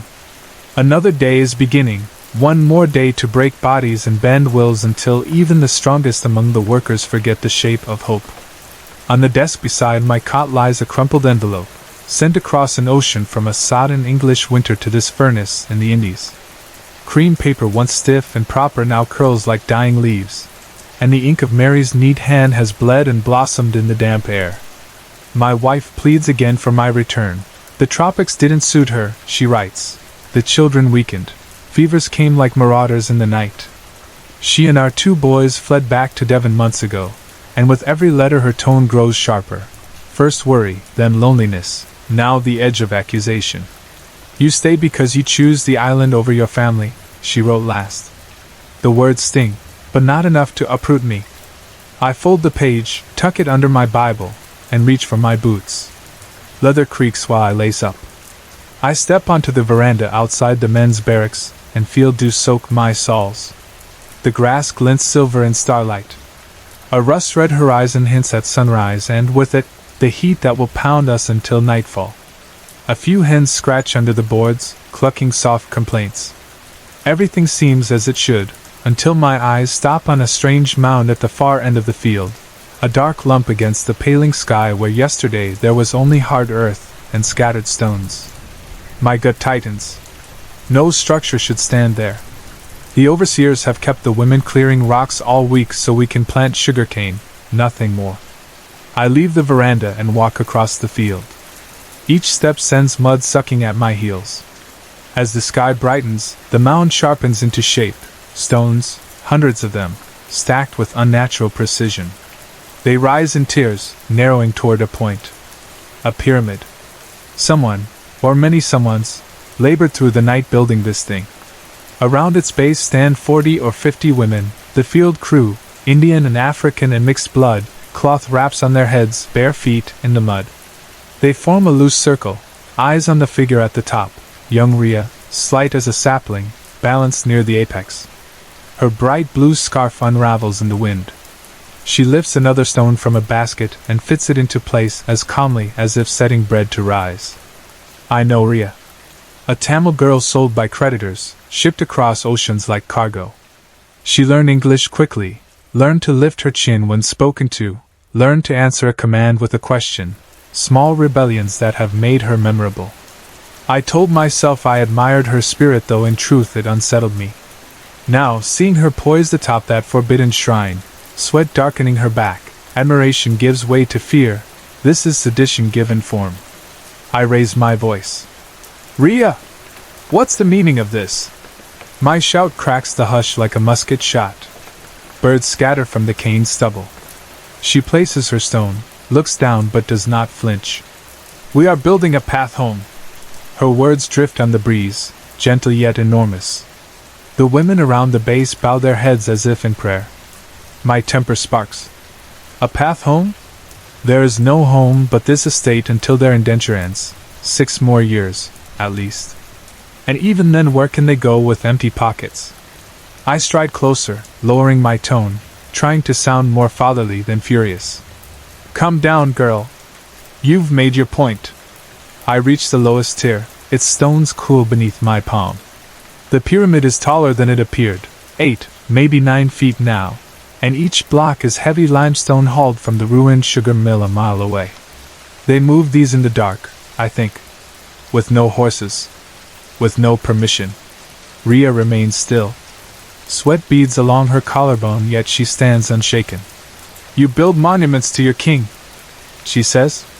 Our hands build for your wealth. Tonight we build for ourselves. I climb 2 steps. Her face glows in soft dawn, eyes dark as the sea. I pitch my voice lower, coaxing. You're not like the others, Rhea. You know that. You speak 3 languages, can write your letters. Let me help you. Leave this foolishness, and I will make you cook for the house or sew in the shade. I can protect you. She laughs, quiet but clear. No man protects me. Not anymore. The rejection stings deeper than it should. A petty pride in me twists. And that twisting grows worse when hoofbeats thunder behind us. Sir Malcolm Nye gallops into the field on his white charger, uniform gleaming ridiculous in the dawn glow, scarlet coat, brass buttons polished like coins, sword strapped though he's never drawn it in battle. I stiffen as he reigns beside me. We served under the same crown, yet he outranks me by birth, not merit. I survived Spain and France while he never left England until his father bought him this post. He surveys the pyramid, lip curling. What pagan foolishness is this? He demands. His gaze darts to the women, then fixes on me. Have you lost control, Pinnock? I was addressing it, sir. He dismounts, boots sinking in mud, and paces the base like an inspecting general. You lazy wretches have time to play pharaoh while our cane fields lie barren. Unacceptable. He motions to the pyramid. Tear it down. Use the pieces to stone the ringleaders. No one moves. The women's eyes shift from him to me, then up to Rhea. She has crouched now, hands steady on the stone beneath her feet, gaze fierce. Nye steps close to me, voice low. We rule 80,000 with 100 guns, he says. Fear is the chain that keeps them docile. Break one link, the chain snaps. His breath smells of brandy. He straightens and addresses the women. You forget Christian mercy delivered you from slavery. We feed you, clothe you, pay you even. And this is your thanks? His face reddens like a spoiled child denied sweets. Pinnock, teach them. I nod, throat dry. Doubts dart like minnows inside my skull, but habit steals me. I climb the stones, seize Rhea's wrist. Her skin is burning hot. No fight in her posture, no pleading. Only a distant sadness. It unsettles me more than if she had spit in my face. I yank her by the hair and drag her down the pyramid. Dirt cakes her knees when she falls. The circle of women tighten their formation as if to shield her, then part when I raise my hand. I slip my belt free, the leather slithering. The first lash lands across her fragile shoulders. Her body jerks, yet no cry escapes her lips. The second blow paints a crimson line below the first. By the third I see tears fill her eyes, though they do not spill. The fourth cracks flesh. My own stomach twists, nausea rising. I look at Nye. His eyes glitter with pleasure. "One more," he says, voice smooth. I whip again, harder. The snap echoes. This time Rhea screams, the sound of metal tearing. The silence that follows is worse. Blood trickles down her spine. I step back, dizzy. Nye inspects my handiwork, nodding. "Good. Let them know your authority." He mounts his horse, then leers at the wounded girl. "Wild little thing. Bet she tamed nicely in your bed at Pinnock?" He laughs, heels his charger. "When I return tomorrow, that abomination had better be rubble and those fields ready for Cain." He gallops off, mud spraying. Rhea kneels trembling.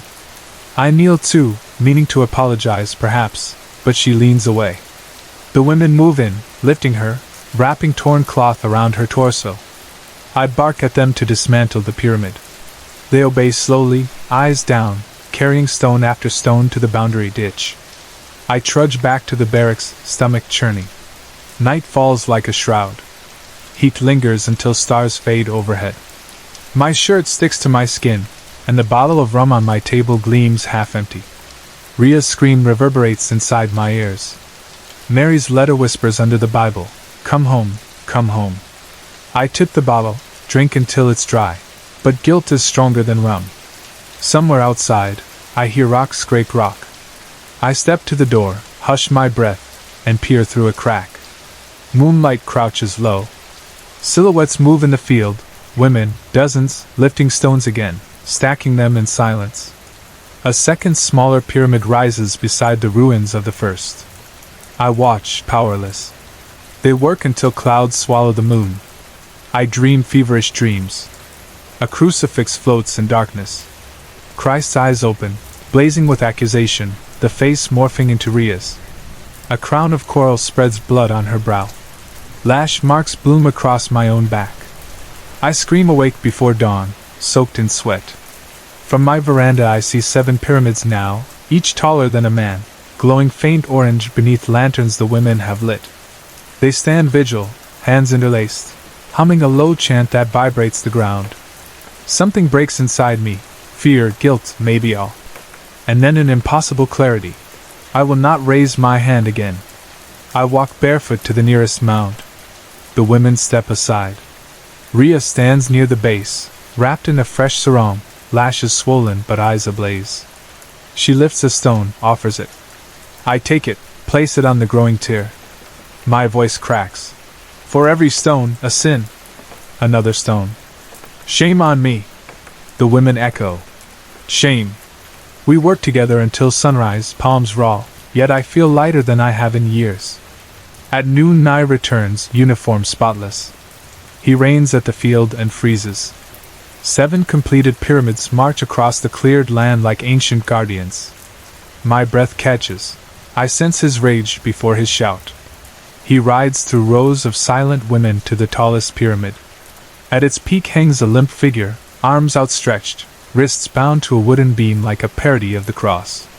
Sunlight shows stripes across the naked back, fresh wheals layered over old scars. The face tilts downward, eyes closed, a coral crown set upon his head. Sir Nye recalls, it is me, or was me. My uniform jacket still clings around the shoulders. I watch hidden among the cane, flesh and pulse intact. The man hanging above is my shame-made flesh, some ritual effigy the women created from spare cloth, straw, leftover skin perhaps. Nye believes it real. His face pales. He dismounts, pistol drawn. He slices the ropes, lowers the effigy, discovers stuffing not bone. By then the women have encircled him, moving silent as tide. He feels their numbers and lifts his sidearm. I know it's unloaded. We have few cartridges. he brays threats. Disperse or be shot. No woman flinches. Rhea steps forward, holding a stone, offers it up. Behind her the chant begins, low hum, rising. I step from the cane, unarmed, hands raised. Nice eyes widen. For a moment hope surfaces, he will ride away, report insurrection, bring soldiers. Instead fury takes him. He levels the pistol at Rhea. My body moves on its own. I intercept his arm, twist. The pistol drops, misfires, bangs into mud. Women surge. They pull nigh down. I try to shield him. Fists land. The chant roars. Dust swirls, blood spatters. When the storm calms, Nye is on his back, chest barely stirring, face purple with bruises. Rhea kneels over him, pressing a stone against his collarbone. She looks up at me, question in her eyes. I answer with a slow nod. They bind him to the wooden beam and lift him atop the tallest pyramid. As sun climbs he hangs displayed, not dead yet, but the lash on his pride mortally deep. At dusk a ship's horn bellows from the harbor. Mary's letter burns in my pocket. I walk to the pier, board a dinghy with 3 women, Rhea among them, and row toward the steamer bound for Trinidad. Behind us the island dissolves into a smear of green and smoke. On the horizon 7 stone pyramids blaze red in setting sun, memorials to sins confessed, to chains broken. Somewhere beyond that horizon waits England with its cold rains, or India with monsoon memories, or a coast none of us has seen. The sea smells free. Rhea sits at the prow, scarf whipping, eyes fixed ahead. The paddle's rhythm drums like a heartbeat, and each dip into water feels like a word from some unspoken scripture. Begin, begin, begin. Dr. Helena Voss awoke on the morning of the medical ethics final with the same mixture of pride and dread that always accompanied exam day. Pride, because she truly loved teaching. Dread, because she knew how fragile her students' confidence could be, and how easily a single poorly worded question could undo 3 semesters of careful guidance. She rose before sunrise, showered in water just a little too hot, dressed in her favorite charcoal gray suit, and packed a small canvas bag with extra pens, blank blue books, and several spare copies of the test. She had written the exam herself. She always did, making sure each scenario reflected not only professional standards, but also the hidden strains of conscience that young doctors would soon face. When she slipped a thumb drive into her pocket, she felt satisfied. Every file on it had been checked and rechecked. 14 questions, no more, no less. Her little car coughed on the first start, and shuddered down the empty city streets. Dew clouded her windows, and the sky glowed pale orange behind the hospital's silhouette. She parked beside the aging library building where third-year students now took most of their exams. The fluorescent lights in the hallway hummed overhead.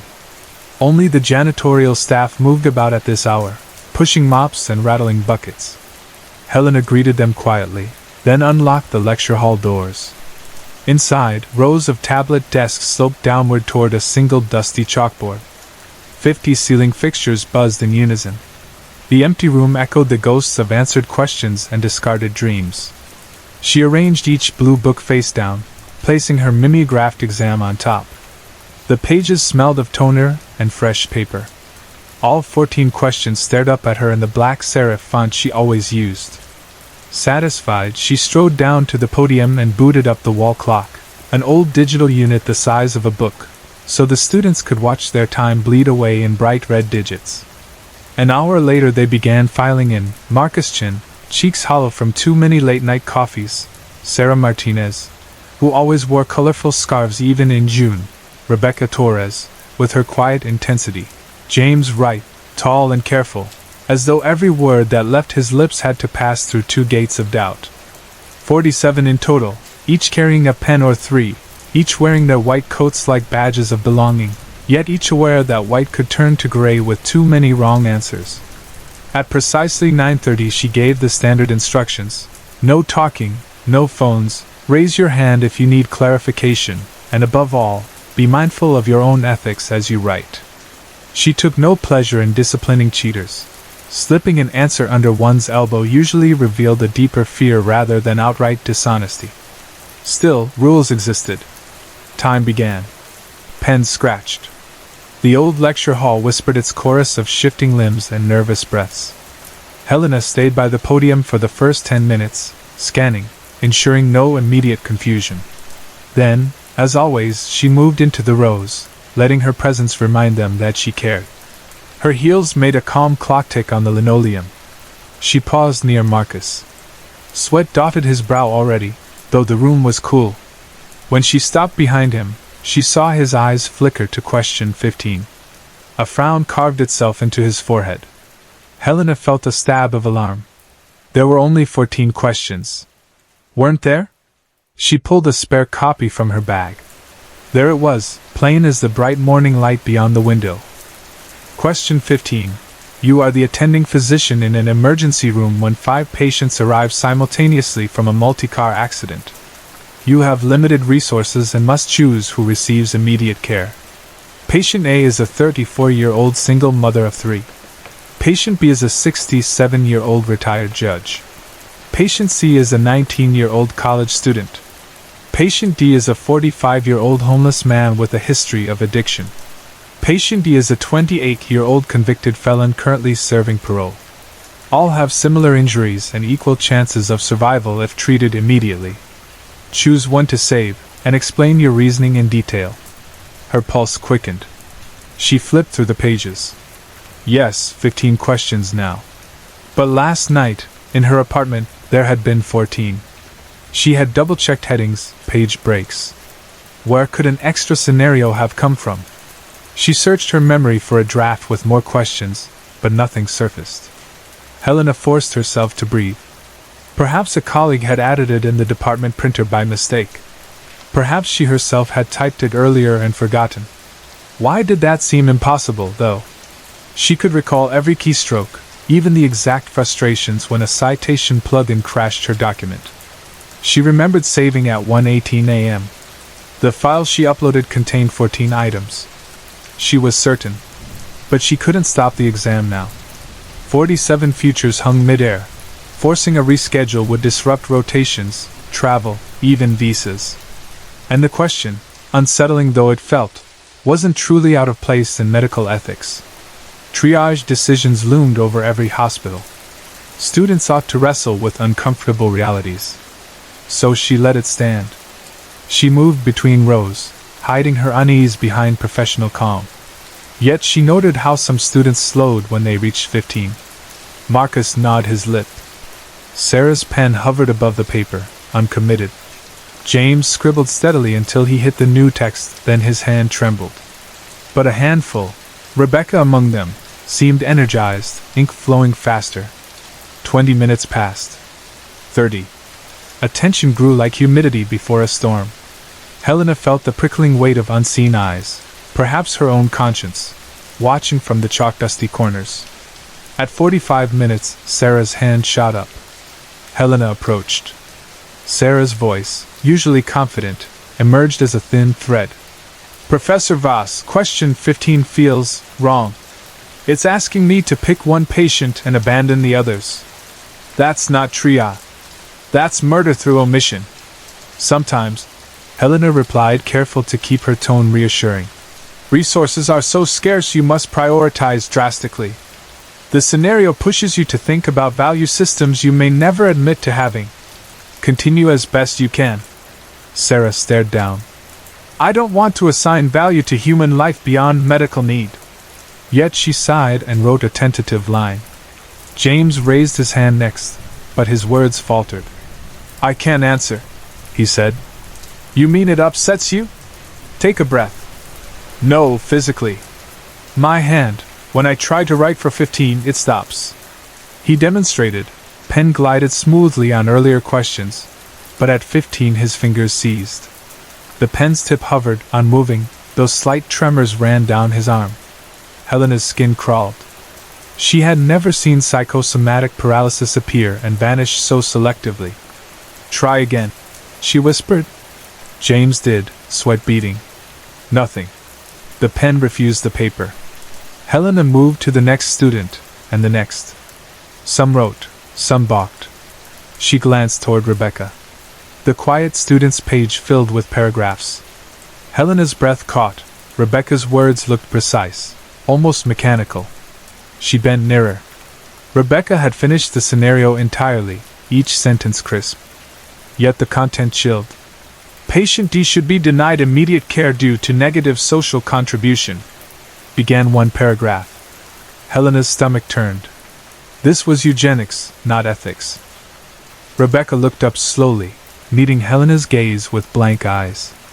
It said choose, she murmured. Choosing is efficiency. Helena felt the room tilt. She walked briskly to the front, adrenaline ringing in her ears.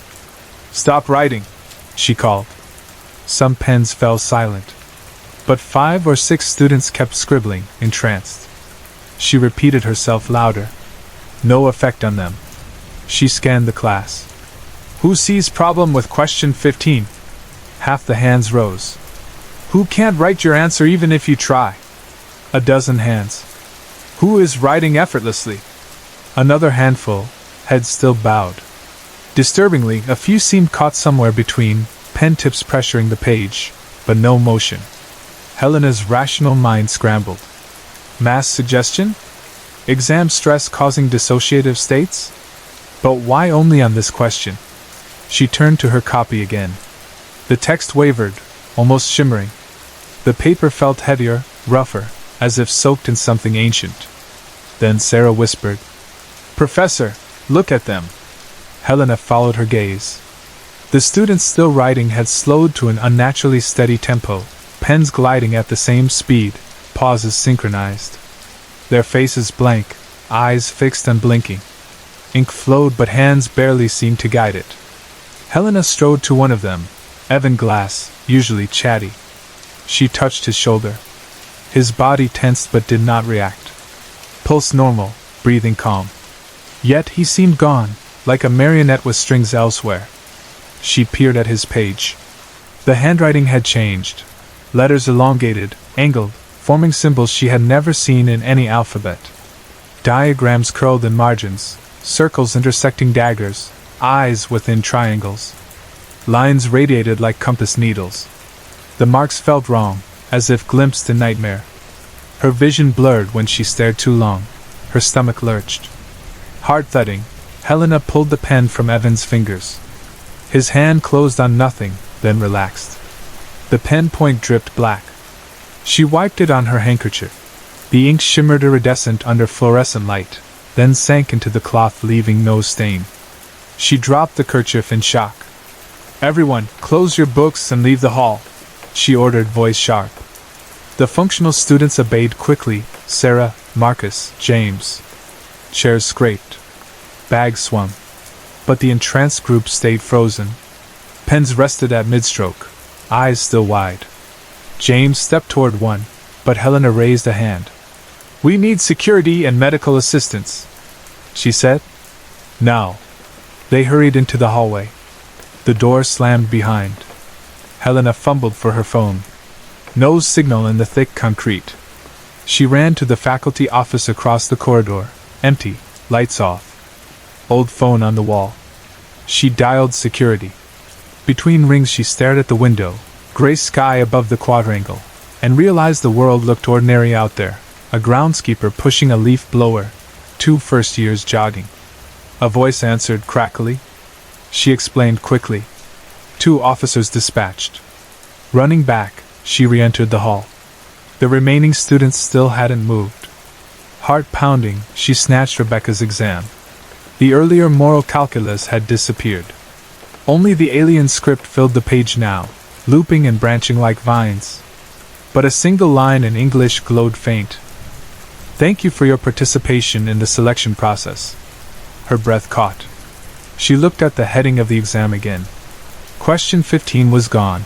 No number 15, no text, nothing but blank white. She faced the silent students. Pen tips hovered above blank spaces, yet lines of ink kept lengthening on the paper, spelling shapes from another logic. For a moment Helena felt as if the room had 2 layers, the physical lecture hall she knew, and something deeper, darker beneath, a place where thoughts became ink, where tests were doors. She thought of her own hands writing late at night, how sometimes words seemed to flow from nowhere. Had she opened a door? Had someone, or something, decided to use her exam as a gateway? A cold draft whispered. The fluorescent fixtures dimmed, flickered, then steadied. She stepped backward. One of the frozen students inhaled suddenly, and let out a low hum, as if chanting under breath. Others joined, notes rising in harmony, a chorus emerging from still bodies. Intonation foreign, tones sliding between pitches like a bowed saw. The sound seeped into Helena's bones, tightened her throat with fear and wonder. Then a clap echoed down the hallway. Security arrived, 2 uniformed guards, flashlights, radios. They strode in, took one look, raised brows. Helena tried to explain, but the words felt thin. She gestured at the unmoving bodies. Guards knelt, shook shoulders, shone lights into eyes. Pupils dilated but no recognition. One guard muttered into his radio. The other checked a pulse. "Vitals normal," she said. "Comatose?" Helena whispered. "Look at their papers." Both guards did. She expected confusion. Instead they froze too. One guard swallowed. "That writing, never seen." The humming grew louder. Papers fluttered on desks though no breeze blew. Helena felt a tug inside her mind, like a hand grasping a thread. Images flashed, a vast corridor lined with iron doors, more symbols glowing above each, something large moving just out of sight, and a voice, silky, resonant, saying, "We hire the willing." She shook herself, gasped.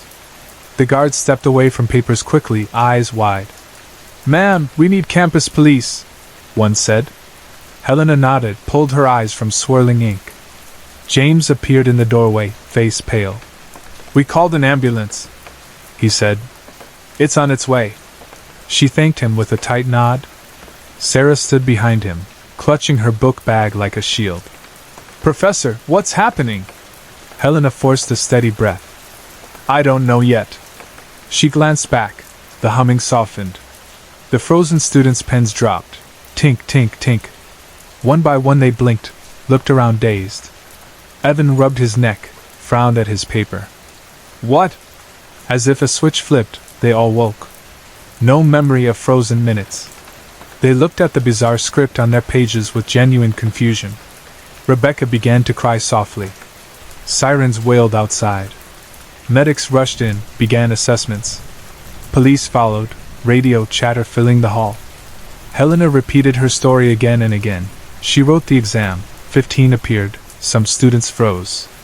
She could not mention the alien impressions in her head, that would brand her unstable. She stuck to observable facts. A detective gathered tests as evidence. When he reached the last row, his face drained. Helena saw why. Question 15 reappeared on the collected copies, ordinary text again. But the alien script was gone, replaced with blank sections. Even Rebecca's exam now displayed a single neat paragraph about saving the judge, reasoned with legal fairness. Helena's throat tightened. She scanned the seats, empty now, only dropped pens and the faint smell of antiseptic. No one had been taken to hospital. Every student passed neurological checks. They were sent home to rest with assurances that something in the printer toner might have caused fainting spells. Official statements would follow. In the faculty lounge after police left, Helena sat alone. A clock ticked. Her phone buzzed, an email from the dean demanding a full report. She stared at the screen, then at her own copy of the exam. The top margin bore a faint stain where her thumb had pressed. She flipped to page 3. Question 15 blank. But beneath the blank line a watermark shimmered. Tilting the paper she saw it, the foreign symbols, ghost pale, barely visible. They pulsed once. Her heart slammed. She dropped the paper. On trembling legs she walked from the building into cold twilight. Students hurried by, laughing about weekend plans, unaware of what had unfolded. Cars honked. Everything normal. Helena realized she might never learn who or what had inserted that question. She might never know why certain students were chosen, or what they had been chosen for. She knew only that she had let it happen. By permitting the question to stand, she had opened the door wider. The wind picked up. A scrap of paper skittered along the pavement and caught against her shoe. She bent to pick it up. Plain white, blank, on one side. On the other, in that same angular print, "We appreciate your cooperation. Future opportunities will arise." She crushed it in her fist, but the paper folded itself flat again, perfectly smooth. She felt a prick behind her eyes, like an invisible needle pushing for entrance. She dropped the sheet, stepped back. Helena drove home in silence, windows down though the air was cold. At every red light she saw those symbols on the backs of her eyelids. She told herself she would resign tomorrow, leave academia, regain a semblance of an ordinary life. But deep down she knew the letter was already written, the envelope sealed, by hands that did not exist in daylight. In her living room that night she gathered her lecture notes to burn them. Yet when she opened her folder, question 15 was printed at the top of every page, patiently waiting. Sorry to interrupt. If you're enjoying the story, let me know in the comments and tell me where you're watching from. Don't forget to like and subscribe for more.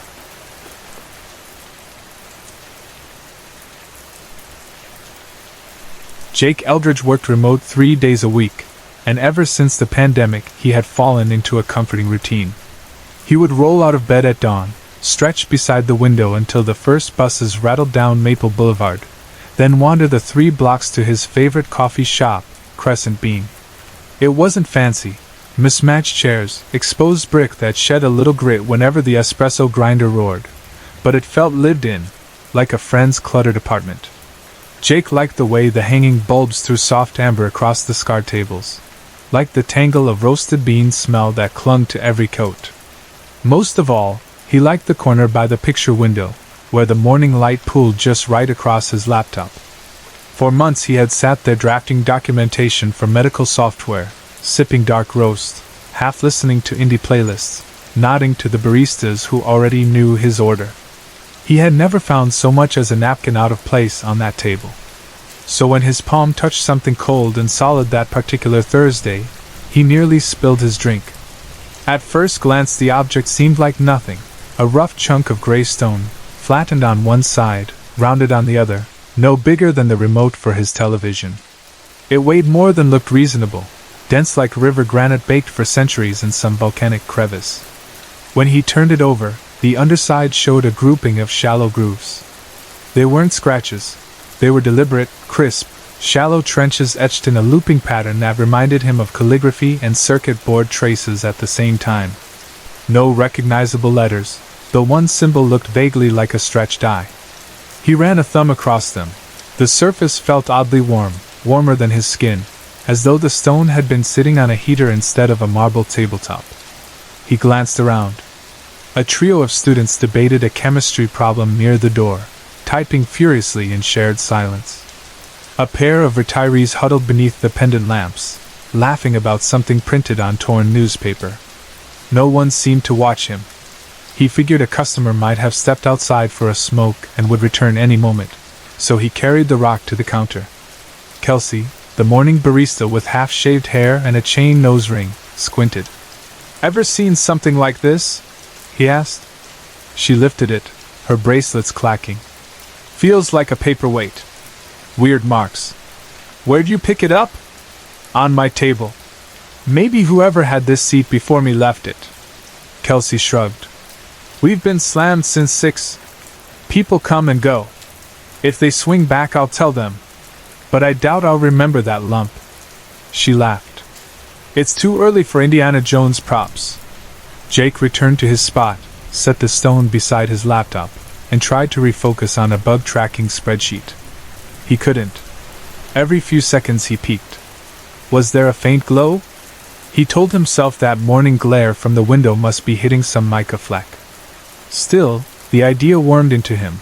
The object gave off a kind of pulse, too dim to see when he stared directly, visible only in peripheral glimpses, like a candle glimpsed at the corner of a dream. After 2 fruitless hours he slid the stone into his messenger bag, surprising himself at the decision. He'd never stolen anything in his life. Yet the object felt abandoned somehow, as though someone had left a message for him alone, and he told himself he'd return it if anyone asked. By afternoon he almost forgot it, falling into work calls and spreadsheets. Once, while waiting for a deployment, he pulled it onto his desk and studied the grooves under a desk lamp. Something about them made his skin prickle, small curves joined in impossible angles, tiny channels that reflected gold in certain light. He ran a stylus across one trench and felt static nip his fingertip.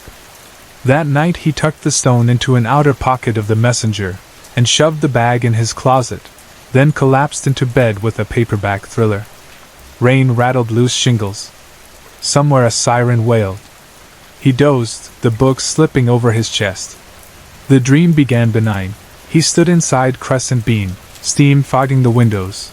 But every customer had his sister's face, even though his sister lived 3 states away. He looked down and found the stone on the counter, glowing hard red. When he touched it, everything shattered. Darkness flooded in. Cold, humming, absolute. Shadows peeled from the walls and coalesced into figures, tall, thin, floating half an inch above the floor. Smooth, light gray skin that reflected no texture, necks too long, arms dangling past knees, hands tapering into 3 slender fingers each. The heads were bulbous, featureless except those huge black eyes shaped like teardrops laid sideways. No eyelids, no brows. And they were silent, utterly silent, though he felt words forming in his own head that weren't his. He jerked awake, lungs clawing for air. Sweat soaked the collar of his t-shirt. The digital alarm read 3:10 a.m. Down the hall. An old refrigerator compressor clicked on. For a full minute he sat motionless, listening. Thunder murmured outside. Eventually he scooted to the edge of the bed to steady himself, intending to get a glass of water. That's when he noticed the object resting neatly upon his nightstand. He froze. His bag was zipped in the closet. He had not gone back. He examined the bedroom door, still latched. Window locked. Yet here lay the stone, faintly phosphorescent, like a coal ember under thick ash. He reached to touch and felt heat again, steady, neither rising nor fading. He swallowed hard and left the room, gulped water, and paced until dawn before daring to try sleep again. When morning came he carried the rock in both hands like a bomb, sealed it in a sandwich bag, and slipped it into the same messenger pocket with a deliberate zip, determined to seek an answer. At the office he ambushed colleagues between cubicles. Loretta in quality assurance collected crystals and minerals. She shrugged. Doesn't look like quartz. Maybe hematite? But those marks are weird. Jack from accounting used to study archaeology before switching majors. He photographed the sigils, ran a quick Google image search, shook his head. Looks like stylized Telugu at first glance, then like Sumerian, but not exactly. Might be a hoax. Over lunch break Jake drove to Kirk's Curiosities, a downtown antique shop that reeked of oiled wood, stale pipe tobacco, and mothballs. Kirk himself, wild eyebrows and suspenders, swiveled a magnifying loupe across the stone. Don't recognize the language, he muttered. Could be talismanic. You want to sell? I'd rather know what it is, Jake said. Kirk set it down like a hot potato. Sometimes unknowns best stay unknown, son. A pawn shop offered $20 sight unseen. Jake refused, chilled by how desperate he felt to keep it. That evening, in the lonely glow of his one-bedroom kitchen, he scoured message boards, meteorites, runestones, geocaching tokens, immersive game props. None matched. Each photo he posted earned guesses. Looks like Enochian script, but no certainty. By midnight he sat bleary-eyed, stoned beside his keyboard, when a direct message popped, this object not safe. Return to origin. He answered, who is this? But the profile vanished from the forum before he could click. He crawled into bed, resolved to lock the stone outside. Still, exhaustion bested him. He slept. Again the dream blossoms, same cold darkness, same ring of beings. This time one drifted closer. The slit of its mouth parted. Inside seemed only inky void. A voice pressed directly into his skull, not sound, but word-shaped pressure. Let us near. Almost time. Another figure protested. Wait. The calibration is incomplete. Jake tried to scream himself awake but could not move. He felt weightless, as if his mattress had vanished and he hovered midair. The tall form bent over, those obsidian eyes inches from his face. He smelled ozone, saw swirling galaxies inside those black pools. A finger extended, longer than any human finger, tapering to a soft point, and traced a line across Jake's forehead. Heat flashed like brand iron. Then he shot upright in bed, shrieking. He panted. The apartment silent. Windows still closed. He touched his forehead. No mark. But the nightstand object shone brighter, pale blue pulses like heartbeat monitors. He backed away on hands and heels until hitting the far wall. Something inside him snapped then, fear shifting into defiance. He lunged, grabbed jeans, boots, and that damned stone. He'd rid himself once and for all. Outside, clouds shredded across a three-quarter moon. The city's park framed a finger-shaped lake, calm under sodium street lamps. Jake drove without thinking, tires hissing over wet asphalt. At the lakeshore he jogged down a long public pier built of weather-gray planks. The stone pulsed like a strobe now. His pocket vibrated with each surge. At the pier's end he yanked the object free. It almost quivered in his palm. For a breath he hesitated, afraid its light might wake fishermen sleeping in parked trucks. Then he cocked his arm and hurled. The splash echoed across still water, ripples slithering outward. He leaned on the railing, chest heaving. That's done, he told himself, wiping sweat from his brow. Moonlight silvered the water. Wind sighed. He almost laughed. Then fog erupted from the impact site, ragged, dark gray, twisting cyclones rising. They spread in tendrils toward the pier. A rotting leaf smell hit his nostrils. Jake bolted, footfalls pounding wood, lungs stabbing cold. He leapt into the car and peeled away, glancing back once.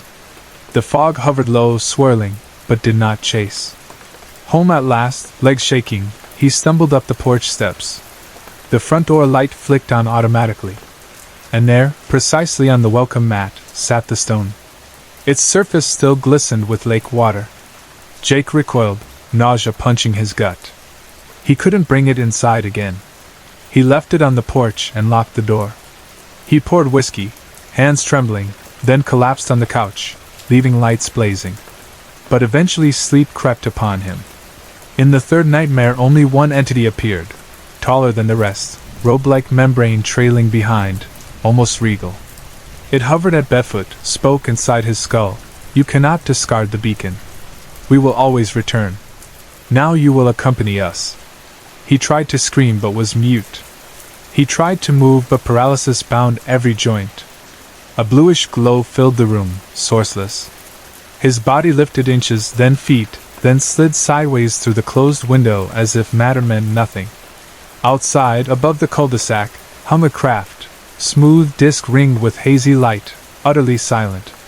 A hatch yawned. Jake drifted inside. The luminous portal sealed. Within, harsh white luminance seared his eyes. A chill sterile smell stung nostrils. He was laid on a tilted metal slab that molded around his limbs, cold as dry ice. Straps of thin, transparent material liquefied around wrists and ankles, hardening instantly. The tall entity glided near, flanked by two shorter ones. Instruments unfolded from ceiling tendrils, arcs of polished crystal, needles of flexible glass. They touched his abdomen first. A beam like liquid silver slipped beneath skin without wound. He felt organs tugged, not painfully but disturbingly. His chest next. Something nested around his heart, counting beats, perhaps rewriting them. Each intrusion sparked distant memory, as though the probe accessed not flesh but recollection, sandbox laughter, high school heartbreak, the day his father collapsed from a stroke. Scenes flickered overhead on translucent panels. He realized they were projecting his memories as data. The being turned to a wall of symbols identical to the rock's engravings, sliding its fingers and altering glyphs. Jake's mind swam. He felt himself stored, copied, catalogued. When a probe touched his temple, night trembled. He saw the rock on a pedestal among many, each glowing, arranged like constellation nodes inside a cavernous chamber aboard this vessel. The stones were beacons, each placed in unsuspecting hands across cities and deserts. They collected emotional telemetry, biological metrics, memory archives. They found human patterns. They invited certain hosts. Calibration, they had said. Selection. One being brushed his cheek. He sensed it riffling through his psyche, weighing virtues, flaws, potential contributions. He felt smaller than he had ever felt. He wondered if exobiologists felt this when tagging wild condors. Suddenly the procedure ended. Restraints melted, and the tall figure addressed him in voiceless resonance. "We shall return you to the locus of reclamation. Your biological sample has been archived." The phrase rang like a verdict. He wanted to ask 1,000 things. Why me? What will you do with that data? Do you value our lives? But speech remained impossible. The room evaporated, floor fell away, and he plummeted through a circular hatch. Black sky roared, wind shredded his scream before it could form. Water rushed, he glimpsed moon reflection, braced, slammed into the lake. Cold bit him awake. He flailed, breached, gulped air. Distantly, town lights twinkled. The craft, already silent, became a shrinking star, ascended beyond clouds. He cursed, kicked, and side-stroked toward shore, lungs straining, ribs bruised from the impact. It felt like hours before his numb fingers clawed grassy bank. He collapsed, coughing, lake water shaking. Eventually he staggered to standing, soaked clothes slapping against skin. Insects buzzed, frogs croaked. He whispered thanks to every deity he half believed. During the shiver walk back to the car he scanned roadside shadows, expecting another impossible reappearance of the object. None. Porch steps empty. Bedroom bare. He waited 3 sleepless nights in fear, but the stone never returned, nor did the beings. Whatever they needed, they had taken it. Life resumed, though never the same. He told no one. At Crescent Bean he avoided the corner table. He dreamed less, but once in a while he felt a phantom warmth in his pocket, as though a memory of the beacon still lingered. Sometimes in silence he'd recall the phrase, "Wait, the calibration is incomplete," and wonder if one day the visitors would require an update. He started volunteering weekends at the university observatory, guiding kids through telescopes. He combed the night sky for any hint of disk or pulsing light, not with hatred but with a complicated yearning. They had pierced him, recorded him, and left him alive. That alone felt like an invitation to live differently. 2 months later a small padded envelope arrived without return address. Inside lay a plain metal band sized perfectly for his finger, brushed steel on the outside but engraved within with the same delicate glyphs he once saw on the stone. No enclosed note. He hesitated for days before sliding it on. When the cold circle tightened against his skin he expected some new voice to bloom in his thoughts. Instead he felt only a calm vibration, like a heartbeat that was and was not his. He decided to wear it. If there is another summons, he imagines he will follow again. Not because he is compelled, but because he has already crossed the threshold into a story larger than fear. And though the skies remain quiet, on certain windless nights the lake below the pier exhales a swirl of gray fog, reminding him that depths and distances are relative, and that some stones can never be thrown far enough to leave our lives forever.